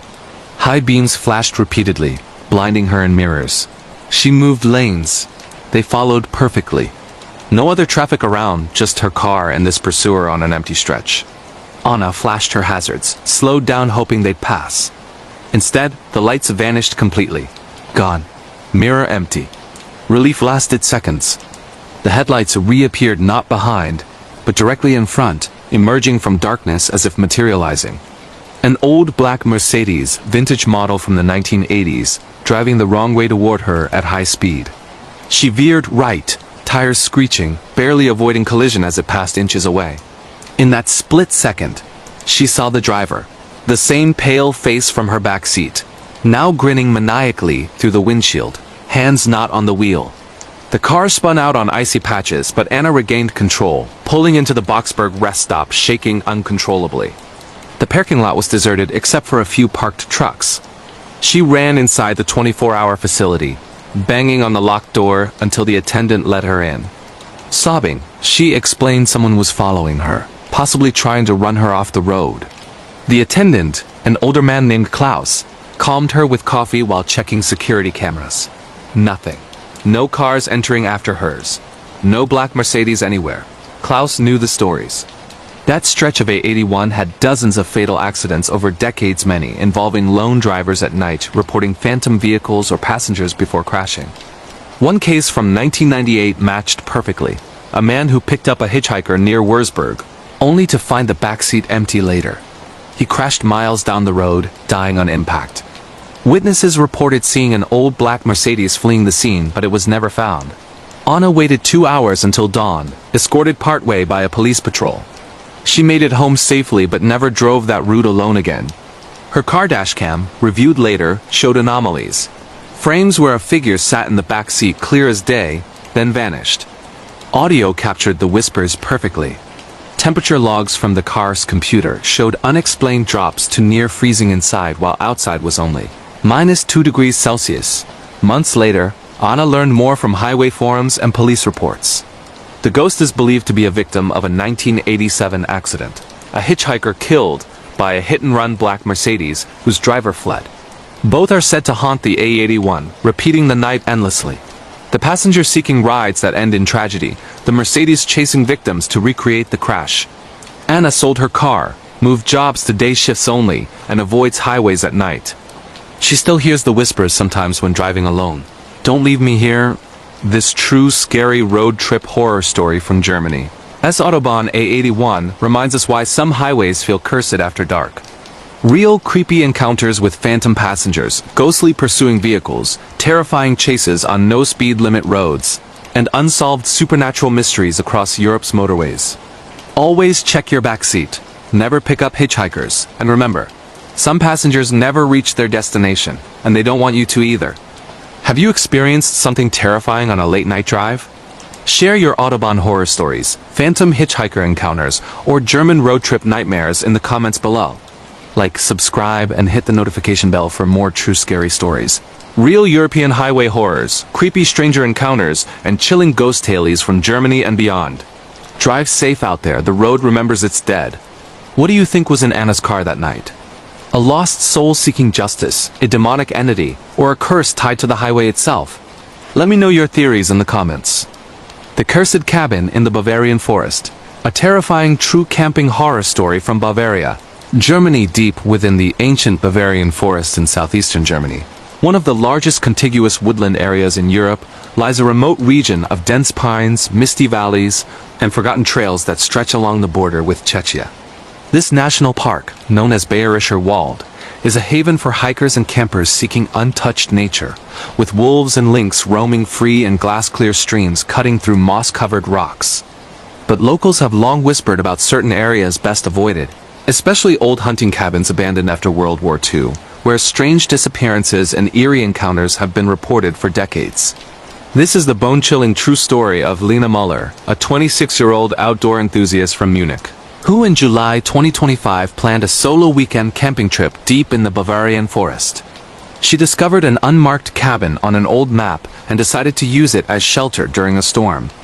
What she experienced inside those walls was a night of unrelenting supernatural terror doors that opened and closed on their own, childlike footsteps running circles around the cabin, and a dark entity that whispered her name while trying to drag her into the forest forever. A real wilderness horror story combining haunted cabin encounters, supernatural creatures, ghostly children, and pure survival fear in one of Germany's most isolated natural reserves. Lena was an experienced solo camper. She had hiked the Alps multiple times, slept under the stars in Scandinavia, and always prepared meticulously. For this trip, she chose the wilder eastern section of Bayerischer Wald, near the town of Zwiesel, where trails thinned out and cell service disappeared entirely. She parked her car at a remote trailhead, shouldered her heavy backpack with tent, sleeping bag, stove, bear spray, and a Garmin InReach satellite communicator, and set off early on a Friday morning. The plan was 3 days. Hike 15 kilometers the first day to a high ridge, camp overnight, then loop back through lesser-known paths on Sunday. The weather was perfect at first, warm summer sun filtering through the canopy, wildflowers blooming along the path, and the occasional sighting of deer or red squirrels. Lena followed marked trails initially, then veered onto a faint secondary path shown on an old topographic map she'd downloaded. Around late afternoon, dark clouds gathered quickly over the mountains, a common summer thunderstorm in Bavaria. Rain began pouring as thunder rumbled through the valleys. Seeking shelter, Lena remembered a small square on her map, labeled only with a cabin symbol. No name, no trail leading directly to it. She bushwhacked through thick undergrowth for nearly an hour until she found it. A small log cabin, maybe 200 years old, half swallowed by moss and ivy. The door hung slightly ajar, windows boarded from inside. It looked abandoned for decades, no padlock, no recent footprints in the mud. Relieved, Lena pushed the creaking door open and stepped inside. The single room smelled of damp wood and earth. A stone fireplace dominated one wall, a rickety wooden table and 2 chairs sat in the center, and a narrow loft ladder led to a sleeping platform above. Dust covered everything, cobwebs draped the corners, and strangely, an old oil lamp still hung from a ceiling hook with a half-full reservoir. Lena set up her sleeping mat on the floor, away from the loft, cooked a hot meal on her stove as rain hammered the tin roof, and messaged her family via satellite that she was safe in shelter. As night fell, the storm intensified, wind howling through cracks, lightning illuminating the forest in stark flashes. She settled into her sleeping bag with a book and headlamp, grateful for the solid walls. Around midnight, the The storm quieted, but that's when the sounds began. Soft footsteps on the wooden floorboards above her in the loft. Slow, deliberate like a child walking back and forth. Lena froze, listening. The steps paused, then resumed faster, as if running. She called out, "Hello? Is anyone there?" Thinking maybe another hiker had found the cabin. No answer. Shining her light up the ladder, she saw nothing but thick dust and shadows. The footsteps stopped abruptly. Uneasy, she tried to sleep. Minutes later, the front door creaked open by itself. Wind? But there was no breeze inside. Lena jumped up, flashlight in hand, and closed it firmly, wedging her backpack against it. As she turned back, she noticed fresh, muddy, child-sized footprints on the floor leading from the loft ladder to the door and back again. Her own boots were dry. She hadn't tracked mud in. Heart racing, she photographed the prints with her phone, then erased them with her sleeve, telling herself it was an animal or her imagination. Sleep evaded her. Around 2 a.m., whispering started outside the cabin. Children's voices singing an old German nursery rhyme. Hinchen klein, but slow, distorted, as if underwater. The voices circled the building, sometimes close to the walls, sometimes farther in the trees. Lena checked her satellite device, no messages, no alerts. She activated the SOS function just in case, but didn't send it yet. The singing stopped, replaced by scratching on the exterior, logs-long, deliberate drags like fingernails. Then the temperature plummeted. Frost formed on the inside of the window boards. Lena's breath became visible. She lit her stove for warmth, but the flame guttered unnaturally. That's when she heard her name. "Lena," whispered from the loft above in a child's voice, high, sweet, but wrong. She aimed her light upward again. In the beam, she saw it, a small figure crouched on the sleeping platform. Pale skin, dark tangled hair covering the face, wearing a tattered old dress. It didn't move at first, just stared down through the hair. Then it smiled, too wide, too many teeth, and crawled toward the ladder headfirst like a spider. Lena screamed, grabbing her bear spray and backing against the door. The figure vanished the instant her light flickered. But the ladder creaked as if weight descended rung by rung. Footsteps ran across the floor toward her, invisible but heavy. Something ice-cold brushed her neck. The door behind her rattled violently, as if trying to open from outside. She spun, removed her backpack, and burst out into the night. Rain had stopped, but thick fog blanketed everything, visibility barely 10 meters. Lena ran down what she thought was the path back to the trail, headlamp bouncing wildly. Behind her, the children singing resumed, now dozens of voices, coming from all directions. Branches snapped parallel to her path. Her name echoed through the trees. "Lena. Come spielen. Come play." She ran for hours, or what felt like hours. Her watch showed only minutes passing. The forest seemed endless, the same trees repeating. Her GPS showed her circling the same 500-meter area despite running straight. Exhausted, lungs burning, she finally collapsed against a large boulder, activating the SOS on her inReach. While waiting for rescue, the voices closed in. Small pale hands reached from the fog, grabbing her jacket sleeves, pulling with surprising strength toward the darkness. She sprayed bear spray blindly, feeling it hit something that shrieked unnaturally before retreating. Dawn eventually broke. A search helicopter spotted her beacon. Rangers found her dehydrated, covered in scratches, rambling about children in the forest. They located the cabin later that day, completely burned to the ground decades ago, according to records. Only foundation stones remained, overgrown. No loft, no door, no interior. Yet Lena's photos clearly showed the intact structure from inside, timestamps matching her ordeal. Investigation revealed tragic history. In 1945, toward war's end, a family hiding in that cabin, parents and 3 young children, were discovered and executed. Locals avoided the site ever since, claiming the children's spirits lure wanderers to share their fate. Multiple missing hiker reports over years mentioned hearing singing before vanishing. Lena recovered physically but suffers severe PTSD. She never camps again and flinches at children's voices. "They weren't evil," she says quietly. "They were lonely. And they don't understand we're not staying." This true scary camping horror story from Germany's Bavarian forest warns why some shelters in the wilderness should remain untouched. Real haunted cabin encounters, ghostly children seeking playmates, supernatural luring in deep woods, and terrifying survival nights in Europe's ancient forests. Always stick to marked trails. Never enter unmarked structures, and remember, some voices in the night aren't from the living. Have you heard children singing in empty forests? Share your Bavarian forest experiences, haunted cabin stories, or German wilderness horrors in the comments. Like, subscribe, and turn on notifications for more true scary stories. Real European camping nightmares, creepy supernatural encounters, and chilling ghost tales from Germany and beyond. Stay safe in the woods, the lost are always looking for company. What do you think wanted Lena to stay forever? Innocent child spirits? Something darker using their forms, or a forest curse? Drop your thoughts below. The Silent Patient of Ira Hospital, a terrifying true hospital night shift horror story from Lisbon, Portugal. Hidden in the hilly outskirts of Lisbon, Portugal, stands the abandoned ruins of Hospital Ira, a once prestigious private clinic built in the 1920s that served the city's elite until its sudden closure in 1989 amid scandals of illegal experiments and unexplained patient deaths. The Art Deco building with its grand, marble staircases, ornate tiled corridors, and vast underground wards has sat decaying for decades. Windows-boarded gardens, overgrown with wild fig trees, and local legends claiming that the screams of former patients can still be heard echoing through empty halls at night. Security patrols the perimeter, but urban explorers and curious locals occasionally slip in, only to emerge with stories of shadowy figures in old nurse uniforms, medical equipment moving on its own, and a particular room on the third floor where no one can stay longer than a few minutes without feeling overwhelming dread. This is the petrifying true story of Sofia Almeida, a 29-year-old registered nurse from Porto, who in September 2025 took a temporary night shift contract at a modern hospital in Lisbon.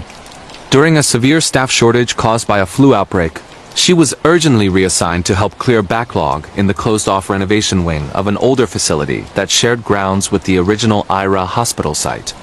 What she experienced during one 12-hour night shift was a descent into unrelenting paranormal terror, footsteps of invisible patients, monitors beeping with no one attached, and a silent female figure in room 312, who watched her every move without ever blinking.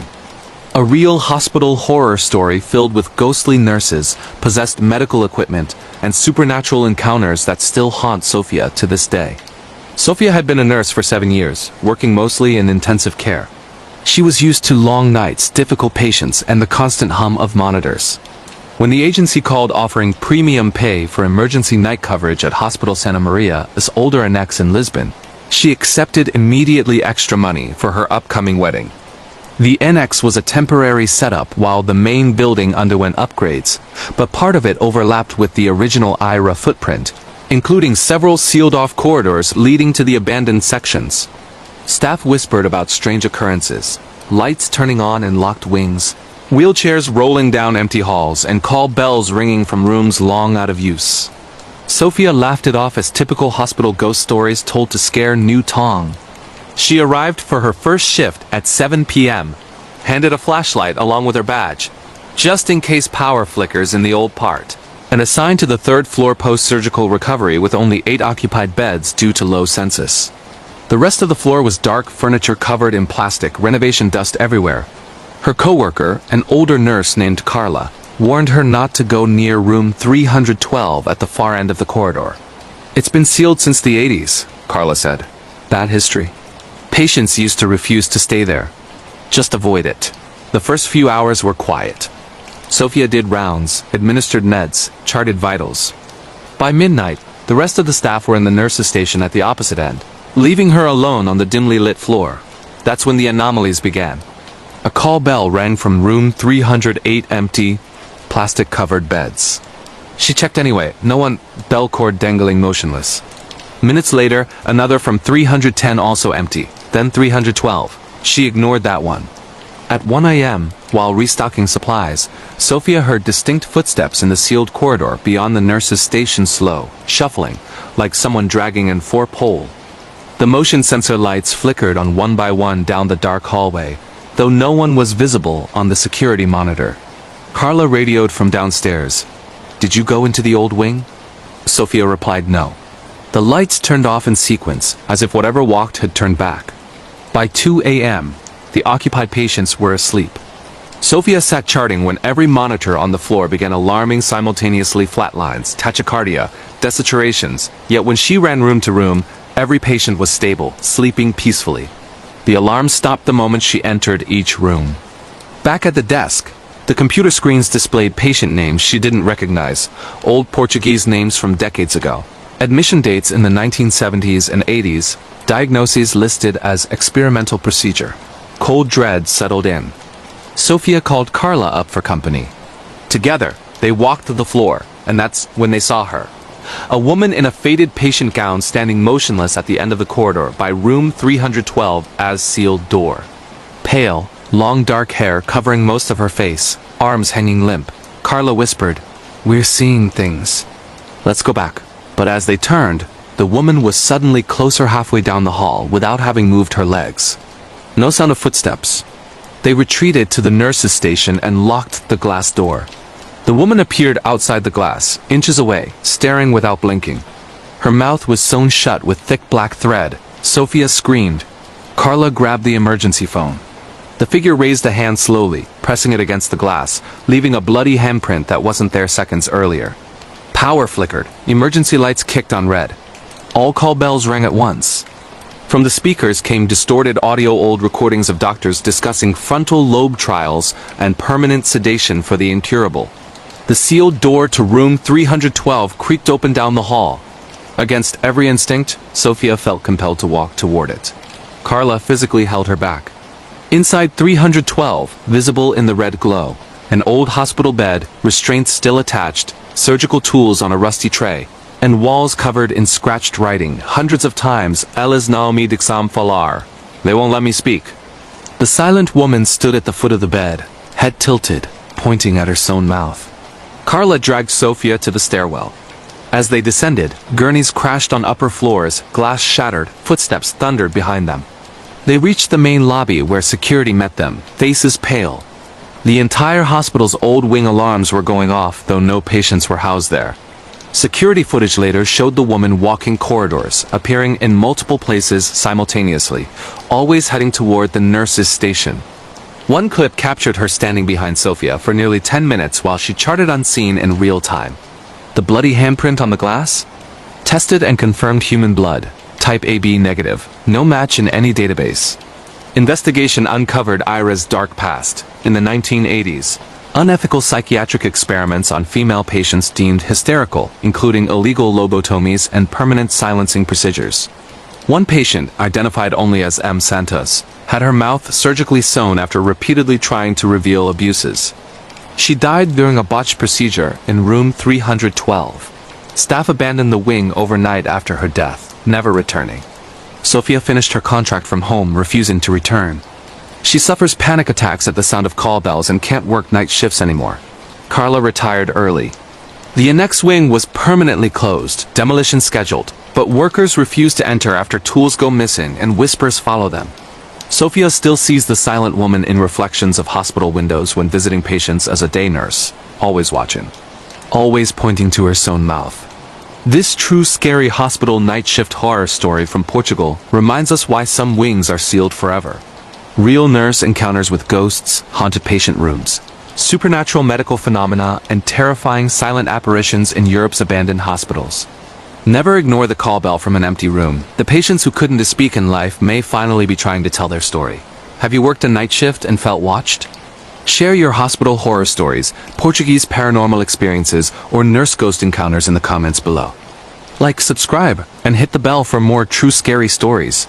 Real European hospital nightmares, creepy medical hauntings, and chilling supernatural tales from Portugal and beyond. Stay safe on your shifts. Some patients never check out. What do you think the silent woman wanted Sophia to know? A warning, a plea for justice, or something darker? Tell me your theories in the comments.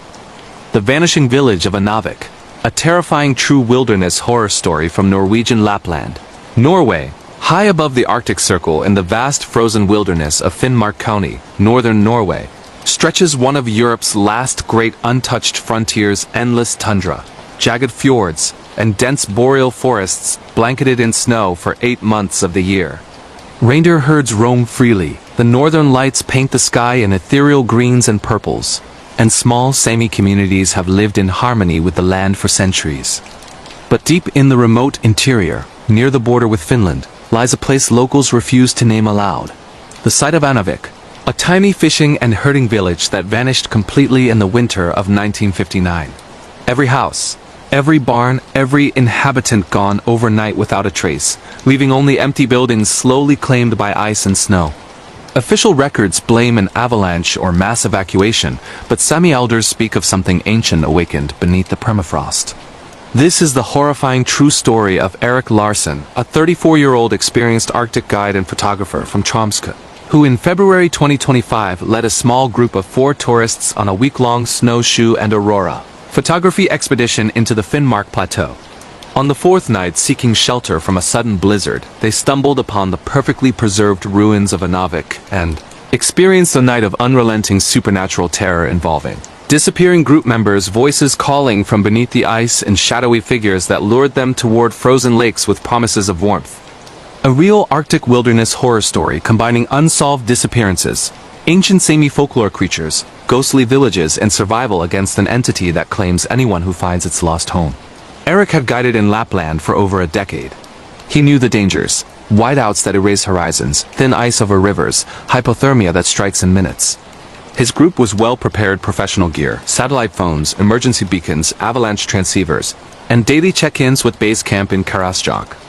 The clients were experienced too. American couple Mark and Emily, both avid photographers in their 40s. Swedish student Hannah, 22, studying Sami culture. And British retiree David, 68, fulfilling a lifelong dream to see the aurora. They traveled by snowshoe and polk sleds, camping in heated tents, following old reindeer migration routes far from marked trails.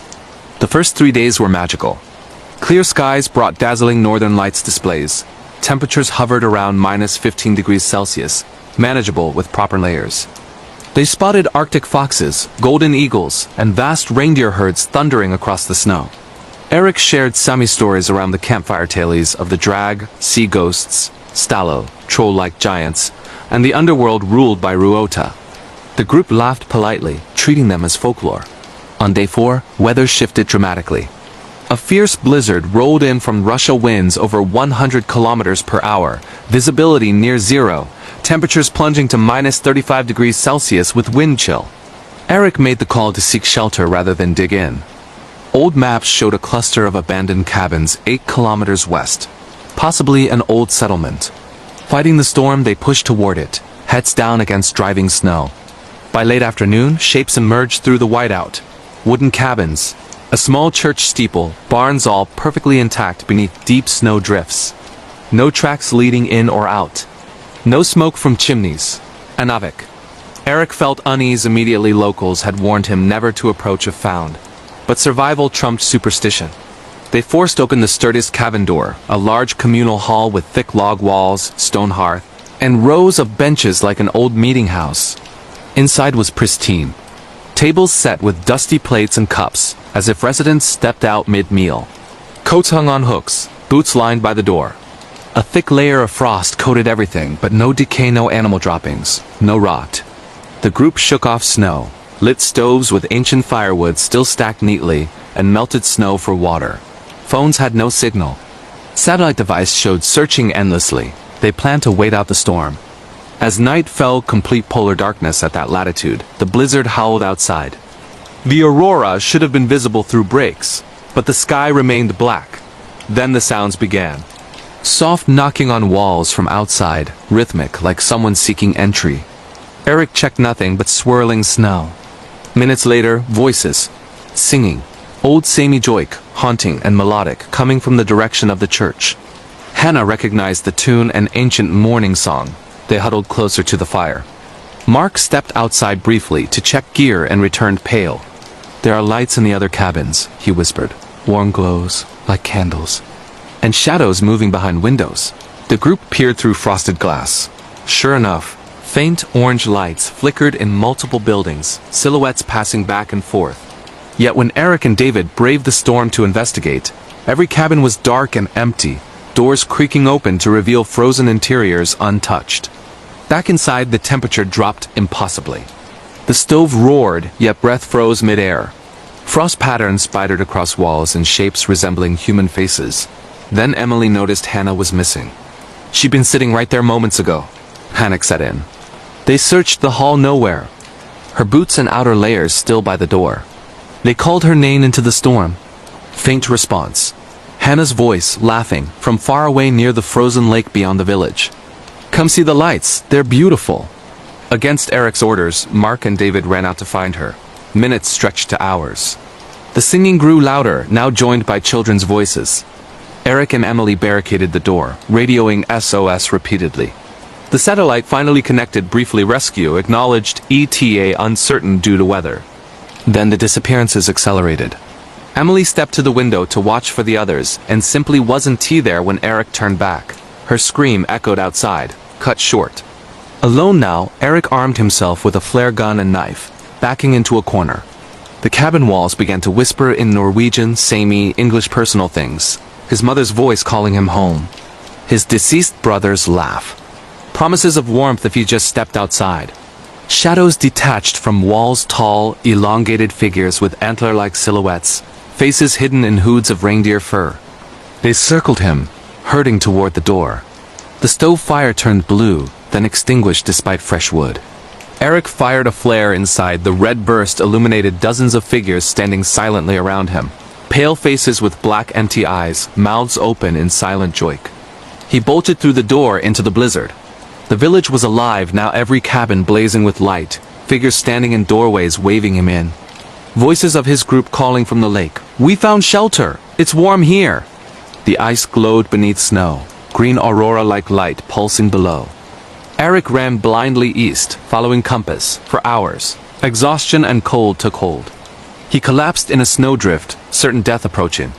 That's when the helicopter spotlight found him, rescue arriving faster than possible in that storm. Search teams located the others over following days. Mark frozen near the church, smile on his face. Emily half submerged in the lake, eyes open staring down through ice. David sitting peacefully on a cabin bench inside, dead from hypothermia but appearing asleep. Hannah was never found, only her camera, containing photos of warm-lit cabins filled with smiling villagers welcoming her. Anavik was investigated briefly. Experts found no evidence of 1959 inhabitants ever leaving food on tables mid-preparation. Livestock vanished without tracks. Carbon dating on frost suggested the village frozen in time, literally overnight.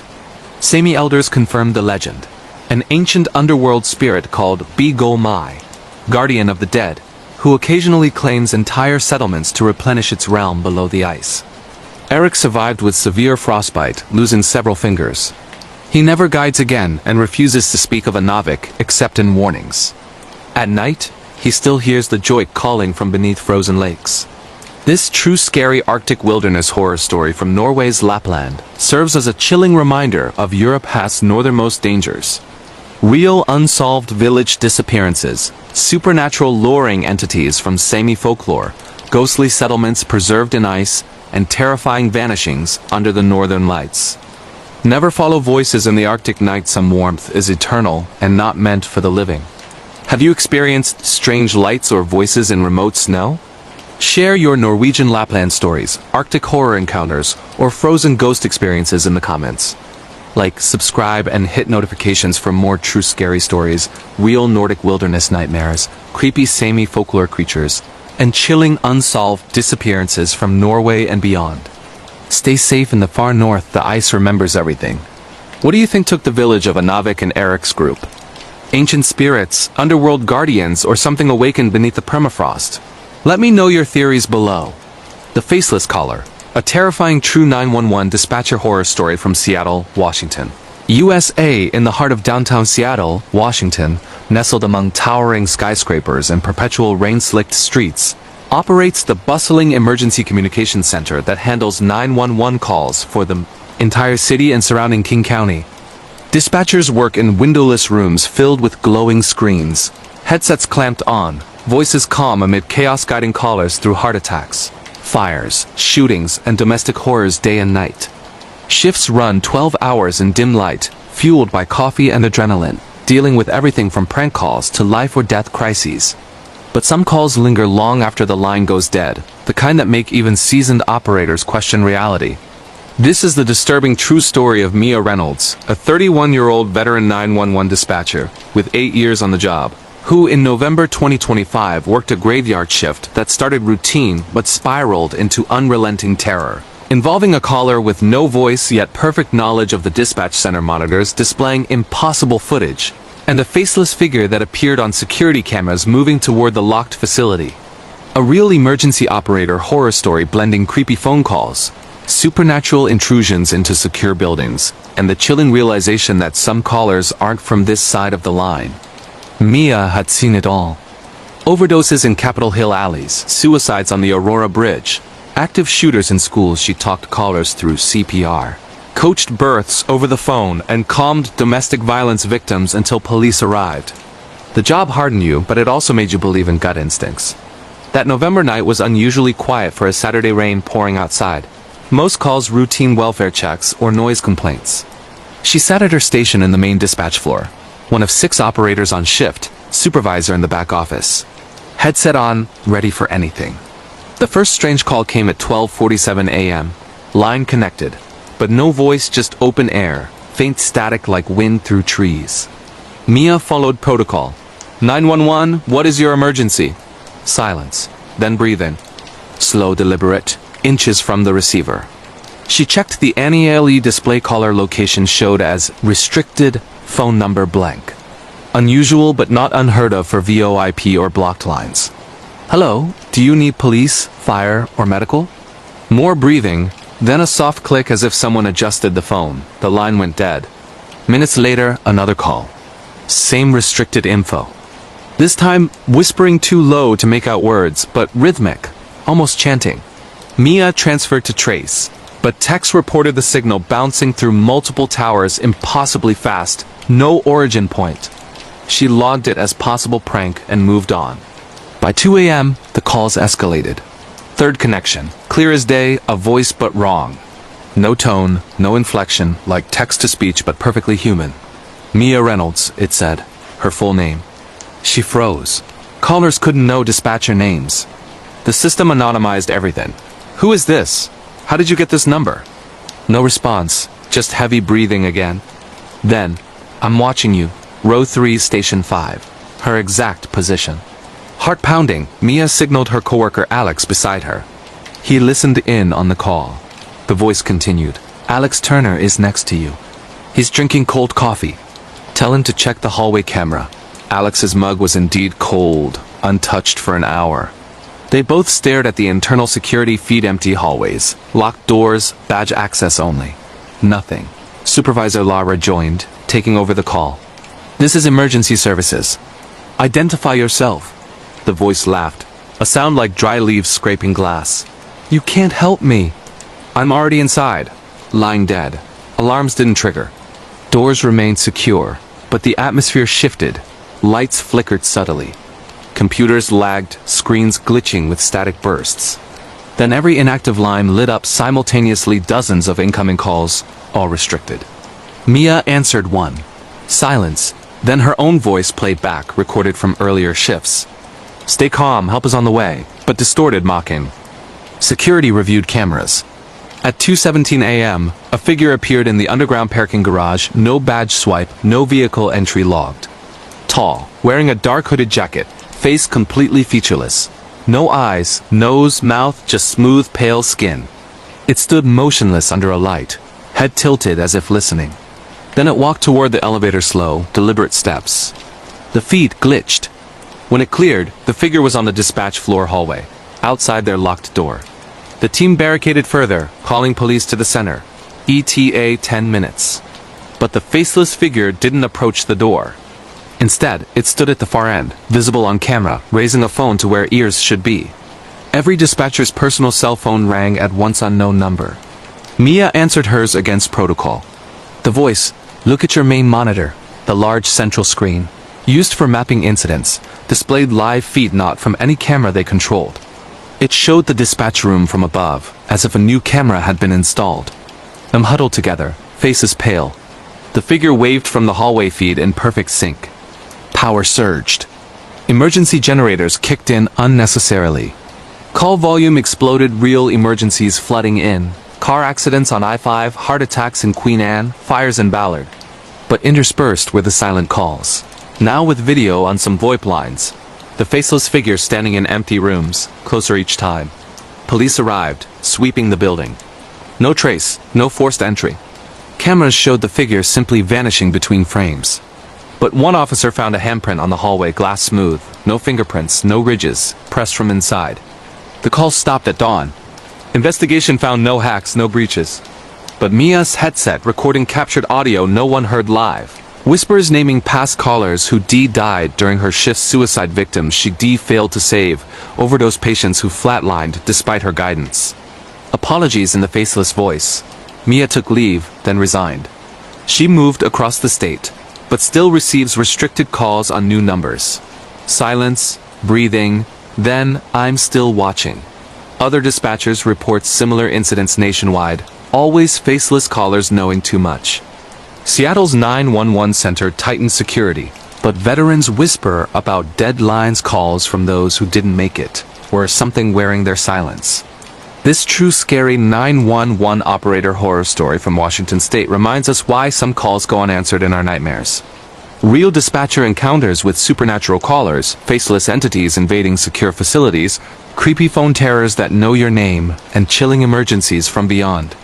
Always stay calm on the line, you never know who's really calling for help. Have you received a creepy call that knew too much? Share your 911 horror stories, dispatcher experiences, or faceless figure sightings in the comments below. Like, subscribe, and hit the notification bell for more true scary stories. Real American emergency nightmares, unsettling phone call encounters, and chilling supernatural tales from the USA and beyond. Stay safe answering the phone. Some callers never hang up. What do you think the faceless caller really was? A ghost seeking justice, a demon targeting helpers, or a glitch from another reality? Tell me your theories in the comments. In the bustling streets of New York City, United States, where the unsolved mysteries of urban life often blend with the everyday chaos, I experienced a creepy personal encounter that turned into a haunting horror story I'll never forget. It was the fall of 2025, a time when the city was alive with the eerie glow of Halloween decorations and the chill of approaching winter.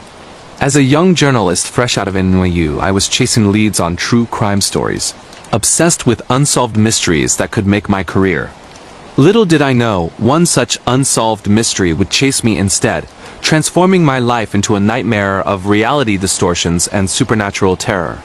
My name is Alex Thompson, and I lived in a cramped apartment in Brooklyn, the kind where the walls seemed to whisper secrets from past tenants.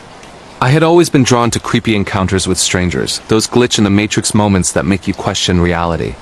But this started innocently enough.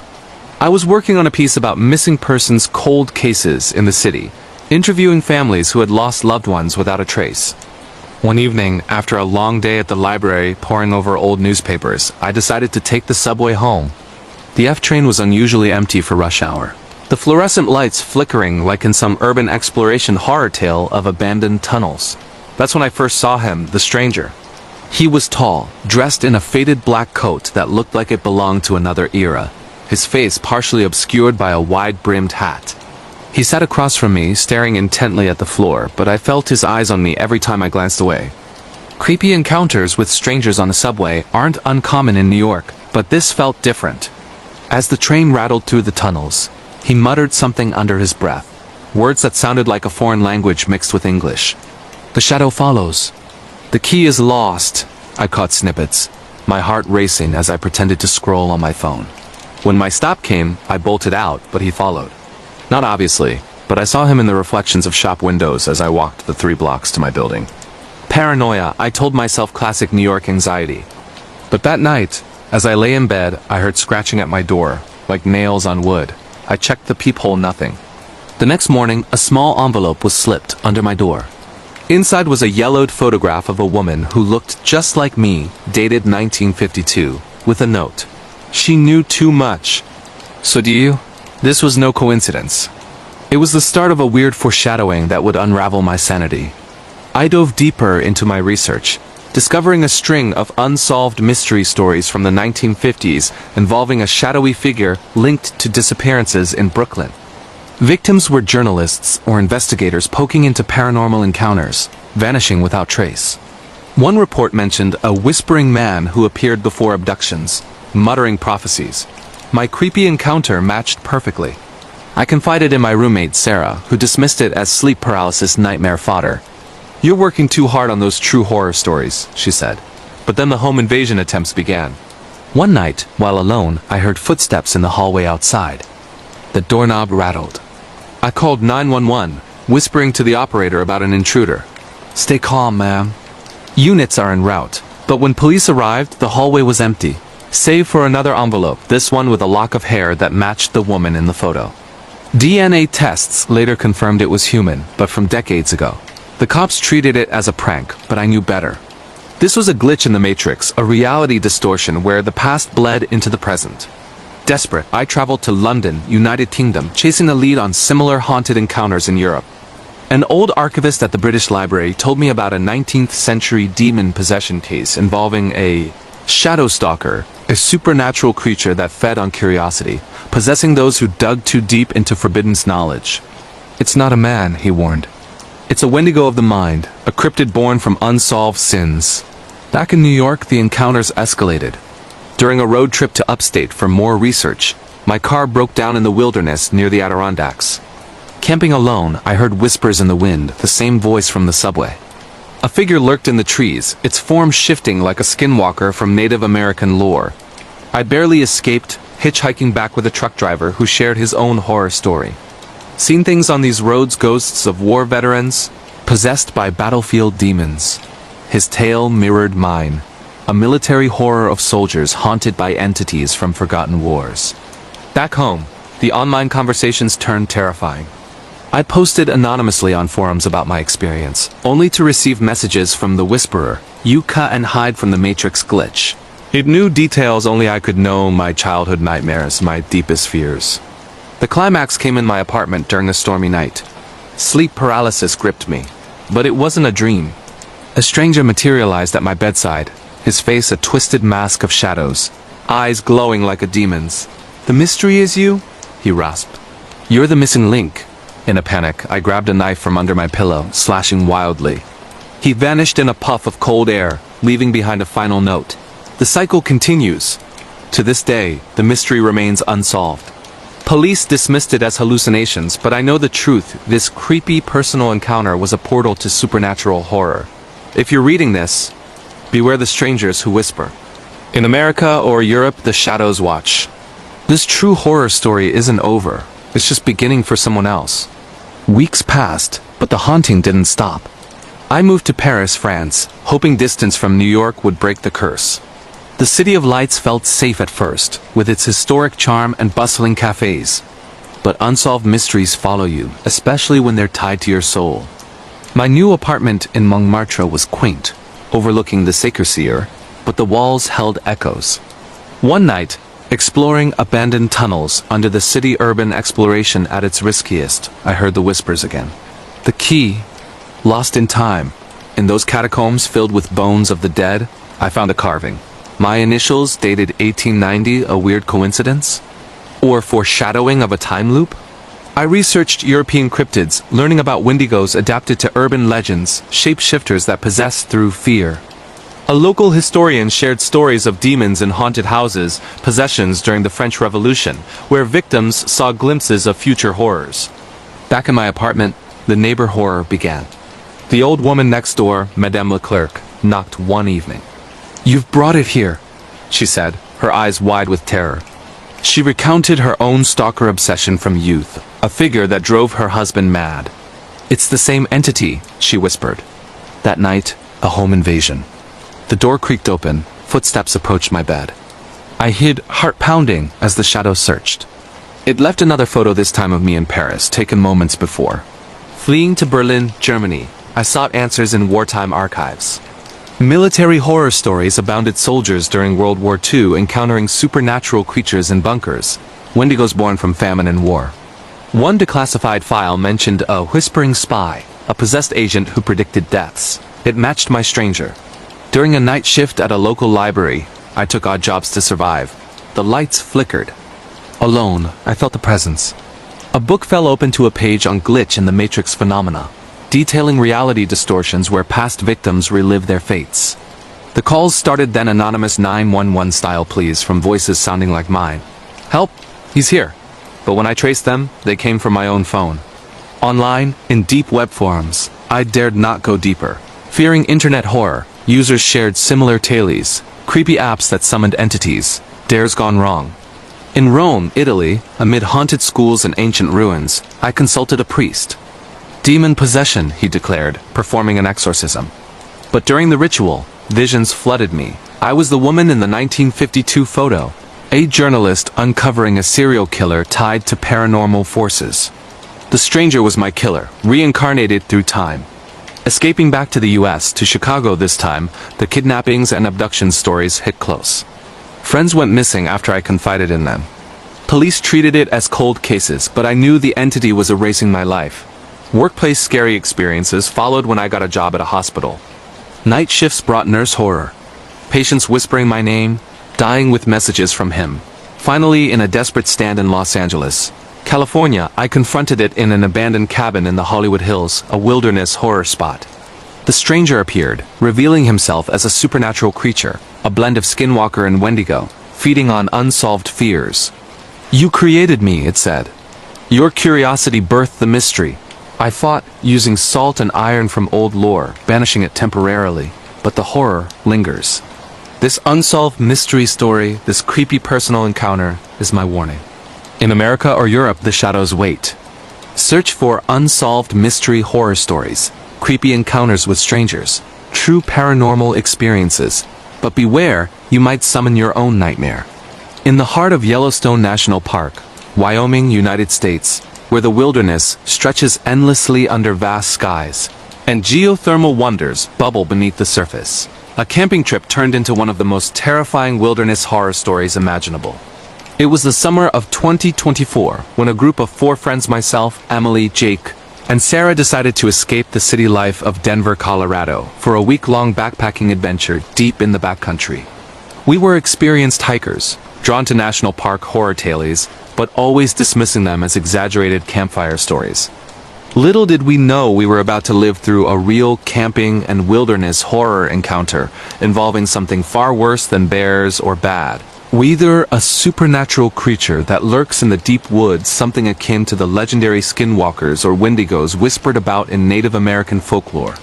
My name is Ryan Keller, and at 28, I thought I'd seen it all growing up in the Rockies. We obtained our permits for a remote trail in the Lamar Valley area, far from the tourist spots, planning to camp near abandoned cabins rumored to have been used by early settlers.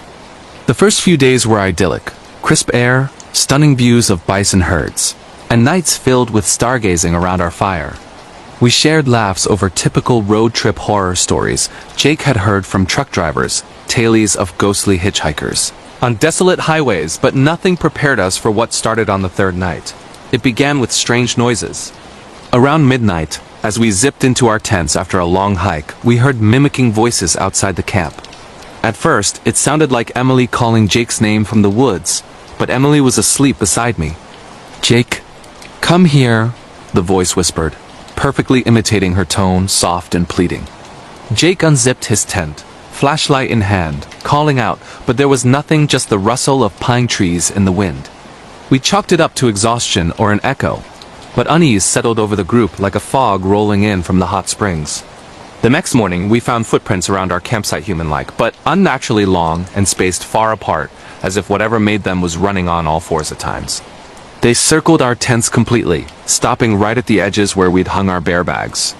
Sarah, our group's wildlife expert, said they didn't match any known animal. No claws like a bear or mountain lion, just bare elongated feet. We decided to push deeper into the trail, aiming for an old abandoned cabin marked on our map from the 1920s, hoping to find shelter if weather turned. National parks are full of such relics, remnants of homesteaders who vanished in unsolved mysteries, their stories lost to time. As we hiked, the weird coincidences piled up. Emily swore she saw a figure in the distance, a tall, emaciated shape watching us from behind trees, but when we looked, it was gone. Jake heard his deceased father's voice calling him by a childhood nickname only family knew. "This place is messing with our heads," he muttered. By evening, we reached the cabin. A dilapidated log structure overgrown with vines, windows shattered, door hanging off its hinges. Inside, dust-covered furniture and yellowed newspapers from the 1930s spoke of missing persons in the park rangers. Disappearing without trace, campers reporting creepy encounters with strangers who mimicked voices to lure people away. We set up camp inside for protection, boarding the windows as best we could. That night, the real camping horror began. The mimicking escalated, all our voices calling from the surrounding wilderness. "Ryan, help me ... double quotes in Sarah's voice, coming from the attic, but Sarah was downstairs with us.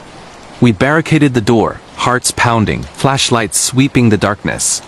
Then came the scratching long nails dragging across the wooden walls, slow and deliberate. Jake peeked through a crack and gasped. A pale, humanoid figure crouched outside, its limbs twisted unnaturally, head tilted at an impossible angle, staring with hollow eyes. Panic set in. We debated fleeing, but a sudden blizzard hit unseasonal and fierce, trapping us. This was no ordinary storm.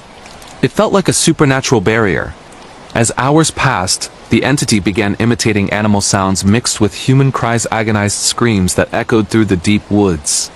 Emily broke down, recounting a sleep paralysis nightmare she had the night before, the creature at her sleeping bag, whispering in a language that sounded ancient and guttural. "It's a Wendigo," she sobbed, recalling cryptid horror stories from online forums. Born from cannibalism in famine times, it hungers for human flesh and mimics to hunt. We armed ourselves with knives and a flare gun, taking watches. During my shift around 3 a.m. the door rattled violently. Something heavy slammed against it, and through the boards, I saw it. The skinwalker-like creature. Its skin stretched tight over bones, antlers protruding from its skull like a wendigo from legends. It whispered our names, knowing secrets, my childhood fear of abandonment, Jake's guilt over a past accident. This wasn't just a wilderness horror. It was a paranormal encounter, a supernatural creature targeting our weaknesses. Dawn broke. The storm cleared as suddenly as it came, and the entity vanished. But tracks led away into the forest, deeper than any human could go. We hiked out in record time, reporting to rangers who dismissed it as park psychosis, a known phenomenon from isolation. But we knew better. Months later, back in civilization, the glitch in the Matrix moments continued. Phone calls with static and mimicking voices, shadows in urban settings resembling the creature. I researched similar national park horror stories, unsolved disappearances in Yellowstone dating back centuries, linked to native warnings about flesh guiders or skinwalkers. One cold case involved a family in 1987, their tent slashed, voices recorded on a tape mimicking distress calls. Park officials hush it up to avoid panic, but rangers share whispered tales during night shifts. To this day, we avoid camping. If you're planning a trip to Yellowstone or any deep woods in America, think twice. Beware the voices calling your name in the night. This true wilderness horror story, this camping nightmare with a cryptid encounter, could happen to anyone. Search for Yellowstone National Park Scary Stories, Wendigo Sightings in USA, Skinwalker Camping Horror, Abandoned Cabins True Horror but from the safety of home. The deep woods remember, and they hunger. The aftermath haunted us individually.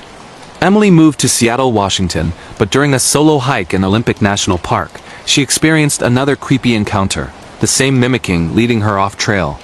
She barely escaped, convinced the creature followed her across states. Jake, now in Texas, shared his truck driver horror phase hauling freight at night.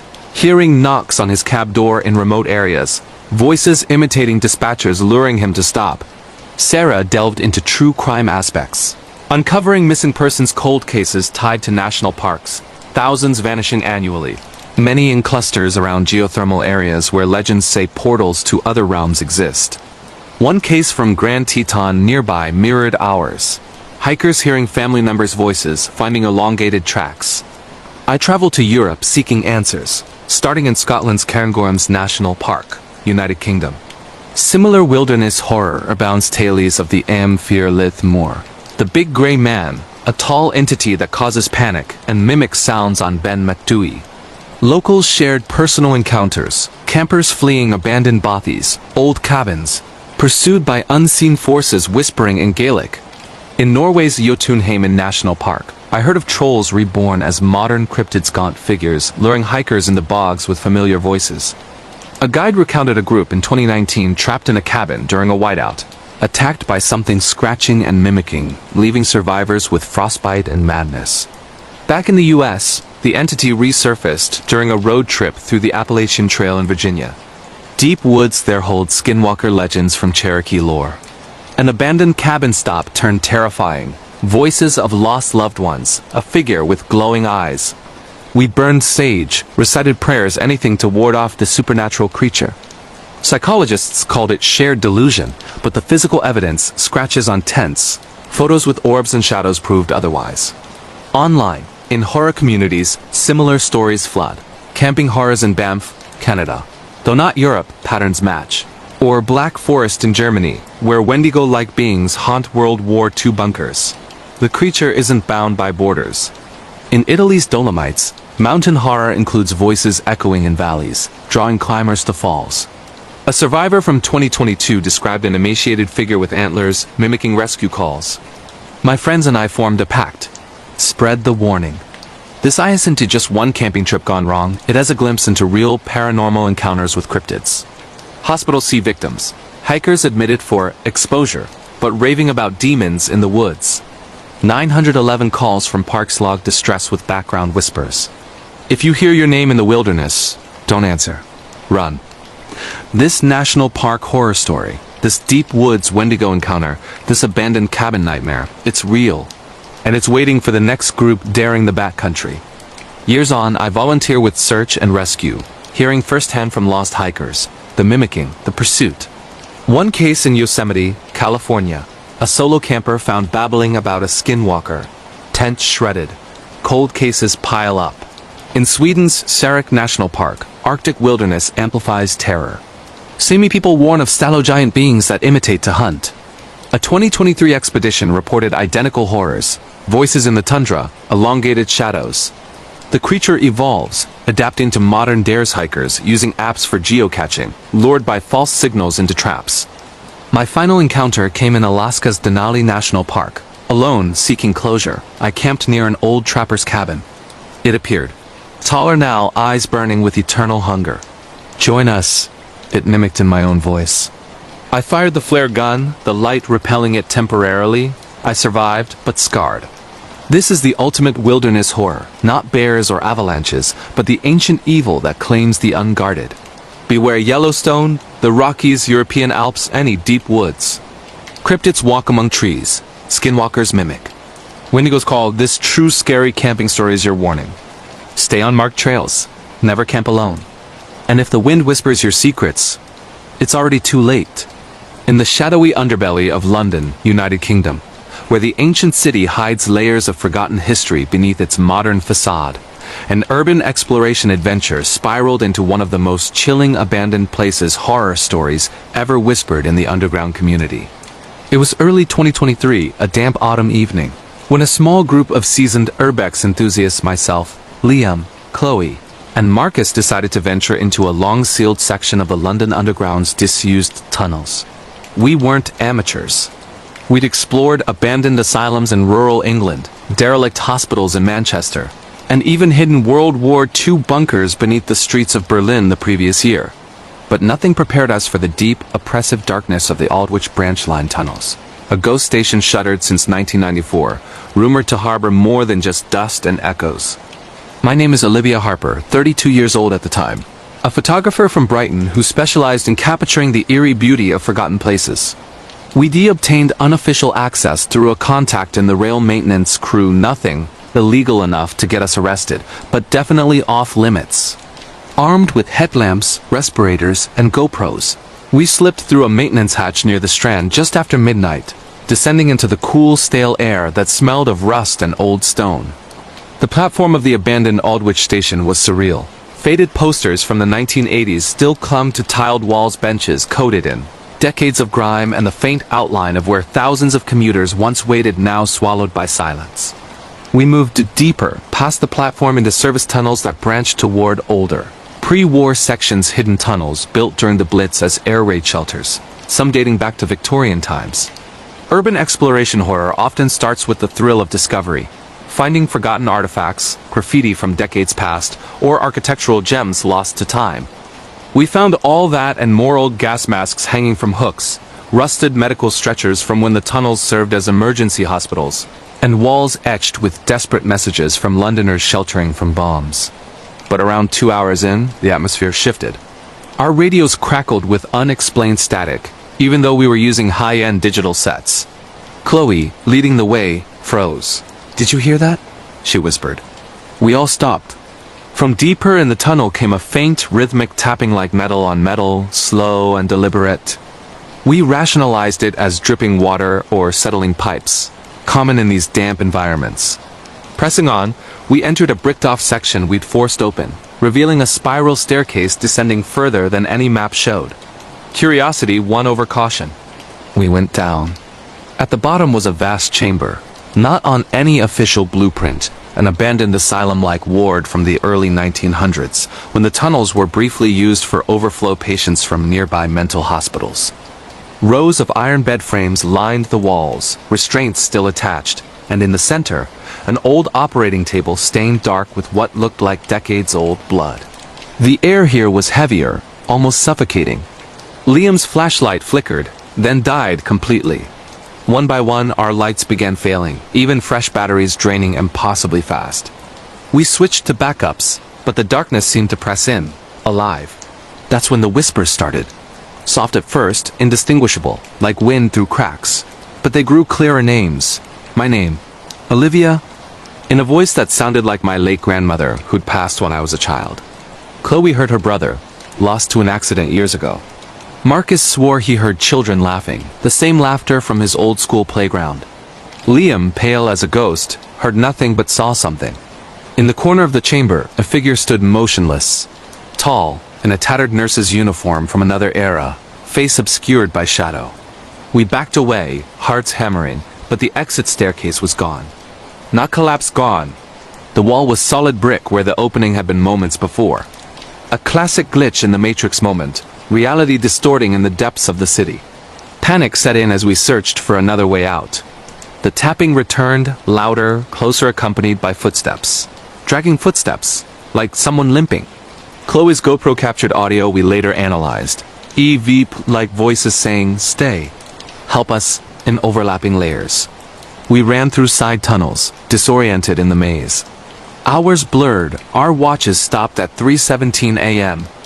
We found another chamber, this one filled with old patient files scattered across the floor, names, and photos of people committed here in the 1920s and 30s, many listed as discharged, but with notes about vanished during air raids. One file had my surname Harper, distant relative I'd never known about, committed for hysteria after claiming to see shadows in the tunnels. The figure appeared again, closer this time, not walking gliding. Its face, when the light hit, was wrong. Features smeared like a painting left in the rain, eyes black voids. It wasn't alone. More shapes emerged from alcoves. Patients in hospital gowns, emaciated, reaching out with skeletal hands. We screamed, bolted, somehow finding a ventilation shaft that led upward. Crawling through filth and cobwebs, we emerged hours later near Temple Station, covered in dust, equipment ruined. Authorities found us collapsed on the platform, dehydrated and rambling. They sealed the access point tighter, claiming we'd been in a known service tunnel and suffered from hypoxia. But we know the truth. The footage Chloe recovered showed orbs, shadow people, and brief glimpses of the nurse entity following us. Urban exploration communities went wild with our story, but many dismissed it as fake until similar reports surfaced. Months later, the nightmares continued.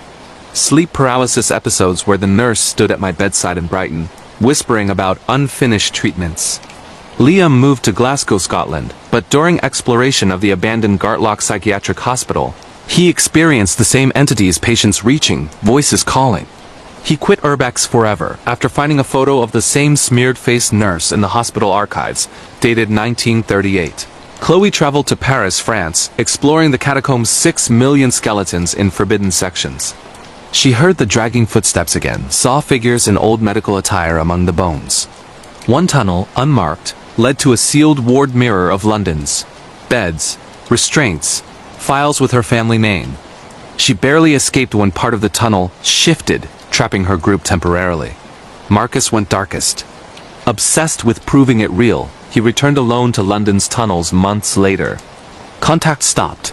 He became a missing persons cold case last seen on CCTV near the Strand. Search teams found his GoPro deep inside. Final footage showing him cornered by dozens of entities, the nurse reaching toward the lens as he screamed. I researched across Europe. In Berlin, Germany, abandoned Belitz Heilstätten Sanatorium Hitler's hospital has identical reports. Shadow patients, reality warping corridors where exits vanish. Explorers vanish annually. In Prague, Czech Republic, the Sedlik ossuary and underground tunnels harbor bone nurses legends from plague times. In Rome, Italy, beneath the city in ancient catacombs turned makeshift hospitals during World War II. Groups report figures in outdated uniforms guiding them deeper, never to return. One survivor from 2021 described a chamber of beds identical to ours, files with modern names. The connection? These sites were all emergency medical overflow during crises, wars, pandemics, where experimental treatments occurred in secret. Souls trapped, angry, luring the curious to join them. A supernatural infestation tied to human suffering. Even in America, parallels exist. Waverly Hills Sanatorium in Kentucky, Penhurst Asylum in Pennsylvania, urbex hotspots with reports of vanishing explorers, shifting architecture, entities in nurse garb. I stopped exploring, but the whispers follow. Late at night, in my flat, I hear tapping below the floorboards. London's underground is alive with the unrested. If you're tempted by urban exploration, abandoned asylums, hidden tunnels, disused stations, heed this warning. Some places don't want to be found. Some doors, once opened, let things out that follow you home. This true abandoned places horror story, this London underground ghost encounter, this European asylum paranormal nightmare, it's real.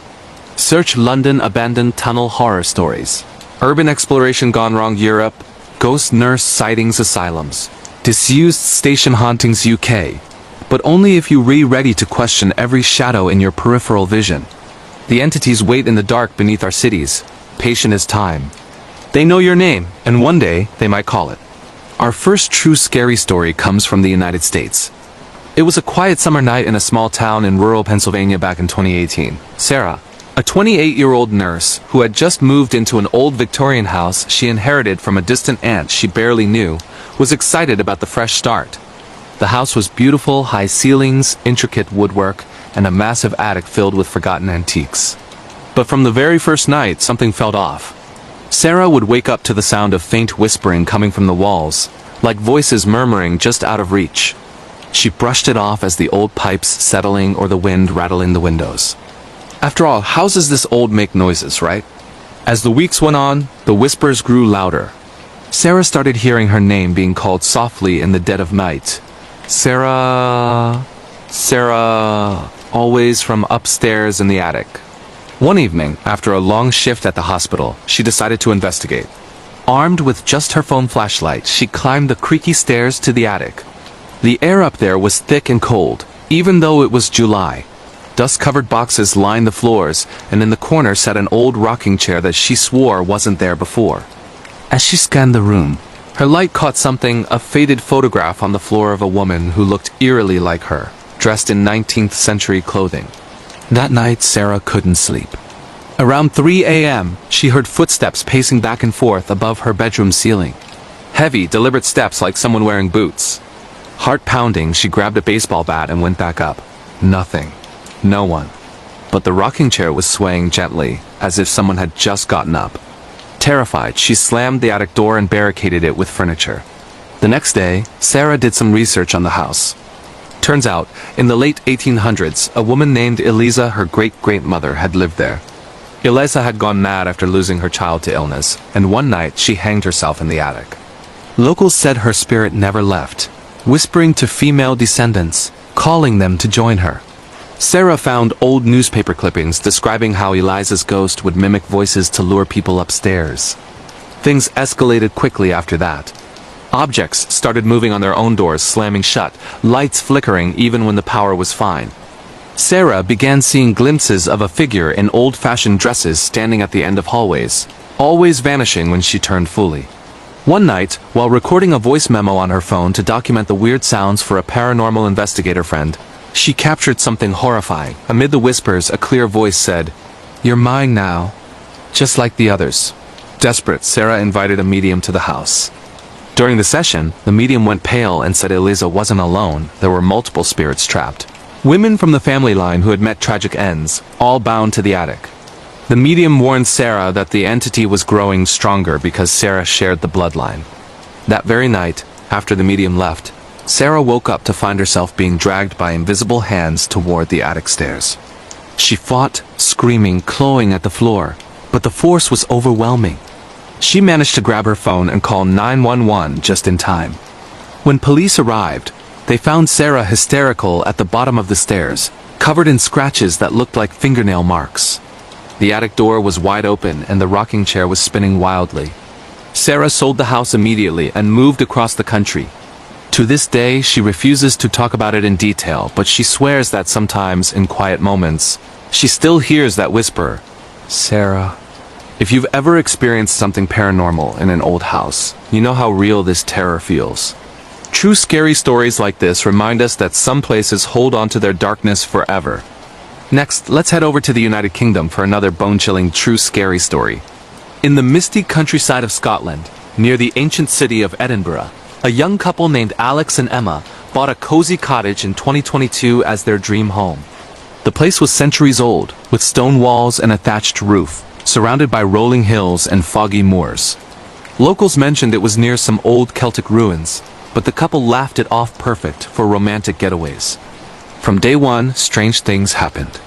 At night, they'd hear scratching sounds coming from inside the walls, like claws desperately trying to get out.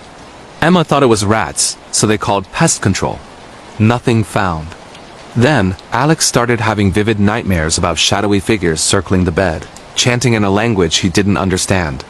He'd wake up gasping with cold spots all over his body. One weekend, they decided to explore the nearby ruins, an old stone circle said to be a site for ancient rituals.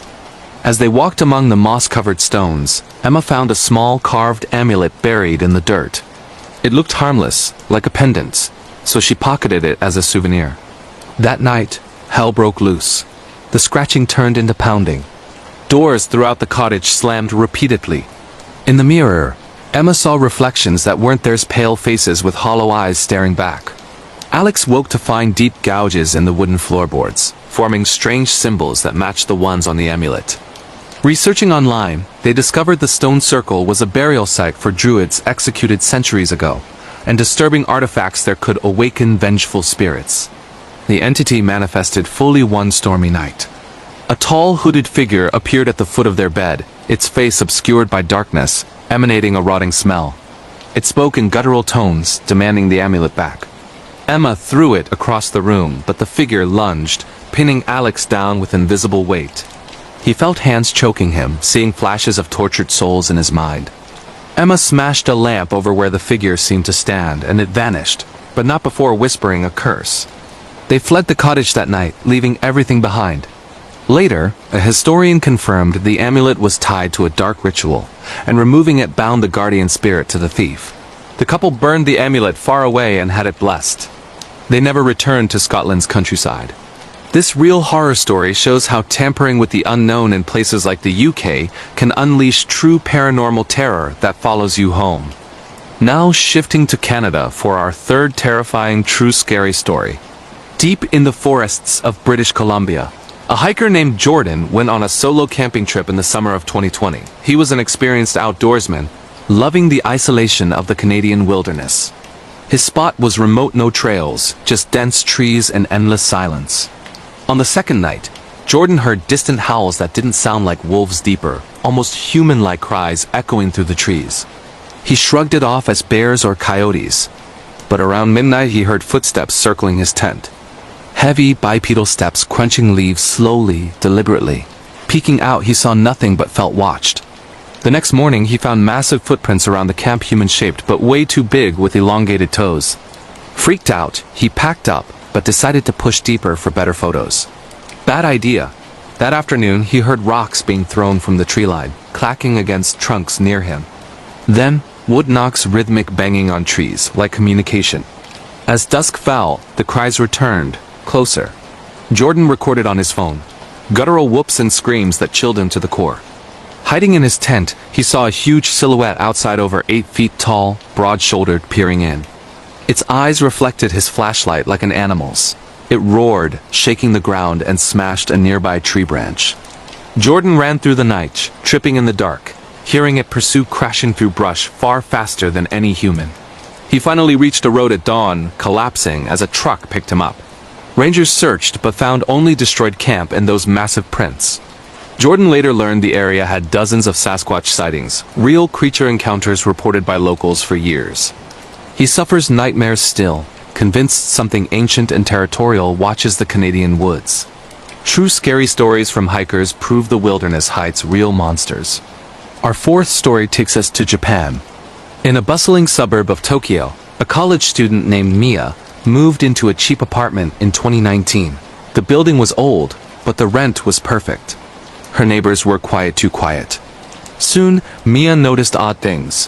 Her phone would ring at exactly 3:33 a.m. with no caller ID, and when answered, she'd hear heavy breathing. Then, wet footprints appeared on her floor, leading from the bathroom to her bed, even when no one was home. One night, she heard splashing from the empty tub. Investigating, Mia found the previous tenant, a young woman, had drowned herself in the bath after a breakup.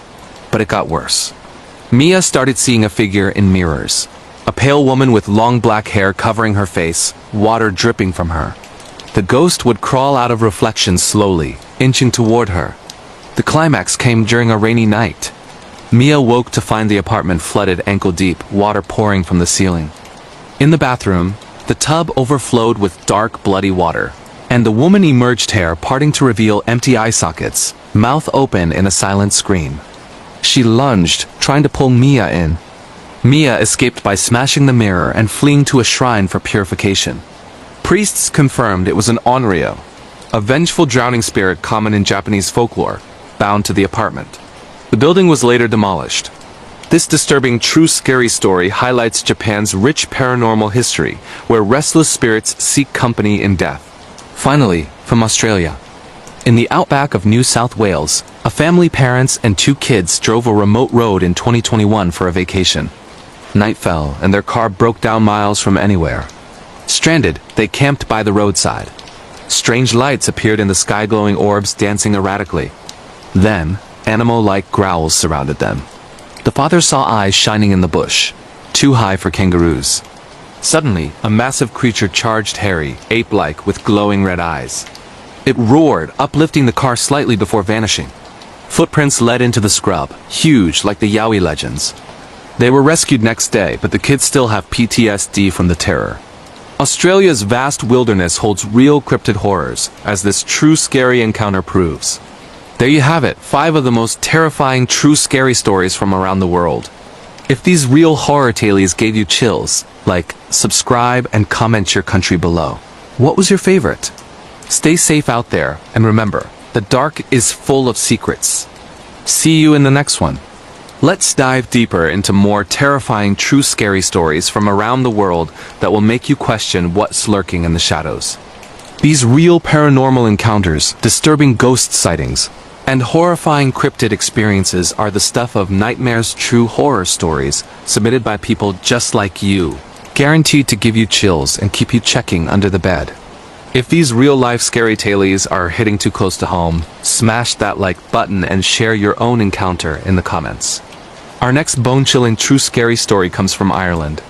In the misty countryside of County Galway, back in 2017, a young woman named Fiona rented an old farmhouse for a quiet writing retreat.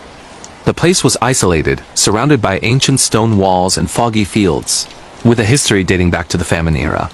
Locals warned her about the hungry ones, restless spirits from those dark times, but Fiona, being skeptical, laughed it off.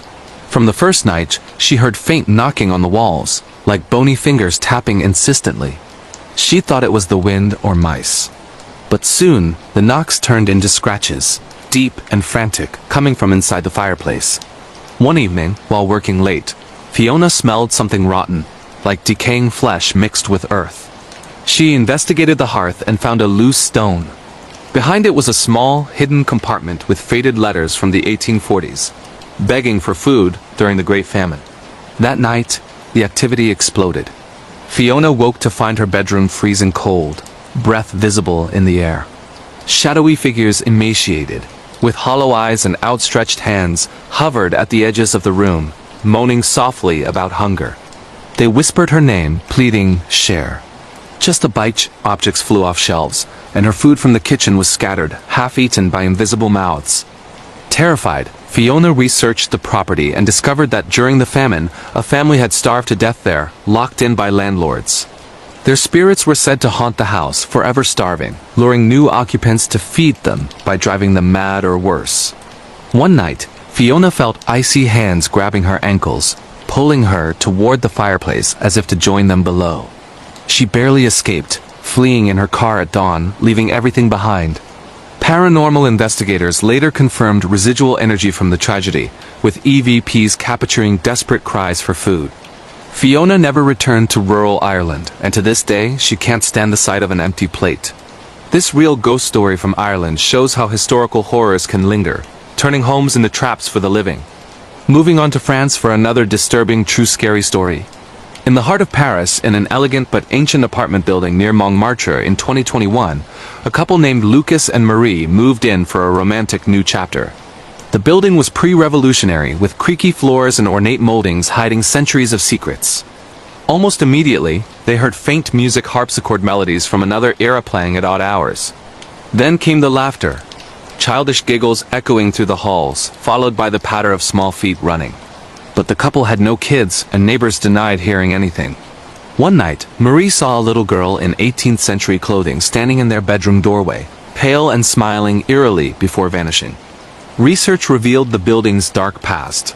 During the French Revolution, a noble family hid there, but their young daughter was discovered and taken away, never to return. Her spirit was said to search for playmates, mimicking innocence to draw people in.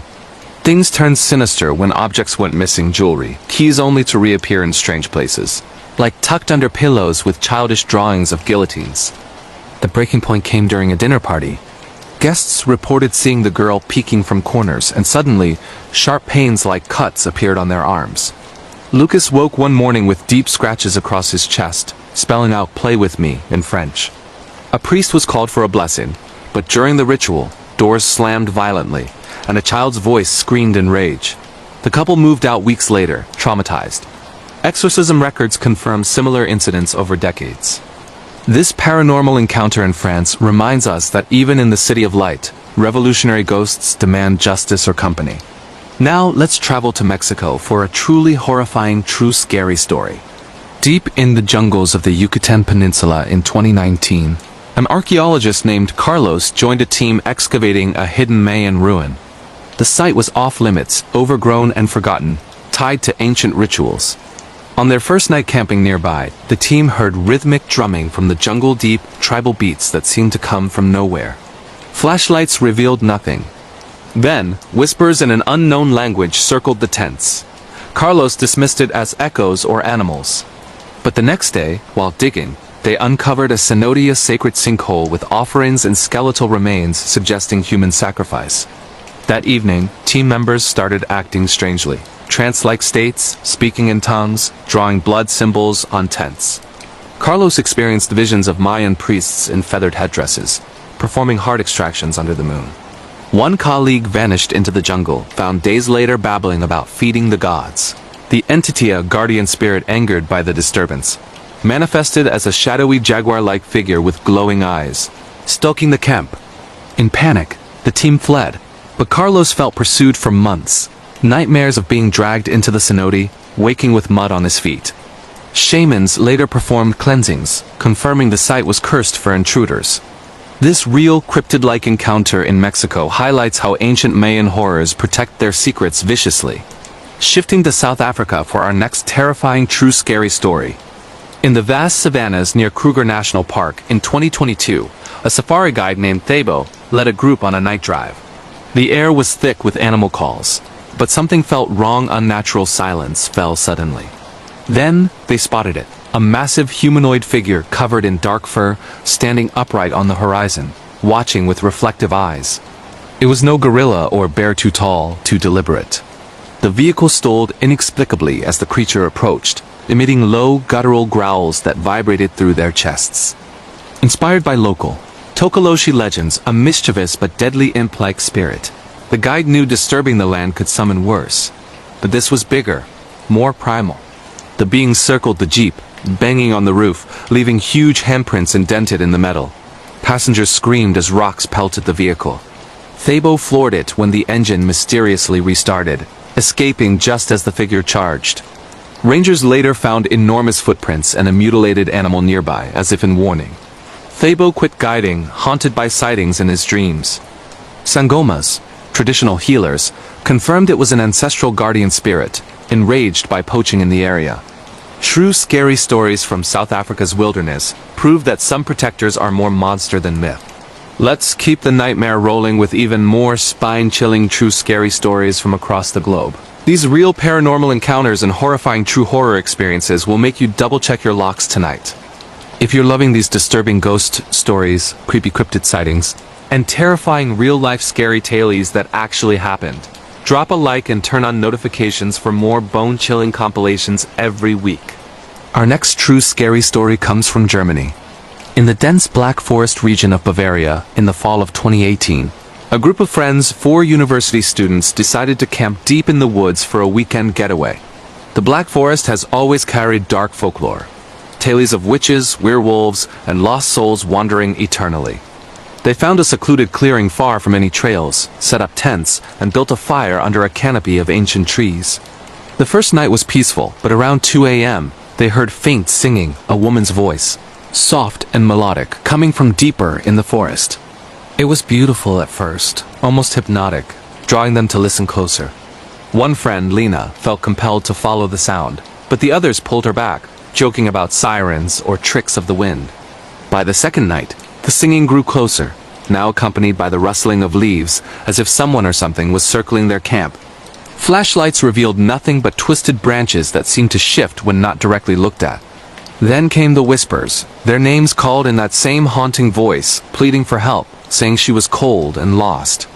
In the morning, they found strange markings carved into nearby trees old. Germanic runes warning of a Walgeist, a forest spirit that lures travelers to their doom. Research on their phones showed legends of a woman executed as a witch centuries ago, her spirit bound to the woods, singing to attract victims and trap their souls. Panic set in when one friend vanished during a late-night bathroom break. They searched frantically, hearing his screams echo faintly before cutting off abruptly. When they found him hours later, he was sitting against a tree, pale and muttering about a beautiful woman with black eyes who led him deeper, promising warmth. Deep scratches covered his arms as if from branches or claws. The group fled at dawn, but the survivor still hears the singing in quiet moments, drawing him back. Paranormal experts link it to residual energy from historical persecutions. This real horror story from Germany's Black Forest proves some folklore is rooted in true deadly encounters. Next, we're heading to Brazil for a terrifying true scary story. In the heart of the Amazon rainforest near Manaus, in 2020, a documentary crew was filming wildlife deep in unprotected territory. Their guide warned them about the Curupira, a mythical protector demon with backward feet that confuses intruders, but they dismissed it as superstition. On their third nights, strange things began. Animal noises stopped completely, replaced by eerie silence. Then, high-pitched whistles pierced the dark, mimicking bird calls but off-key, coming from all directions. Footsteps circled the camp light and quick, but when they shone lights, only glowing eyes stared back from the underbrush before vanishing. One crew member spotted a small figure, child-sized with bright red hair and feet turned backward, grinning maliciously. It whistled sharply, and suddenly the team felt disoriented, walking in circles despite GPS. Tools and equipment went missing, reappearing high in trees. The entity attacked on the final night. Flames in their fire flared unnaturally, and the figure appeared fully laughing maniacally as vines seemed to move on their own, wrapping around legs. One cameraman was dragged into the brush, screaming, found later with deep gashes and babbling about fiery hair and burning eyes. They escaped by boat, but the guide later explained they'd trespassed on sacred ground. Indigenous accounts confirm Curupira sightings as real guardians punishing invaders. This disturbing cryptid encounter in Brazil shows the Amazon hides vengeful entities that protect its secrets with terror. Now to Sweden for another chilling true scary story. In a remote cabin near the northern town of Corunna during the long winter of 2019, a man named Eric sought solitude after a divorce. The cabin was old, surrounded by endless snow and the aurora-filled skies of Lapland. From the start, he heard scraping outside like claws on wood, despite no tracks in the snow. Then inside, faint breathing behind walls, as if the house itself was alive. One night, staring at the northern lights through the window, Eric saw a tall, gaunt figure standing motionless in the yard. Pale skin, elongated limbs, no clothes despite the freezing cold, just watching with black, unblinking eyes. Inspired by Sami folklore of the Stalo, a cannibalistic giant that stalks the tundra, Eric barricaded the door. But the figure appeared inside, phasing through walls, whispering in an ancient tongue about hunger. Furniture moved, and Eric felt icy fingers tracing his skin. He fled on snowmobile at first light, but crashes from disorientation nearly killed him. Locals later confirmed similar encounters. The Stalo lures lonely souls, feeding on fear. Eric moved south, forever scarred. True scary stories from Sweden's frozen north remind us isolation can summon ancient predators. Shifting to New Zealand. On the South Island near Queenstown in 2021, a backpacker named Sophie hiked a lesser-known trail through misty fjords. Maori legends speak of the Patupayeri fair-skinned fairy folk who inhabit the mountains, jealous and mischievous. That evening, camping alone, Sophie heard flute-like music from the cliffs, ethereal and inviting. Following it slightly, she found glowing mist and tiny footprints. Objects from her pack vanished, and laughter echoed like children's but colder. The entities revealed themselves. Pale figures with long hair, dancing in circles, trying to pull her into their ring. She resisted but woke miles off trail, disoriented. Marks on her skin resembled handprints too small for humans. Rangers know the area for disappearances tied to these beings. Sophie warns others, New Zealand's beauty hides real paranormal tricksters. Finally, from Russia. In the vast Siberian taiga near Yakutsk in the brutal winter of 2022, a truck driver named Ivan broke down on a lonely road. Temperatures plunged to -50 degrees Celsius, and as he waited for help, he heard knocking on his cab, rhythmic, insistent. Outside, a figure approached, tall, shrouded in furs, face obscured, gesturing silently. Thinking it a lost traveler, Ivan opened the door, but the figure vanished. Then, voices in his head urged him to walk into the snow, promising warmth. Folklore of the Valley of Death warns of ageless entities that mimic help to lure victims to freeze. Ivan resisted, but saw multiple figures surrounding the truck, banging harder. Rescue came just in time. He was near hypothermia despite the heater. Locals say these spirits claim souls in the endless cold. This real survival horror from Russia's wilderness proves some places are cursed by design. These global true scary stories just keep getting darker, hauntings, creatures, and curses that feel all too real.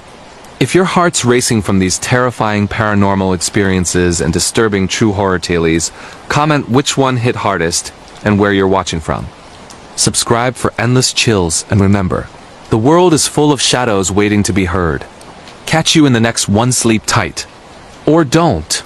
Let's plunge even deeper into the darkness with another set of unforgettable true scary stories from around the world. These real-life, paranormal horrors, disturbing encounters, and terrifying true ghost stories will leave you questioning every creak in the night. If these chilling tales of cryptids, hauntings, and unexplained terror are keeping you glued to the screen, hit that like button, share with a friend who scares easily, and let's keep the fear going. Our next true scary story comes from Italy. In a quiet hill town in Tuscany, in the summer of 2019, an American expat named Claudia rented a renovated 400-year-old villa for a peaceful sabbatical. The stone house was stunning, exposed beams, terracotta floors, and a cellar that dated back to medieval times. The landlord mentioned it had been a convent long ago, but nothing more. On her second night, Claudia was woken by the sound of multiple women chanting in Latin, faint but clear, coming from below the floorboards. She thought it was neighbors or a recording until she realized the house was isolated. The chanting stopped abruptly when she got out of bed. Over the following weeks, she began seeing hooded figures in dark robes gliding through hallways at night, always heading toward the cellar stairs. Cold drafts swept through rooms, even in the heat of summer, carrying the smell of incense and damp earth. One evening, while exploring the locked cellar, the landlord had said it was unsafe. She forced the door open and found an old stone altar covered in dust, with faded markings that looked like ritual symbols. That night, the chanting returned louder, angrier. Claudia recorded it on her phone and later had it translated. It was a plea for release from purgatory, repeated over and over. Shadowy hands reached from under her bed, and she felt herself being pulled downward as if the floor was giving way. She fled upstairs, barricaded her bedroom, and called a local priest at dawn. The priest revealed the villa had been built over the ruins of a secret convent where nuns accused of witchcraft were walled up alive during the Inquisition. Their restless spirits still performed eternal penance below. After a blessing, the activity stopped, but Claudia moved out immediately. To this day, the villa sits empty. This real haunting from Italy shows that some sins echo through stone for centuries. Next, we're heading to Thailand for a skin-crawling true scary story. In rural northern Thailand near Chiang Mai, in 2022, a volunteer teacher named Liam stayed in a small wooden house on stilts provided by the village. Locals warned him never to whistle at night or leave offerings outside rules he thought were quaint superstitions. One humid evening, after forgetting the rule, he whistled while walking home. That night, he heard a woman's soft laughter outside his window, followed by long fingernails scratching slowly along the wooden walls beneath the floor. He looked out and saw nothing, but felt an overwhelming sense of being watched. The next nights brought escalation. Wet footprints leading up the stairs even during dry season, the smell of jasmine flowers turning rotten, and his belongings rearranged into strange patterns. One morning he woke to find a strand of long black hair wrapped tightly around his neck hair that was in his. Villagers explained he'd attracted a Krasu, a vengeful female spirit whose head detaches from its body at night, trailing glowing intestines as it hunts. That final night, Liam saw it, a floating woman's head with sharp teeth, and glowing red eyes, organs dangling below, hovering outside his mosquito net, whispering his name in a voice like dripping water. He fled to a temple where monks performed protective rituals with sacred thread and chants. The spirit never returned, but Liam left Thailand shortly after, forever marked. True horror stories from Thailand prove that ignoring local spirits can cost you more than sleep. Now to Norway for another icy true scary story. Deep in the fjords near Tromsø during the polar night of 2020, a fisherman named Magnus lived alone in a remote coastal cabin. Endless darkness and isolation were normal until the draugar came. It started with heavy footsteps on the roof, as if someone in heavy boots was walking back and forth. Then, pounding on the door at midnight, but no one there when he opened it. One storm-battered night, Magnus saw a figure through the window.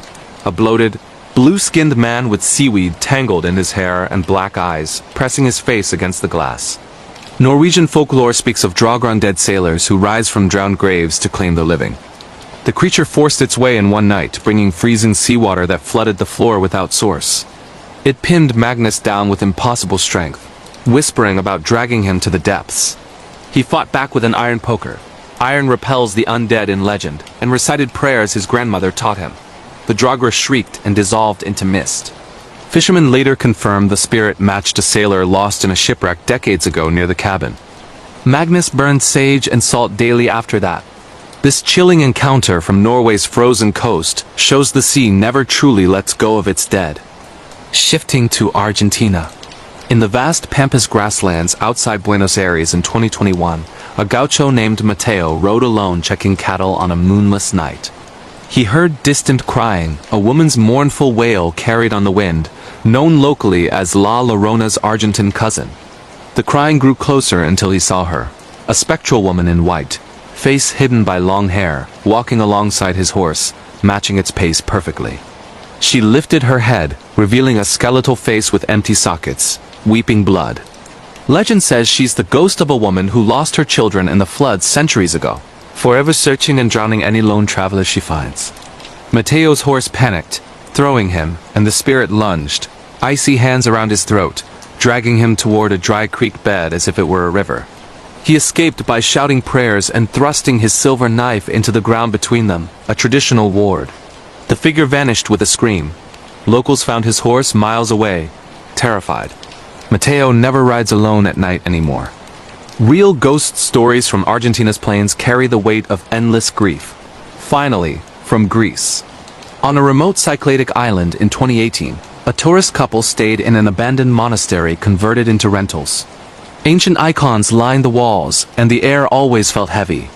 At night, they heard chanting monks and the ringing of bells that hadn't existed for decades. Shadows moved in candlelight that wasn't theirs. One morning, the wife woke with bruises shaped like fingers around her wrists, and the husband found Greek writing scratched into his back. Warnings about defiling sacred ground.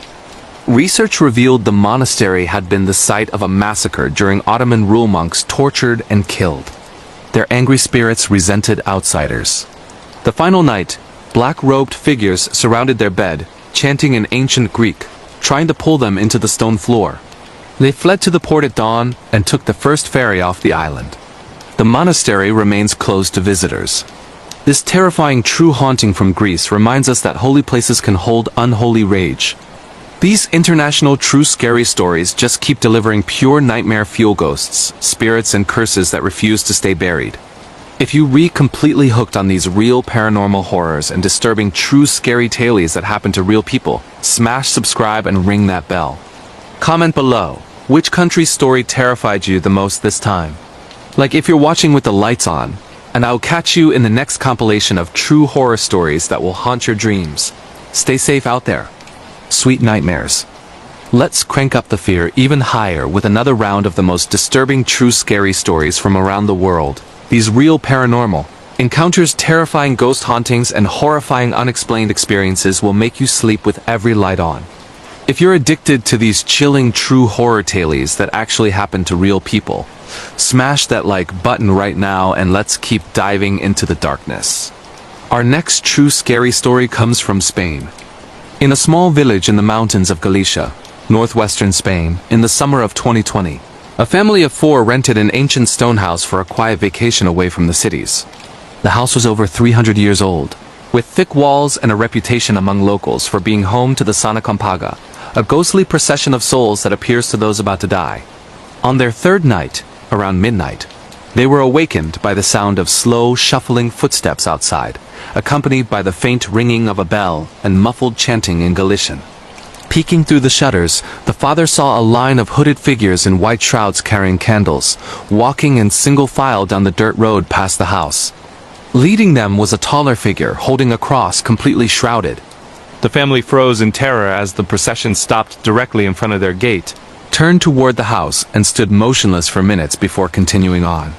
The next morning, the mother found wet footprints leading from the gate all the way to the front door, footprints that ended abruptly as if the person had simply vanished. That night, the youngest daughter began sleepwalking, standing at the window whispering about the ones in white coming to take someone. Family cut the trip short and left the next day. Locals later confirmed that seeing the Sanacampaga is an omen of death in the household. Tragically, the grandfather back in Madrid passed away unexpectedly 2 days later. This bone-chilling encounter from Spain proves that some ancient processions still march through the night, collecting souls. Next, we're heading to South Korea for a heart-stopping true scary story. In a high-rise apartment in Seoul in 2021, a young woman named Ji Yoon moved into a unit that had been vacant for months after the previous tenant's sudden death. The building manager said it was natural causes, nothing to worry about.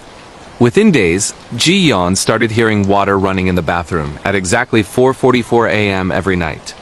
She'd check and find the faucet on full blast, even though she lived alone. Then came the knocking 3 slow knocks on the bathroom mirror from the inside. One night, while taking a shower, she saw a handprint appear on the fogged glass from the other side, followed by a pale face with long wet hair pressed against it. The woman in the mirror had hollow eyes and a wide, unnatural smile.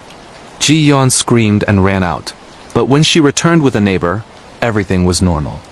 Researching the building, she discovered the previous tenant, a lonely office worker, had taken her own life in the bathtub after severe depression.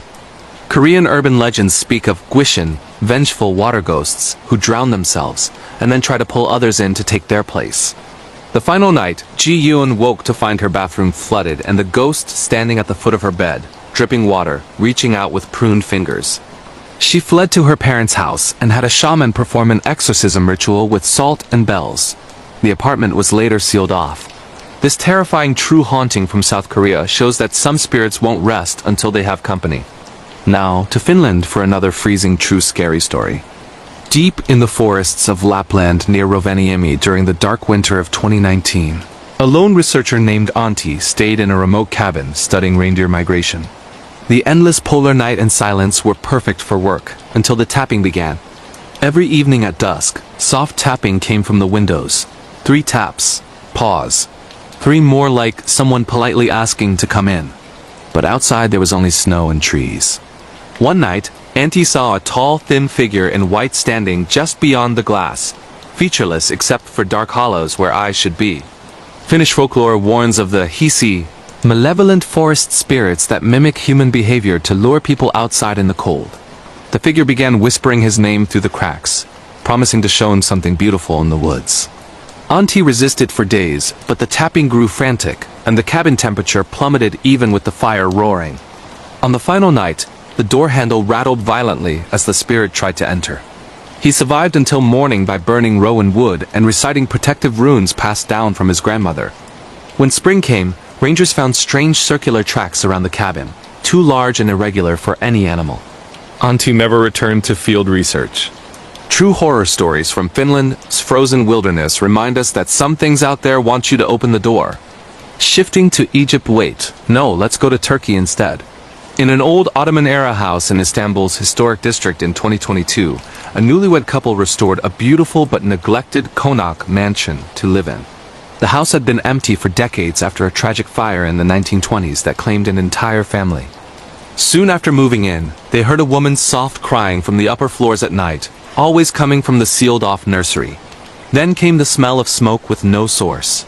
One evening, the wife saw a woman in early 20th century clothing rocking an empty cradle, her face charred and weeping silently. Turkish folklore speaks of koruyucu sin, protective but vengeful jinn bound to old homes, especially those with violent deaths. The spirit grew aggressive, doors slamming, objects catching fire spontaneously, and burn marks appearing on the couple's skin while they slept. An imam was called to recite Quranic verses and perform ruqya. During the ritual, the temperature soared, and a woman's scream echoed through the house as black smoke poured from the nursery walls. After the cleansing, peace returned, but the couple sold the house anyway. This real paranormal encounter from Turkey shows that some tragedies bind spirits to places forever. Finally, from the Philippines. In a provincial town on Luzon Island in 2020, a nurse named Maria worked the night shift at an old hospital built during the Japanese occupation. Staff whispered about the white lady who roamed the corridors, a ghost of a woman brutally killed during the war. Maria always felt watched in the maternity ward. One night, while checking on patients, she heard a baby crying from an empty delivery room. Inside, she found a spectral woman in blood-stained white holding an invisible infant, rocking it and humming a lullaby. When Maria approached, the ghost turned, revealing a slashed throat and pleading eyes, mouthing "my baby" silently. Alarms went off inexplicably, and equipment flew across the room. Maria ran, but felt cold hands grabbing her uniform, trying to pull her back. She resigned the next day and had a local albularyo healer perform a cleansing with herbs and prayers. Former staff confirmed dozens of similar sightings over decades. This chilling true ghost story from the Philippines proves that wartime horrors leave echoes that never fade. These worldwide true scary stories are pure terror, from ghostly processions to vengeful spirits that refuse to move on. If your skin is crawling from these real horror encounters and disturbing paranormal tales, hit subscribe and turn on notifications so you never miss the next batch. Comment below, which country's story gave you the biggest chills this time? Like if you're officially terrified, and I'll see you soon with more true scary stories that will haunt you long after the video ends. Stay safe and keep the doors locked. Let's not stop now. These true scary stories from around the world are getting darker and more intense with every tale. Real paranormal encounters, horrifying ghost experiences, and disturbing cryptid sightings that happen to everyday people just like you. If these chilling true horror stories have you hooked and checking every corner of your room, drop a like, share the fear, and let's keep going deeper into the nightmare. Our next true scary story comes from Poland. In a quiet suburban neighborhood outside Warsaw, in the winter of 2021, a young couple bought their first home, an older brick house built in the 1950s with a full basement that the previous owners never used. They planned to turn it into a home gym, but from the moment they moved in, the basement door would creak open on its own, even when locked. At night, They heard faint children's laughter echoing up the stairs, followed by the sound of a ball bouncing slowly on concrete.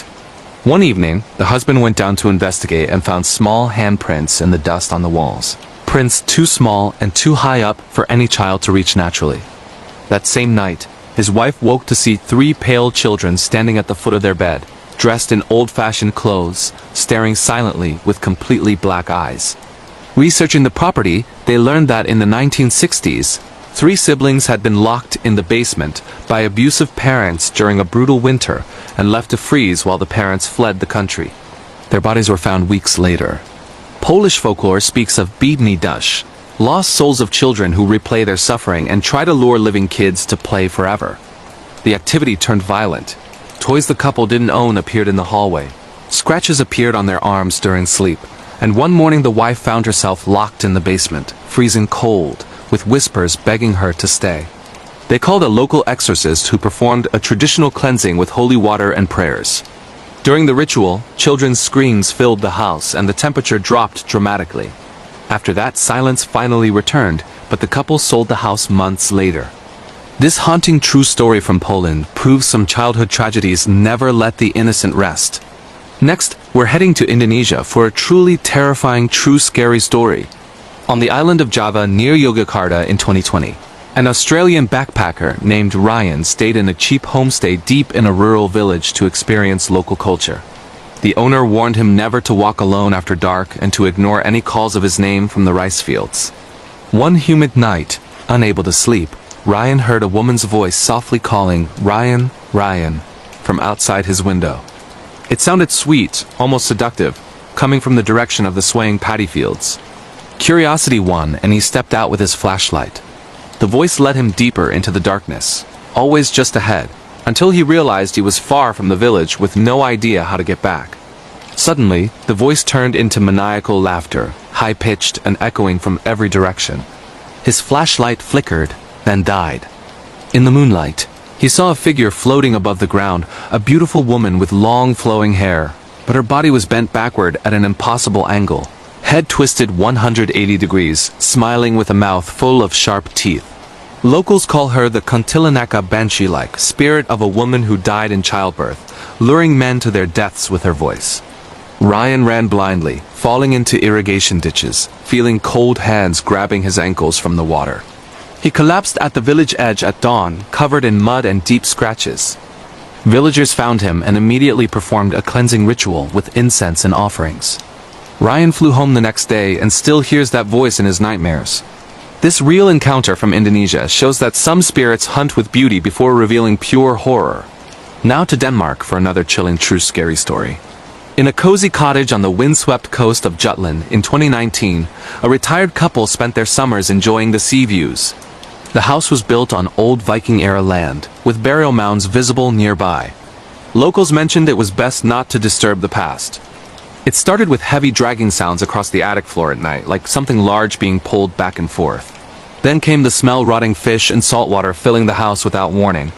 One stormy evening, the husband looked out the window and saw a massive figure on the beach, over 7 feet tall, covered in barnacles and seaweed, dragging a rusted chain behind it.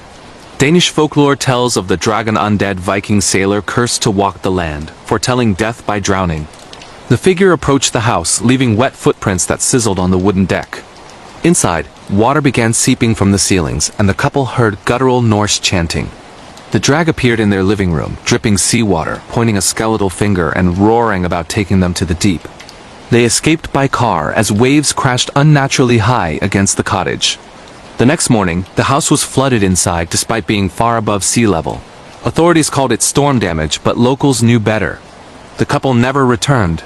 True horror from Denmark's shores reminds us the Viking dead still guard their waters. Shifting to Chile.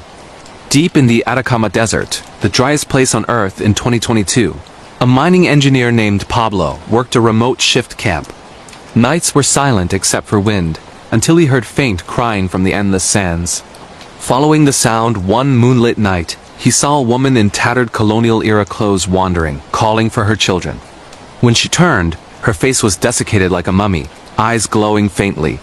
She lunged with unnatural speed, whispering about lost water and begging him to follow her to an oasis that wasn't there. known as La Viudita, a weeping widow spirit from Spanish colonial times who died of thirst with her family. She leads travelers deeper into the desert to share her fate. Pablo barely made it back to camp, dehydrated and hallucinating despite carrying water. His co-workers found him collapsed, lips cracked, muttering about a dry woman. Medics saved him, but he quit desert work forever. This terrifying true story from Chile's barren wastes shows thirst can haunt eternally. Finally, from Portugal. In an old manor house in the Alentejo region in 2018, a family inherited a grand but decaying property from a distant relative. The attic was sealed, with warnings never to open it. Curiosity led the son to break the lock one afternoon. Inside were dozens of antique mourning dolls with real human hair, arranged in a circle around an old crib. That night, tiny footsteps pattered through the halls, and soft singing in an old Portuguese lullaby echoed.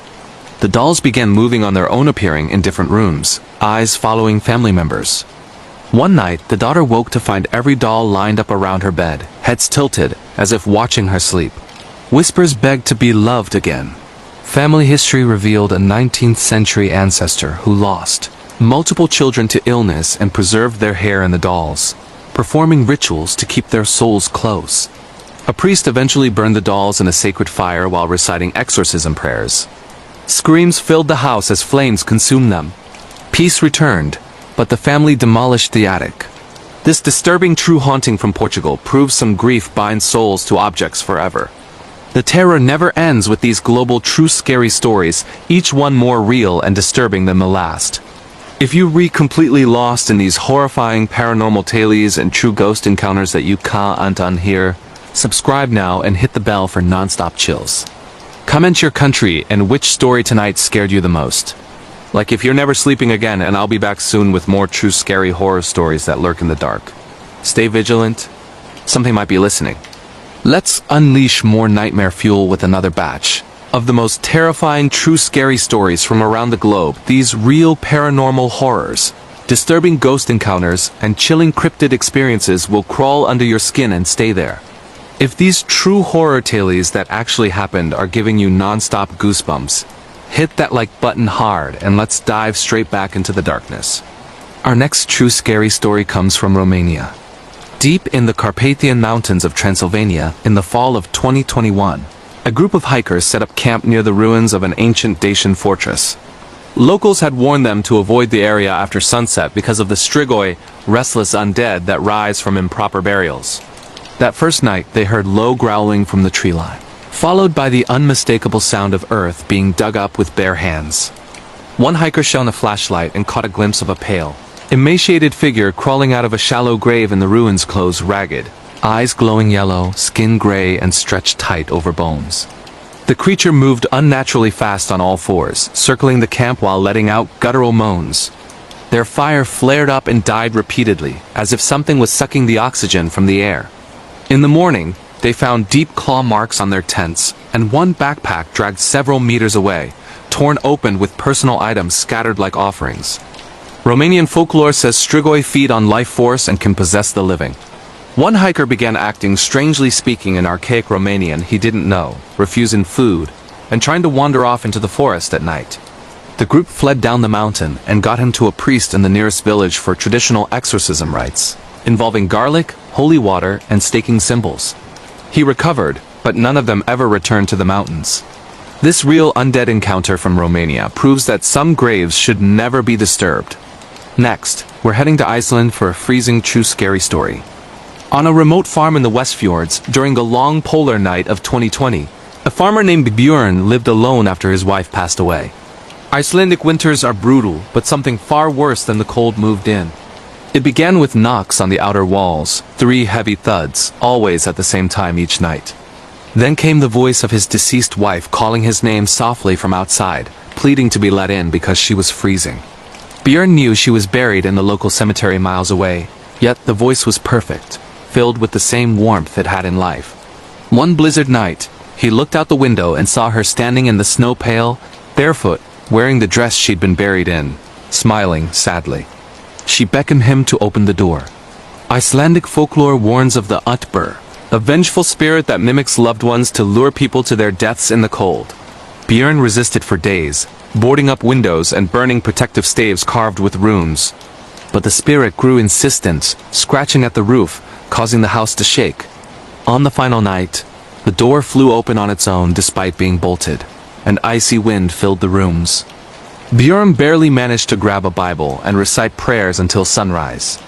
In the morning, the snow around the house was covered in barefoot prints leading nowhere. He moved to Reykjavik shortly after, and never spoke of it again.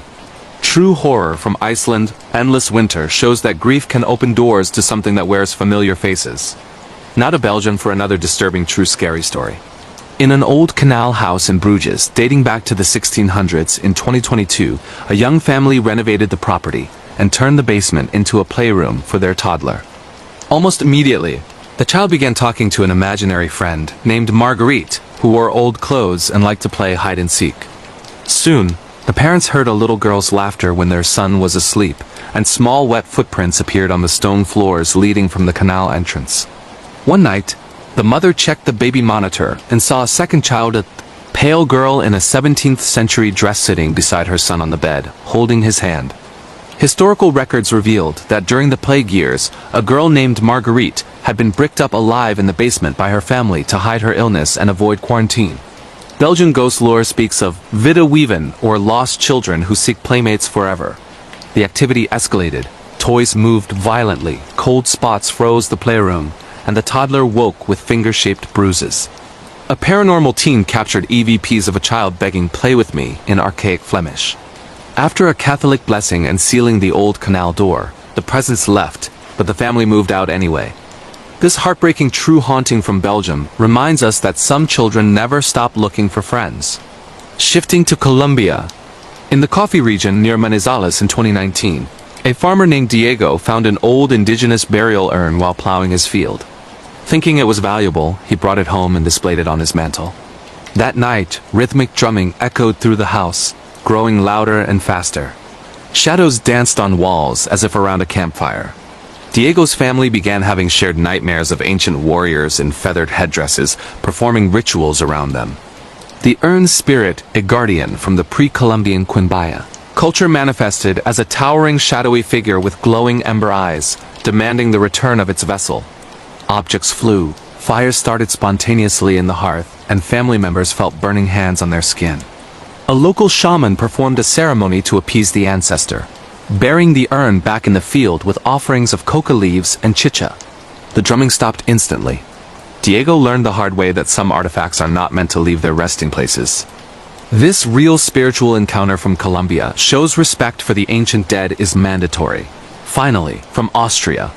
In a centuries-old castle hotel in the Alps near Salzburg in 2021, guests reported hearing chains dragging across stone corridors late at night. Staff dismissed it as old plumbing until multiple people saw the same apparition. A knight in rusted armor, head tucked under one arm, wandering the halls. Austrian legend tells of the Kopflu's Ritter, a headless knight cursed for betrayal during medieval times. One night, a guest woke to find the headless figure standing over his bed, armored hand outstretched, as if searching for something. The room filled with the metallic smell of blood, and deep gashes appeared on the walls.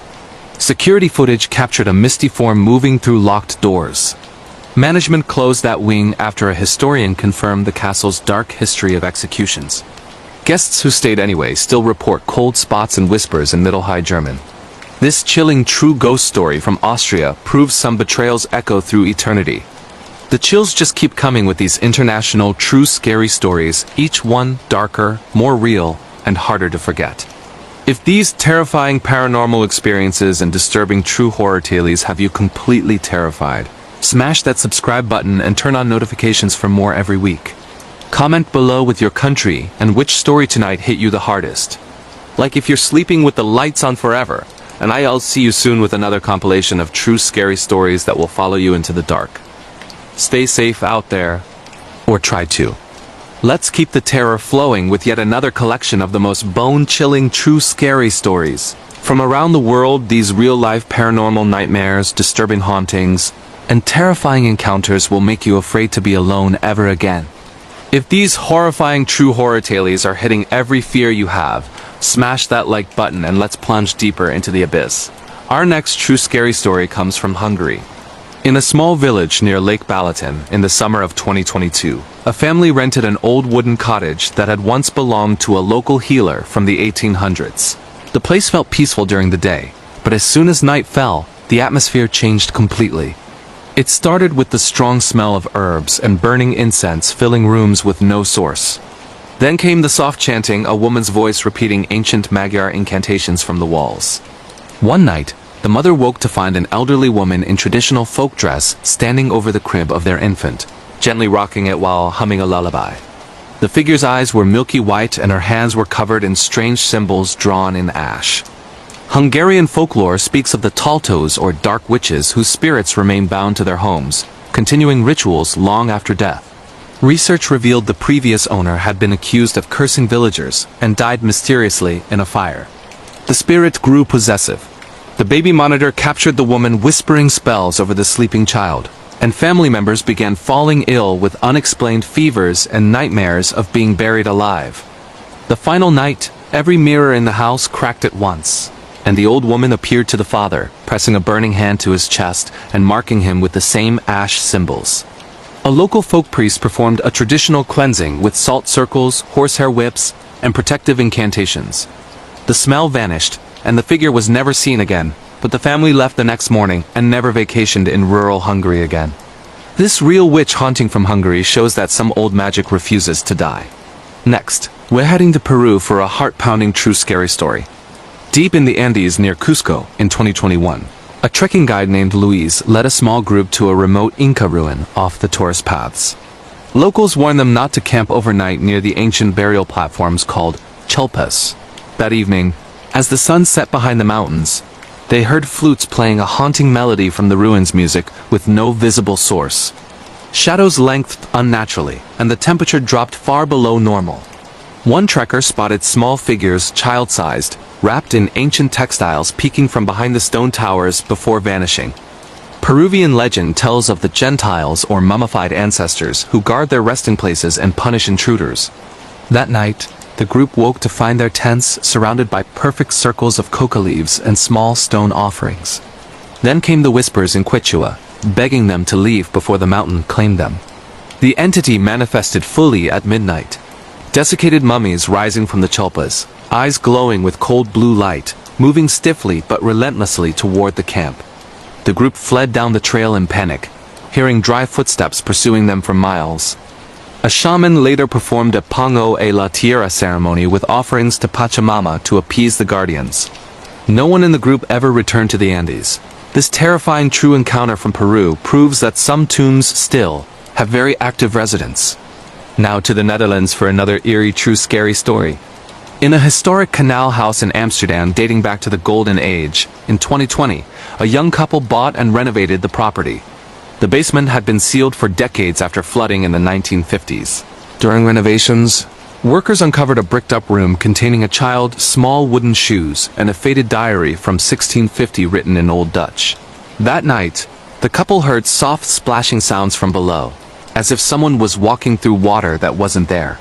Dutch folklore warns of the watergeesten drowned souls bound to old waterways beneath houses. Soon, wet footprints appeared on dry floors, leading from the basement stairs to the nursery they were planning. One morning, the wife found the old wooden shoes placed neatly at the foot of their bed, soaked through. The final encounter came during a rainstorm. Water began pouring up from the basement instead of down, filling the ground floor ankle-deep in minutes. In the murky water, pale hands reached up, trying to pull them under. A local paranormal expert performed a ritual with silver coins tossed into the canal and prayers to calm the restless drowned child from the plague years. The water receded instantly, and the house dried unnaturally fast. The couple kept the wooden shoes in a museum instead. True horror from the Netherlands reminds us that some cities are built on water and secrets. Shifting to Vietnam.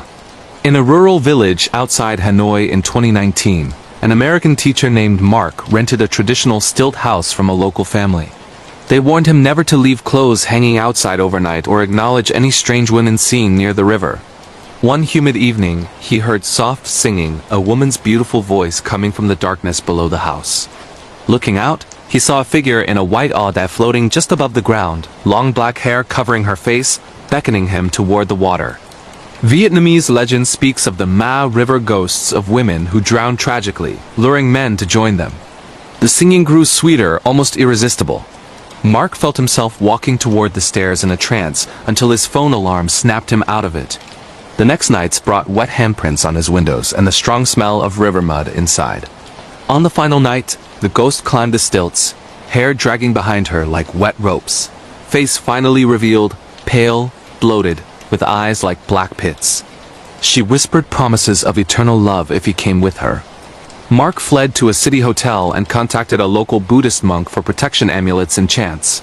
He left Vietnam weeks early. This chilling true encounter proves that some broken hearts never stop searching in the water. Finally, from Switzerland. In a remote chalet in the Swiss Alps near Zermatt in 2022, a group of skiers rented a historic wooden cabin for a winter getaway.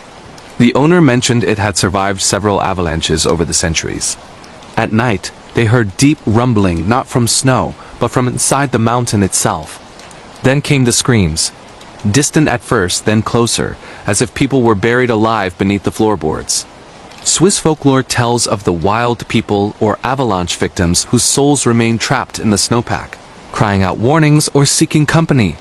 One morning, the group found the windows frosted from the inside with handprints pushing outward. The climax came during a heavy snowfall. The chalet shook violently, doors burst open, and freezing air filled with snow rushed in without wind. Shadowy figures encased in ice appeared in the rooms, mouths open in silent screams, reaching out with crystalline fingers. The group barely escaped before a real avalanche buried the cabin completely. Search teams found no trace of the structure or any bodies from past disasters. Survivors still hear those buried screams when near mountains. This real alpine horror from Switzerland shows that snow remembers everything it takes. The fear train never stops with these global true scary stories, each one more terrifying and real than the last. If these disturbing paranormal encounters and true ghost horrors have you completely on edge, hit subscribe and ring that bell for endless nightmares. Comment your country and which story tonight you'll never forget. Like if you're officially scared of the dark again, and I'll be back with more true scary stories that wait in every corner of the world. Sweet dreams, if you can. True scary story, The Whispering Shadows of Willow Creek. It was a crisp autumn evening in 2018 when Sarah Thompson, a 28-year-old graphic designer from a bustling city in the Midwest, decided to visit her grandparents in the sleepy town of Willow Creek, nestled deep in the rolling hills of rural Pennsylvania. Sarah had always cherished the quiet charm of the place, the kind of small-town America where everyone knew your name. Doors stayed unlocked, and the biggest excitement was the annual Harvest Festival. But this trip would shatter that illusion forever, turning her fond memories into a nightmare of whispering shadows and unexplained horrors that still haunt her dreams. Sarah arrived just as the sun dipped below the horizon, casting long shadows over the old Victorian house her grandparents had called home for over 50 years. Grandma Ethel greeted her with a warm hug and a plate of fresh apple pie, while Grandpa Joe sat in his recliner, fiddling with an old radio that crackled with static. "It's good to have you here, dear," Ethel said, her eyes twinkling. "But mind the woods after dark. Folks say they've been restless lately." Sarah laughed it off as superstition, the kind of tall tales small towns thrived on. She was a city girl, after all, skeptical of ghosts and ghouls, more afraid of traffic jams than things that go bump in the night. That first night, Sarah settled into the guest room upstairs, the one with the creaky floorboards and a window overlooking the dense forest that bordered the property. She scrolled through her phone, catching up on work emails, when she heard it, a faint whisper, like wind rustling through leaves but carrying words. "Come closer." She froze, heart pounding. It had to be the wind, right? Or maybe the old house settling. She shook it off and went to bed, pulling the covers tight. The next morning, over breakfast, Sarah mentioned the sound casually. Grandpa Joe's face paled. "The whispers," he muttered, exchanging a glance with Ethel. "Haven't heard 'em in years." He told her the story then, a local legend about the Willow Creek woods. Back in the 1800s, a group of settlers had vanished without a trace during a harsh winter.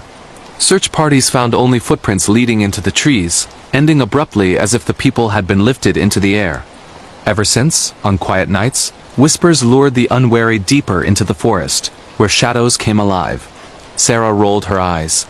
"Come on, Grandpa, that's just a story to scare kids." But deep down, a seed of unease took root.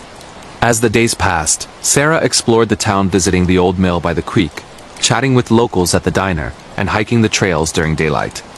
Everyone was friendly, but there was an undercurrent of caution.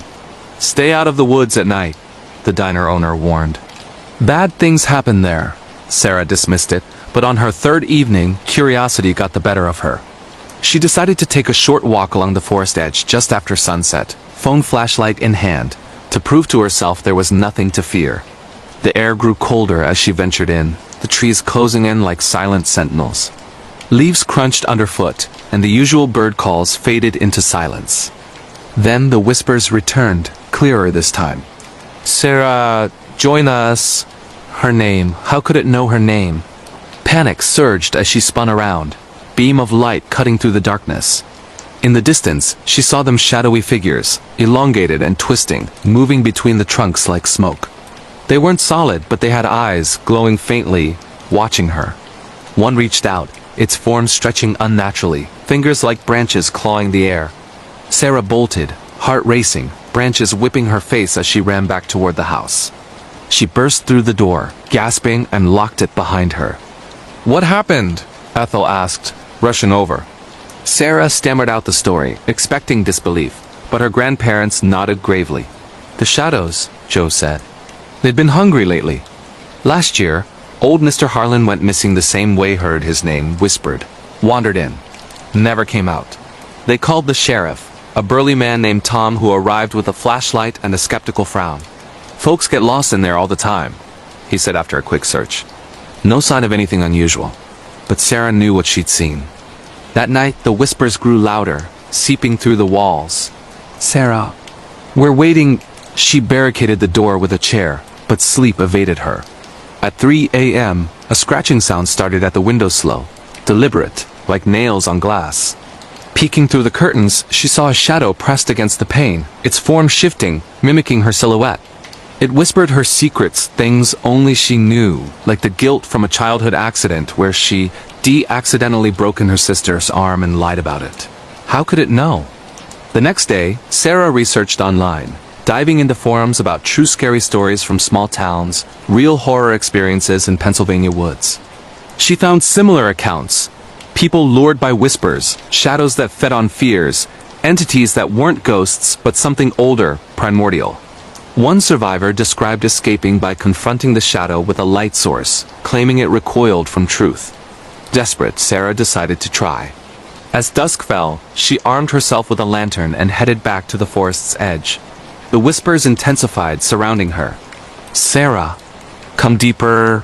Shadows emerged, circling. She shouted, "I know what you are. You're nothing but echoes of the lost." Shining the light directly at one, it shrieked a piercing, inhuman wail and dissolved into mist. The others retreated, but not before one grazed her arm, leaving a cold burn that tingled for weeks.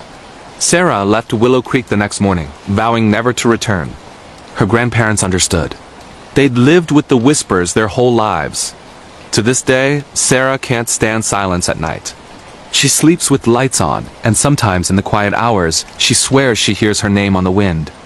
If you're ever in a small town like that, listening to the trees turn around, some shadows aren't meant to be chased. True scary story, the midnight stalker in the suburbs, in the summer of 2020, right in the heart of suburban Texas. 22-year-old Emily Carter thought she had the perfect life, a cozy apartment, a steady job at a local coffee shop, and a tight-knit group of friends. But what started as a harmless flirtation turned into a chilling tale of obsession, one of those real horror experiences where the monster isn't under the bed but right outside your window. This is Emily's story, a terrifying true tale of a stalker who wouldn't quit, blending everyday normalcy with bone-chilling dread. Emily first noticed him at the coffee shop, a tall guy in his mid-30s with a disheveled beard and intense eyes. He came in every morning, ordering the same black coffee, staring a bit too long. "You're pretty," he'd say with a smile that didn't reach his eyes. Emily brushed it off as awkward charm, serving him politely. But soon, he started showing up during her breaks, lingering outside, watching through the window.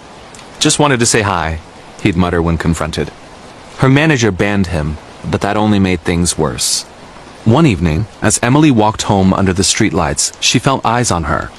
Glancing back, she saw him a shadow in the distance, matching her pace. Heart racing, she quickened her steps, ducking into a convenience store until he passed. That night, her phone buzzed with unknown texts. "You looked beautiful today." Blocked. More came from new numbers. "Why ignore me? We could be great together." Emily reported it to the police. But without proof of threat, they could do little. "Change your number," they advised. She did, but the messages found her again somehow, he knew. The escalations came fast. Emily woke to scratching at her door at 2 a.m., peeking through the peephole to see him standing there, whispering her name. "Emily, let me in. I just want to talk." She called 911, but by the time officers arrived, he was gone, leaving only a crumpled note. "I'll always watch over you." Security cameras in her building caught glimpses of a hooded figure circling the lot, tampering with her car tires one night, slashing them flat. She got a restraining order, but papers meant nothing to him. Friends suggested she move, but Emily refused to be driven out. Instead, she installed cameras, learned self-defense, and carried pepper spray. But the stalker adapted. He'd leave gifts, flowers wilted on her doorstep. Photos of her from afar slipped under the door. One night, during a thunderstorm, power out, she heard footsteps in the hallway. Grabbing her phone, she recorded as the doorknob rattled. "I know you're alone," his voice hissed through the wood. Lightning flashed, illuminating his face pressed against the window eyes, wild grin twisted. Terrified, Emily barricaded herself in the bathroom, dialing emergency services. Police found footprints in the mud outside, leading to a nearby alley where he'd parked. They tracked him down. His name was Mark, a former IT guy with a history of harassment. His apartment was a shrine walls plastered with her photos, stolen items like a scarf she'd lost months ago. He confessed obsession, claiming she spoke to him through her smiles. Arrested for stalking in violation, he got 5 years, but Emily knows monsters like him don't vanish. Today she lives in a new state, but paranoia lingers. Every shadow, every unfamiliar face, could it be him? If you've experienced a stalker, share your real horror story in the comments, but remember, trust your gut. Some people aren't awkward. They're dangerous. True scary story, The Beast in the Backwoods. Deep in the Ozark Mountains of Arkansas, in the fall of 2015, 35-year-old hunter Jack Harlan set out for what he thought would be a routine weekend trip. Jack was no stranger to the wilderness, born and raised in those hills. He knew every trail, every creek. But this outing would introduce him to a creature straight out of nightmares. A chilling encounter with something not quite animal, not quite human. In one of those true scary stories that blur the line between reality and legend. Jack arrived at his family's old cabin just before noon, unloading gear. Rifle, tent, supplies for a few days of deer tracking. The air was thick with the scent of pine and earth, birds chirping overhead. He hiked deep into the backwoods, miles from civilization, setting up camp by a rocky outcrop. As evening fell, he built a fire, roasting marshmallows and sipping coffee, the crackle of flames his only company. That's when the smell hit a rotten, musky odor, like spoiled meat mixed with wet fur.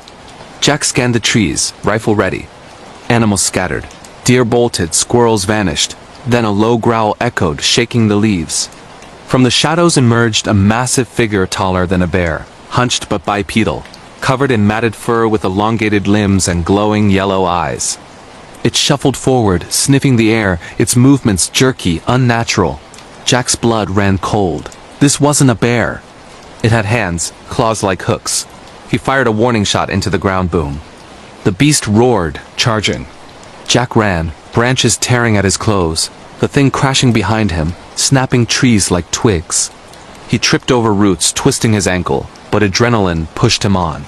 Glancing back, he saw it pause, mimicking his cry for help in a distorted voice. "Help me!" Reaching the cabin, Jack barricaded the door, heart pounding. The beast circled outside, scratching the walls, whispering garbled words, names of people Jack knew, secrets from his past. "Jack, your brother, accident. How?" His brother had died in a hunting mishap years ago, ruled accidental. But Jack always blamed himself. The creature fed on that guilt, its voice seeping through cracks. Dawn broke, and the sounds faded. Jack emerged to find massive footprints, humanoid, clawed leading back into the woods. He packed up and fled, never returning. Locals whispered of the Ozark Beast, a skinwalker or Bigfoot variant that mimicked voices to lure prey. Jack shared his story online, joining forums of real horror experiences in the wilderness. Skeptics called it hallucination. Believers sent similar tales. Years later, Jack still hears echoes in quiet moments. If you're hiking alone, listen closely. Some beasts don't just hunt, they know your fears. True scary story. The intruder in the attic in a quiet neighborhood outside Seattle, Washington. Back in 2022, 30-year-old Lisa Moreno moved into her dream home, a charming two-story fixer-upper with a spacious attic perfect for storage. Little did she know, she wasn't alone. This is a terrifying true tale of hidden horrors. The kind of home invasion story that turns your safe haven into a house of dread. One of those chilling encounters proving danger can lurk right above your head. Lisa noticed oddities from day one. Missing snacks from the kitchen, TV channels changed overnight, faint footsteps when she was alone. Old house quirks, she told herself, blaming creaky floors. But then items vanished. A favorite mug, socks from the dryer. Paranoia set in. She installed indoor cameras, chalking it up to forgetfulness. One stormy night, Lisa worked late in her home office, rain pounding the roof. A thump from above startled her the attic. Grabbing a flashlight, she climbed the pull-down stairs, heart thumping. The space was dusty, boxes stacked, but nothing amiss. Shrugging, she descended, but later reviewed camera footage. At 2:17 a.m., a shadowy figure emerged from the attic hatch, creeping downstairs to the kitchen, rummaging quietly before retreating. Terror gripped her. Who? How long? Police arrived, searching the attic to find a hidden nook. Sleeping bag, food wrappers, a notebook with Lisa's schedule scribbled watched for weeks. The intruder was her neighbor's son, a troubled 25-year-old with addiction issues, who'd broken in via a loose vent. He'd lived there undetected, stealing bits to survive, watching her sleep. Arrested, he confessed, it was warm up there. She never noticed. Lisa moved out, haunted by the violation. Now she checks attics first in any home. If things go missing, look up someone might be looking down. True scary story, the fake cop on the highway. Late one foggy night in 2019, on a deserted stretch of highway in rural California, 26-year-old Mike Rivera was driving home from a night shift when blue lights flashed behind him. What followed was a pulse-pounding escape from a predator in uniform. A real horror experience of deception and danger on the open road. The ultimate terrifying true tale of trust betrayed. Mike pulled over, assuming a routine stop. The officer approached, uniform crisp, badge gleaming, but something felt off. No name tag, car unmarked beyond lights. License and registration, the man demanded. Voice clipped. Mike complied, but the cop lingered, asking personal questions. Alone tonight? Where you headed? Unease grew. Mike recalled warnings about fake cops preying on drivers. When the man ordered him out, hand on holster, Mike spotted the gun not standard issue. Panic surged. He slammed the door, flooring the accelerator. The imposter gave chase, ramming his bumper, lights blazing. Mike dialed 911, weaving through fog, describing the pursuit. He's not real, sirens wailed ahead. Real police intercepted, arresting the faker, a serial offender with a history of abductions, using stolen gear to lure victims. Mike escaped by inches, now advocating for verification protocols. Drive to a lit area if pulled over, your life might depend on it. These true scary stories remind us. Not all lights in the dark are safe. True scary story, the man who never left my house. I bought the house because it was cheap. Too cheap. It was located in a quiet suburban neighborhood in the United States. The kind of place where nothing ever happens. The previous owner died alone inside, but the realtor assured me it was natural causes. No crime. No issues. The first few weeks were normal. Too normal. Then small things started happening. At night, I would hear footsteps upstairs, even though I lived alone. Slow footsteps, heavy, like someone was pacing back and forth, stopping, then continuing again. I convinced myself it was the house settling. Until one night, I heard breathing, not my own. It was coming from the hallway outside my bedroom door. Deep, slow breathing. Like someone standing still, listening. I didn't open the door. The next morning, I found muddy footprints on the carpet. Bare feet, human-sized, leading from the hallway to my bedroom door. And stopping there, I called a friend. He laughed. Told me I was imagining things. That night, I set up my phone to record audio while I slept. At 3:17 a.m., I woke up suddenly. The room felt wrong, cold, heavy. Like the air itself was pressing down on my chest. I couldn't move. Sleep paralysis, I thought. Then I heard a voice. Right next to my ear. I didn't think you'd hear me so soon. I tried to scream. Nothing came out. I felt the mattress sink behind me, like someone sitting down. I could feel the weight. I could feel the breath on my neck. The voice continued, calm and amused. You sleep where I died. The pressure lifted. I gasped and turned around. Nothing was there. The next morning, I listened to the recording. At exactly 3:17 a.m., the audio captured footsteps, breathing. And then a voice that was not mine, clear as day. I didn't think you'd hear me so soon. I moved out the next week. The new owner contacted me months later. He asked me one question. Who is the man that walks through the hallway at night? The road that doesn't exist I used to drive long distances for work, often late at night.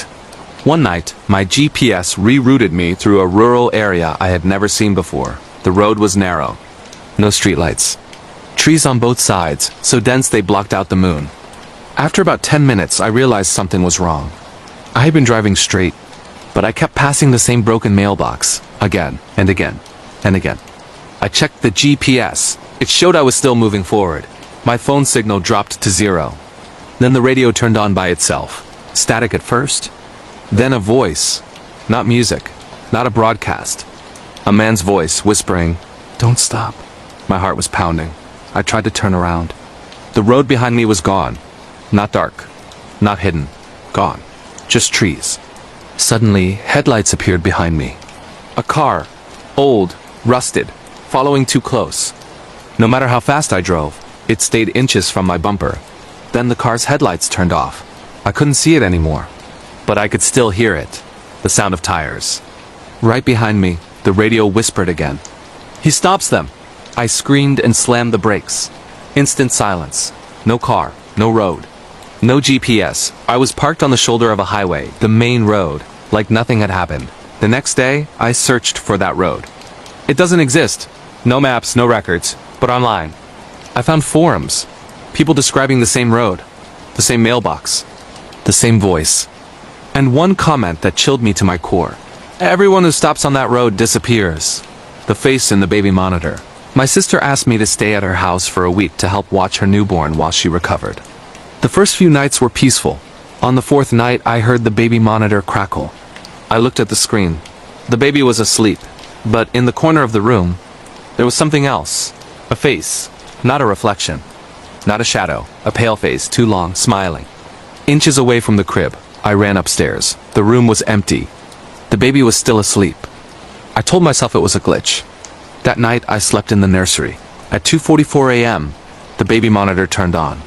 Even though it was already on, the screen showed me, sleeping, and behind me. The same face. Smiling wider, I grabbed the baby and ran. The next morning, my sister told me something she had never mentioned before. The previous owners lost their child. They said something used to watch him sleep, and it never left. True scary story number 4, the hotel room that watched me. I travel a lot for work, and cheap hotels are part of my life. That night, I checked into a roadside motel somewhere in the Midwest. 1 floor, flickering lights.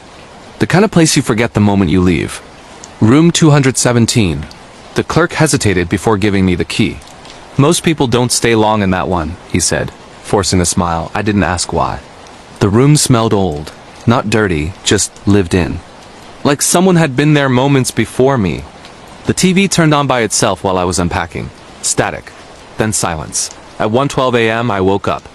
I was wide awake for no reason at all. The room felt crowded. That's when I noticed the chair in the corner was facing my bed. I was certain it hadn't been like that before. I stared at it, heart pounding, when I realized something worse. The indentation on the cushion was fresh. Like someone had just stood up. Then I heard breathing. Not from the chair, from inside the walls. Slow, controlled. Patient. I grabbed my phone and turned on the flashlight. The breathing stopped instantly. On the mirror, written in steam-like streaks, even though the room was dry, were 3 words. "We see you." I ran out barefoot, didn't look back, didn't ask for a refund. The next morning I searched the motel online. Room 217 was never listed. True scary story number 5.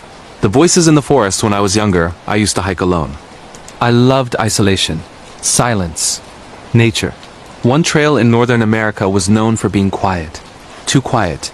No birds. No insects. After hiking for hours, I realized the forest hadn't changed. Same trees, same rocks. Same fallen log. I was lost. Then I heard my name, my full name.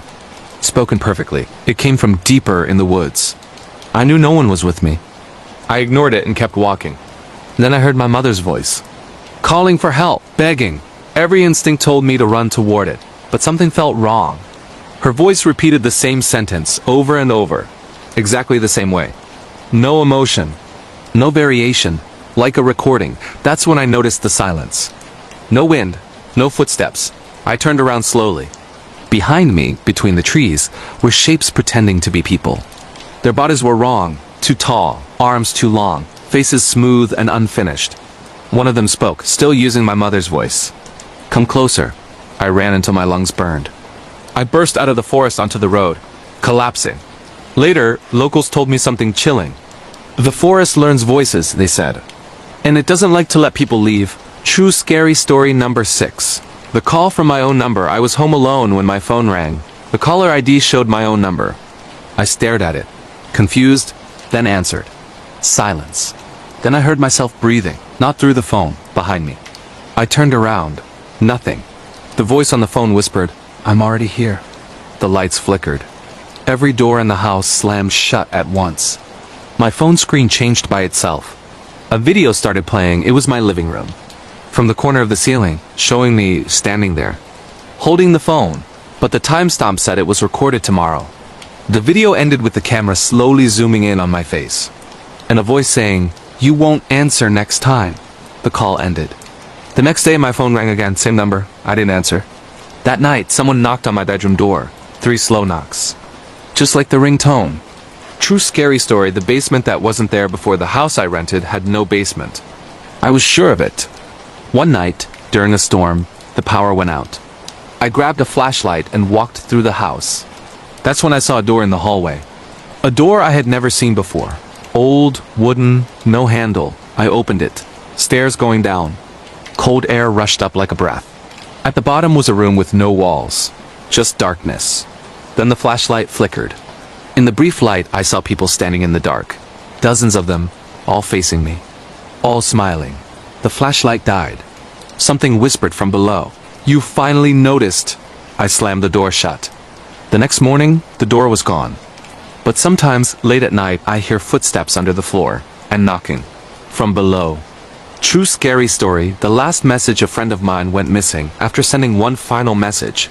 I think something followed me home. Police said there were no signs of struggle. Weeks later, I received a message from his number. It was a photo. His bedroom. Empty. Then another message. It knows you read this. I blocked the number. That night, my phone lit up. No notification. Just text appearing by itself. Look up. I didn't. I still don't. True scary story number 9. The apartment above mine, I lived on the top floor of my apartment building. At least, that's what I thought. The building was old, built decades ago. Only 3 floors. I was on the 3rd. Above me was just the roof. Every night around 2 a.m. I heard footsteps. Not beside me. Above me. Slow pacing, back and forth, like someone walking across my ceiling. I complained to the landlord. He looked confused. There's nothing above you, he said. One night, the footsteps stopped. Instead, I heard dragging, something heavy. Then a sound like fingers scratching the ceiling. I couldn't take it anymore. I climbed the maintenance ladder to the roof access. There was a door I had never noticed before. Unlocked. Inside was a narrow space. Barely tall enough to stand. Dust everywhere. And footprints. Fresh ones. Leading to a mattress on the floor. Someone had been living above me. But that wasn't the worst part. On the wall, written in black marker, were the words, "He can hear you think." I moved out the next day. The landlord later told me something strange. No one has ever been allowed up there, he said. Because that space doesn't officially exist. True scary story number 10. The mirror that moved the mirror in my hallway was old, antique, passed down through family. One night, I walked past it and noticed my reflection blinked. I stopped. My reflection kept staring, then it smiled. Slowly, I stepped back. The reflection didn't. It stayed close to the glass watching. Then it raised its hand. I didn't. The lights flickered. When they came back on, the mirror was cracked from the inside. That night, I dreamed I was trapped behind glass, screaming, pounding, watching someone else live my life. When I woke up, my hands hurt, and the mirror was gone. My family insists it was never there. But sometimes when I pass dark windows, my reflection smiles first. True scary story number 11. The bus that never stopped. I took the late bus home after work. Same route, same driver, same empty seats. One night, the bus didn't stop where it should have. It passed my street. I stood up and yelled. The driver didn't respond. The bus kept going. Streetlights disappeared. Buildings faded. Outside was nothing but darkness. The other passengers slowly turned their heads toward me, all at once. Their faces were wrong. Too still. Too empty. One of them spoke without moving his mouth. You weren't supposed to wake up yet. The bus slammed to a stop. I was alone at my bus stop. Morning sunlight. My phone showed I had been missing for 6 hours. The bus route was discontinued years ago, after multiple passengers disappeared. True scary story number 12. The recording I never made. I woke up to a voicemail from my own phone. Timestamp 3:33 a.m. I played it. At first, just silence. Then footsteps. Then my voice whispering, "If you hear this, it means I failed." Then a loud bang, and screaming. My screaming, I checked my phone history.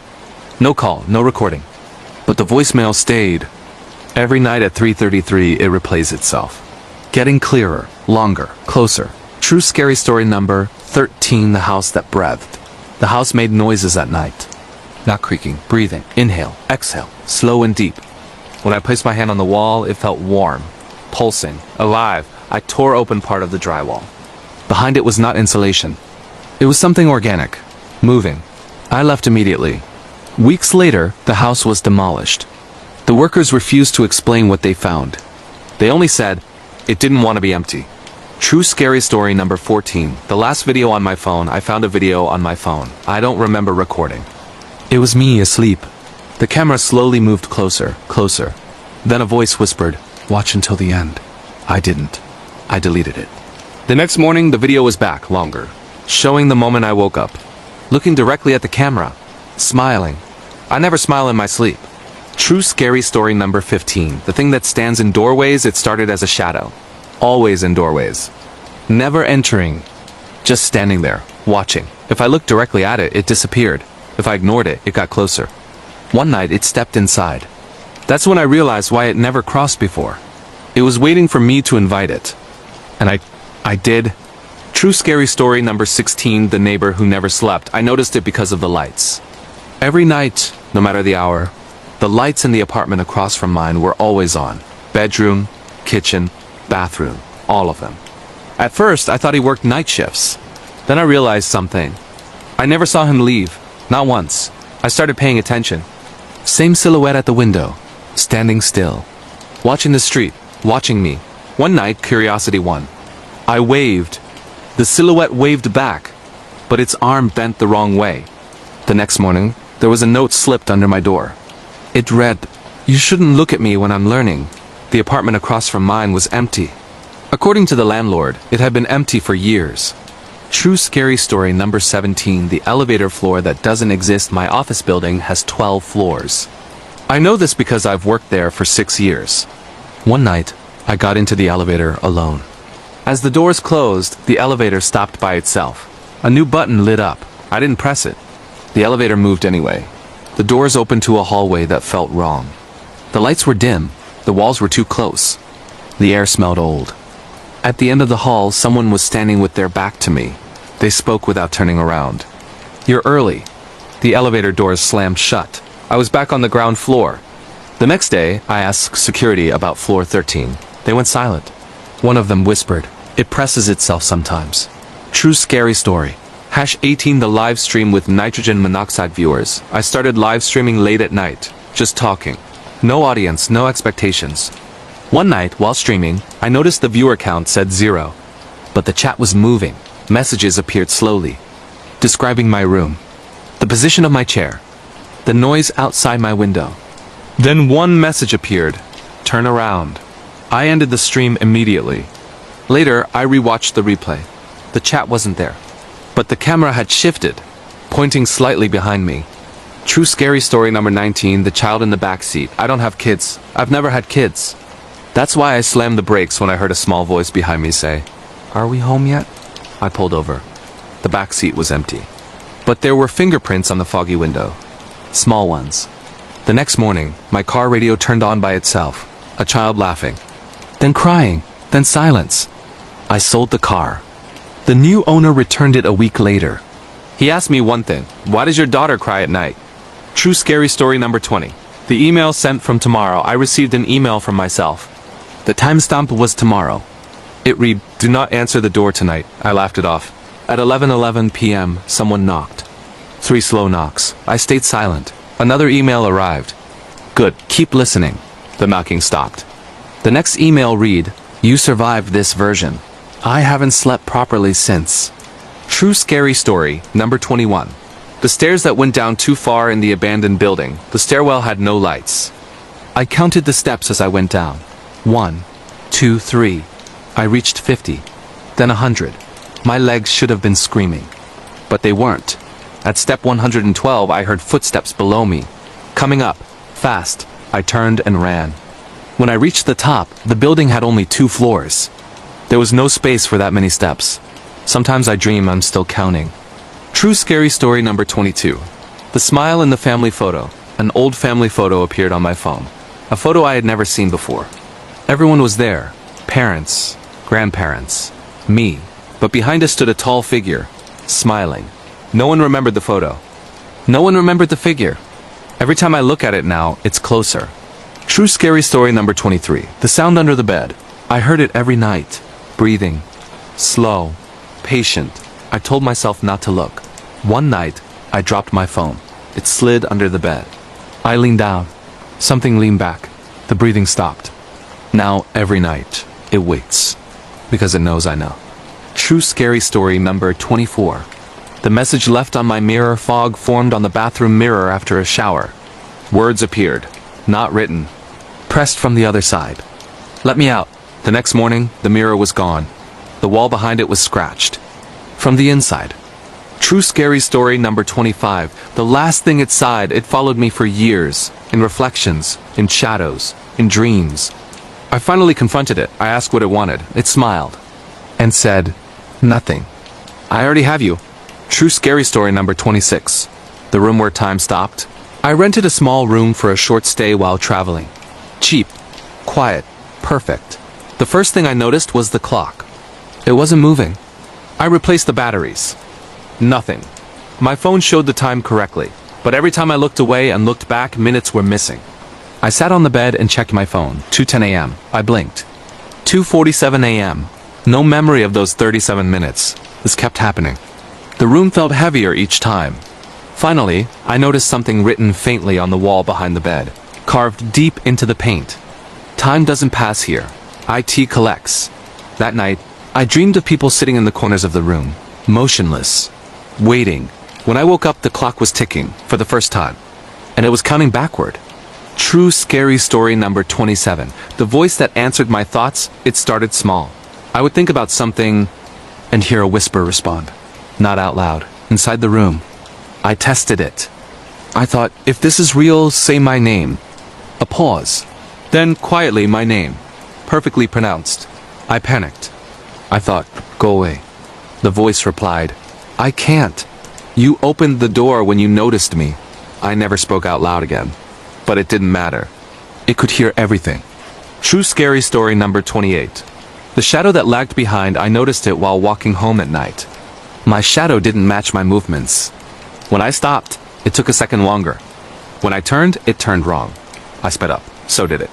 Under a streetlight, my shadow raised its arm. I didn't. The next streetlight didn't turn on. Neither did the next. Now I avoid lights, because that's where it learns. True scary story number 29. The house that remembered me. I returned to my childhood home after many years. The house recognized me. Doors opened before I touched them. Floorboards creaked only where I stepped. At night, I heard my childhood voice laughing from empty rooms. I found drawings in the closet. Drawings I remembered making, but I never remembered finishing them. Each one showed me older, standing closer to the door. The last drawing showed the door open, and nothing inside the house. Except me. True scary story number 30. The last floor of the parking garage. I parked on level 4, I was sure. When I returned, my car wasn't there. I went up one level, then another. The garage kept going. No signs, no exits, just concrete and humming lights. On level 9, I found my car, covered in dust, like it had been there for years. On the wall beside it, written in chalk, "You found IT. Now leave something behind." I didn't understand. Until my phone lost signal, and my shadow didn't follow me out. True scary story number 31. The recording that breathed. I record audio for work. One file appeared on my computer, untitled. I didn't record it. I played it. At first, just silence. Then breathing. Then my voice whispering, "Stop listening." The waveform moved even after I paused it. Something was still breathing. True scary story number 32. The window that showed another night outside my window. It was raining, but the reflection showed clear skies. And someone standing behind me, not reflected, actually there. When I turned around, the room was empty. When I looked back at the window, the figure waved. True scary story number 33. The message at the end of the video. I finished editing a long horror video. At the very end of the timeline, there was an extra frame. One frame. It showed my room. Right now. Text appeared over it. "You've been very patient." Then the power went out. True scary story number 34. The place between waking and sleep. There's a moment when you're not fully asleep. Not fully awake. That's where it lives. I stayed there too long once. I saw it waiting. Now every night it waits earlier. Closer. True scary story number 35. The final story they never told. All these stories have something in common. The houses, the voices, the shadows, the time gaps. They don't attack. They observe. They wait until you notice. Because once you notice, you are part of the story. And if you're still listening right now, that means it noticed you too. Title: The House That Remembered. It began with a message I didn't want to receive. A small, nearly invisible notification on my phone that reads simply, "You are not alone." I didn't know who sent it. No number, no sender, just those words. At first I laughed. A joke, maybe some hacker or prank. But the unease didn't fade, it grew. I had just moved into the old townhouse on Elm Street. The kind of house that had stood for over a century, with peeling paint and a sagging roof, the type locals avoid discussing. It was cheap, suspiciously cheap for the neighborhood. The realtor insisted it was due to minor repairs, old plumbing, and the usual charm of historic homes. I didn't care. I had money to burn, and a long-time desire to live somewhere quiet, somewhere removed from city chaos. The first few nights were normal, disturbingly normal, considering the neighborhood's reputation. I unpacked boxes, set up the room, and tried to settle in. But the quiet was unnatural. No dogs barking, no cars passing late at night. Not even the wind seemed to move through the trees the way it should. On the fourth night, I noticed something strange. The clock in the hallway, a large antique piece I assumed stopped working, began ticking backward. At first, I thought it was a trick of my eyes, the dark messing with perception. But then the ticking grew louder, and I realized the time didn't just move backward, it skipped, sometimes stopping for what felt like hours before resuming. That same night, I heard it. Faint footsteps on the second floor. I live alone. I locked the doors, checked the windows. Nothing. Silence. Yet the footsteps persisted, slow and deliberate, pacing across the wooden floors above me. Days passed and strange things multiplied. Objects moved. Not drastically, just a chair slightly turned, a cup on the counter facing a different direction, books stacked differently. I blamed tiredness, paranoia. But at night, I felt watched, always watched. A weight in the air, something that pressed down on me when I lay in bed. One night, the message returned. This time, multiple notifications. "I see you. I know your fear. Do not sleep." I didn't respond. Then the whispers began. At first, they were soft, barely audible over the hum of the refrigerator. My name, called quietly from the corner of the room. At first, I thought I imagined it, but the whispers grew louder. Not just my name phrases, taunts, threats, promises of things I could not comprehend.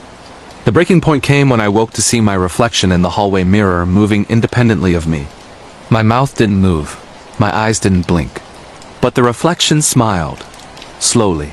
A grin that stretched unnaturally across the face that was supposed to be mine. I blinked. The reflection froze. I gasped. My own mouth was unmoving. I left the house the next morning, but the unease didn't leave. Calls, messages, reflections. Shadows that lingered longer than they should. Shapes in the periphery of my vision that vanished when I turned. I returned once, desperate to confront the fear. The house had changed. Rooms I remembered clearly were gone, hallways twisted impossibly. Windows overlooked rooms that didn't exist. On the walls, scratched deep into the plaster, "Welcome home." That night I slept, or at least tried. In the darkness, I felt it crawl closer. Cold, impossibly cold, pressing down. Then, a voice, whispering from everywhere and nowhere. "You cannot leave. You are part of the house now." I awoke at dawn, still alive. But I knew some part of me remained behind. Watching, listening, remembering. The house still stands on Elm Street. I drive past it sometimes. The windows reflect no light. No life, but at night I swear I see movement. Shadows pacing. Smiling faces at the windows. And sometimes the lights flicker, and I see my own reflection staring back at me. And I know, it waits, patiently, for anyone who dares enter. Part 2. The house that remembered after the first night. I didn't sleep for more than a few minutes at a time. Every creak, every distant sound felt amplified. The messages continued, relentless. "You cannot hide. I am inside. Do not close your eyes." I tried to leave Elm Street altogether, to escape this nightmare. But the road seemed longer than it should have been. Elm Street twisted unnaturally. Houses I didn't recognize appearing and disappearing as I drove past. The house, the one I had fled, remained in my rearview mirror no matter how far I went. Its windows, dark and empty, seemed to watch me. Weeks passed. My friends called, worried about my absence from work and social events. I explained I was sick, mentally exhausted, even suggested I might need therapy. But the truth, what I had experienced, was beyond explanation. It wasn't until a stormy night, when the rain lashed against my apartment window and thunder shook the walls, that I realized I had been wrong about one thing. I wasn't alone, and I had never left. I had dreamed of Elm Street. The entire flight, the highway, the escape, it had been a fabrication. I woke in my bed, the room unfamiliar. The air thick, heavy, pressing down as if gravity had grown stronger overnight. And there, at the foot of my bed, stood a figure. Tall, pale, faceless. It didn't move, but its presence radiated menace. My voice caught in my throat. I tried to scream, nothing. A whisper crawled along the walls. "You cannot leave. You are mine now." I bolted upright. The room was empty. The figure gone. But the air still carried its chill, like the lingering breath of something inhuman. I searched the apartment. Every door, every closet, every corner. Nothing. But the phone, the same phone that had received the first messages, lit up by itself. A new message appeared. "Look outside." I approached the window cautiously. Outside, the streets were empty, dark, mist curling along the pavement. And then I saw it, shadows moving in perfect unison, pacing slowly, rhythmically. Not human. Too tall, too thin, limbs bending at impossible angles. They turned toward me as one and stopped, and I realized. They were familiar. The shapes had faces. My neighbors. My friends. People I had known. But distorted, hollowed out. Watching, smiling. I slammed the blinds. The whisper came again. "Do you see them now?" Days blurred into nights. I didn't eat properly, didn't sleep properly. Every time I closed my eyes, I saw the house, the windows, the flickering lights. I saw the faces of shadows waiting inside. Sometimes I woke to find strange objects in my apartment. A chair turned backward. Books stacked impossibly. A small note carved in my own handwriting. "Welcome home." One evening, I returned from a short walk, my mind desperate for fresh air. My apartment door was slightly open. I was certain I had locked it. Inside, the living room was arranged differently. The furniture formed a pathway leading toward the hallway. Along the path, scratches on the floor spelled something in jagged letters. "Follow or stay forever." I knew I had to follow. I had no choice. My legs moved before I could think, carrying me into the hallway, down the corridor that seemed longer than it should be. The air thickened. Time slowed. The whispers grew louder, forming words I could almost comprehend. At the end of the hallway, a door appeared, a door that had never existed before. Black, unmarked, pulsing slightly as if breathing. I approached cautiously. The whispers became a chorus. "Open, open, open." With trembling hands, I turned the knob. The door swung inward, revealing a room filled with mirrors, hundreds of mirrors. Each one reflected me, but not accurately. Some distorted my face, stretched it, melted it, and some showed things behind me, shadows, figures, faces that didn't belong. A voice emerged from the mirrors, deep and resonant. You cannot leave until you remember everything. Panic surged. I tried to turn away. Every mirror now reflected me differently, older, terrified, broken. And then I saw one mirror where I wasn't reflected at all. Only darkness. It called to me. I stepped closer. The moment my hand touched the glass, the world shattered. I felt myself falling through the mirrors, endless darkness wrapping around me, voices whispering in every language I had ever heard, pleading, warning, mocking. I landed in a room that shouldn't exist. The walls were made of bone-white light, pulsing like a heartbeat. In the center, a throne of shadow, and on it, the figure from my bed, faceless, towering, waiting. It spoke, "You belong here now." "You always have," I screamed, but the sound was absorbed by the walls. My body froze. And I understood finally that the house wasn't a place. It was alive, watching, remembering, collecting. And now, so was I. The last thing I saw before everything went black was a mirror reflecting my face smiling. But it wasn't my smile, it belonged to the house. And in the darkness, I heard it whisper all around me. "Welcome home." Finally, part 3. The house that remembered. I woke slowly, as if emerging from water. My body ached, my mind fuzzy, and the room was wrong. Not just the mirrors, not just the walls that pulsed with light, but the air itself seemed alive, whispering, breathing, watching. I wasn't in my apartment anymore. Not truly. I tried to move. My legs wouldn't respond. The shadows flickered across the floor, twisting, stretching toward me, moving in ways that defied physics. I realized they were waiting, patient, deliberate. And then I saw them, the figures from Elm Street. Distorted neighbors, friends, strangers, all fused with shadow and light, their faces blank but somehow familiar. The throne of darkness loomed before me. The faceless figure from the bed sat there, impossibly tall, almost shimmering with black light. Its presence radiated a cold so deep it burned through my chest. It spoke, not with words, but directly into my mind. "You see. You know. You remember. And now you belong." I tried to resist. I screamed inside my head. I flailed my arms. But the room, the house, the shadows, they were stronger. They'd pulled at me like gravity, dragging me closer to the throne. And then the memories returned. Not mine entirely. Memories of people I didn't know. People who had entered the house before me. Their fear, their despair, their screams, all imprinted into the walls, into the mirrors, into the very air. The house had collected them, stored them, and now it wanted me to remember too. I stumbled backward, terrified, but my reflection in the nearest mirror moved on its own, stepping forward, smiling. It whispered, "Do not fight. Do not resist. You are the next." A sudden realization hit me. The house wasn't just alive. It wasn't just observing. It was rewriting reality, bending space and time, creating rooms that shouldn't exist, twisting perception until logic itself became meaningless. And the throne. The throne was the heart, the epicenter of its consciousness. The faceless figure rose slowly, and the shadows followed, forming shapes that were neither human nor animal. Limbs stretched impossibly, faces merged and melted. They whispered in unison, "Remember, or remain lost." I ran. Somehow my legs moved. I tore through endless corridors, doors appearing and disappearing as I passed. Rooms stacked upon rooms, ceilings that vanished into black voids. And always, the whispers. Always, the mirrors, reflecting me differently each time, older, twisted, screaming silently. I reached a staircase, a spiral of bone-colored steps that seemed to descend forever. I had no choice but to follow. Each step pulsed under my weight, as if the house were alive beneath me.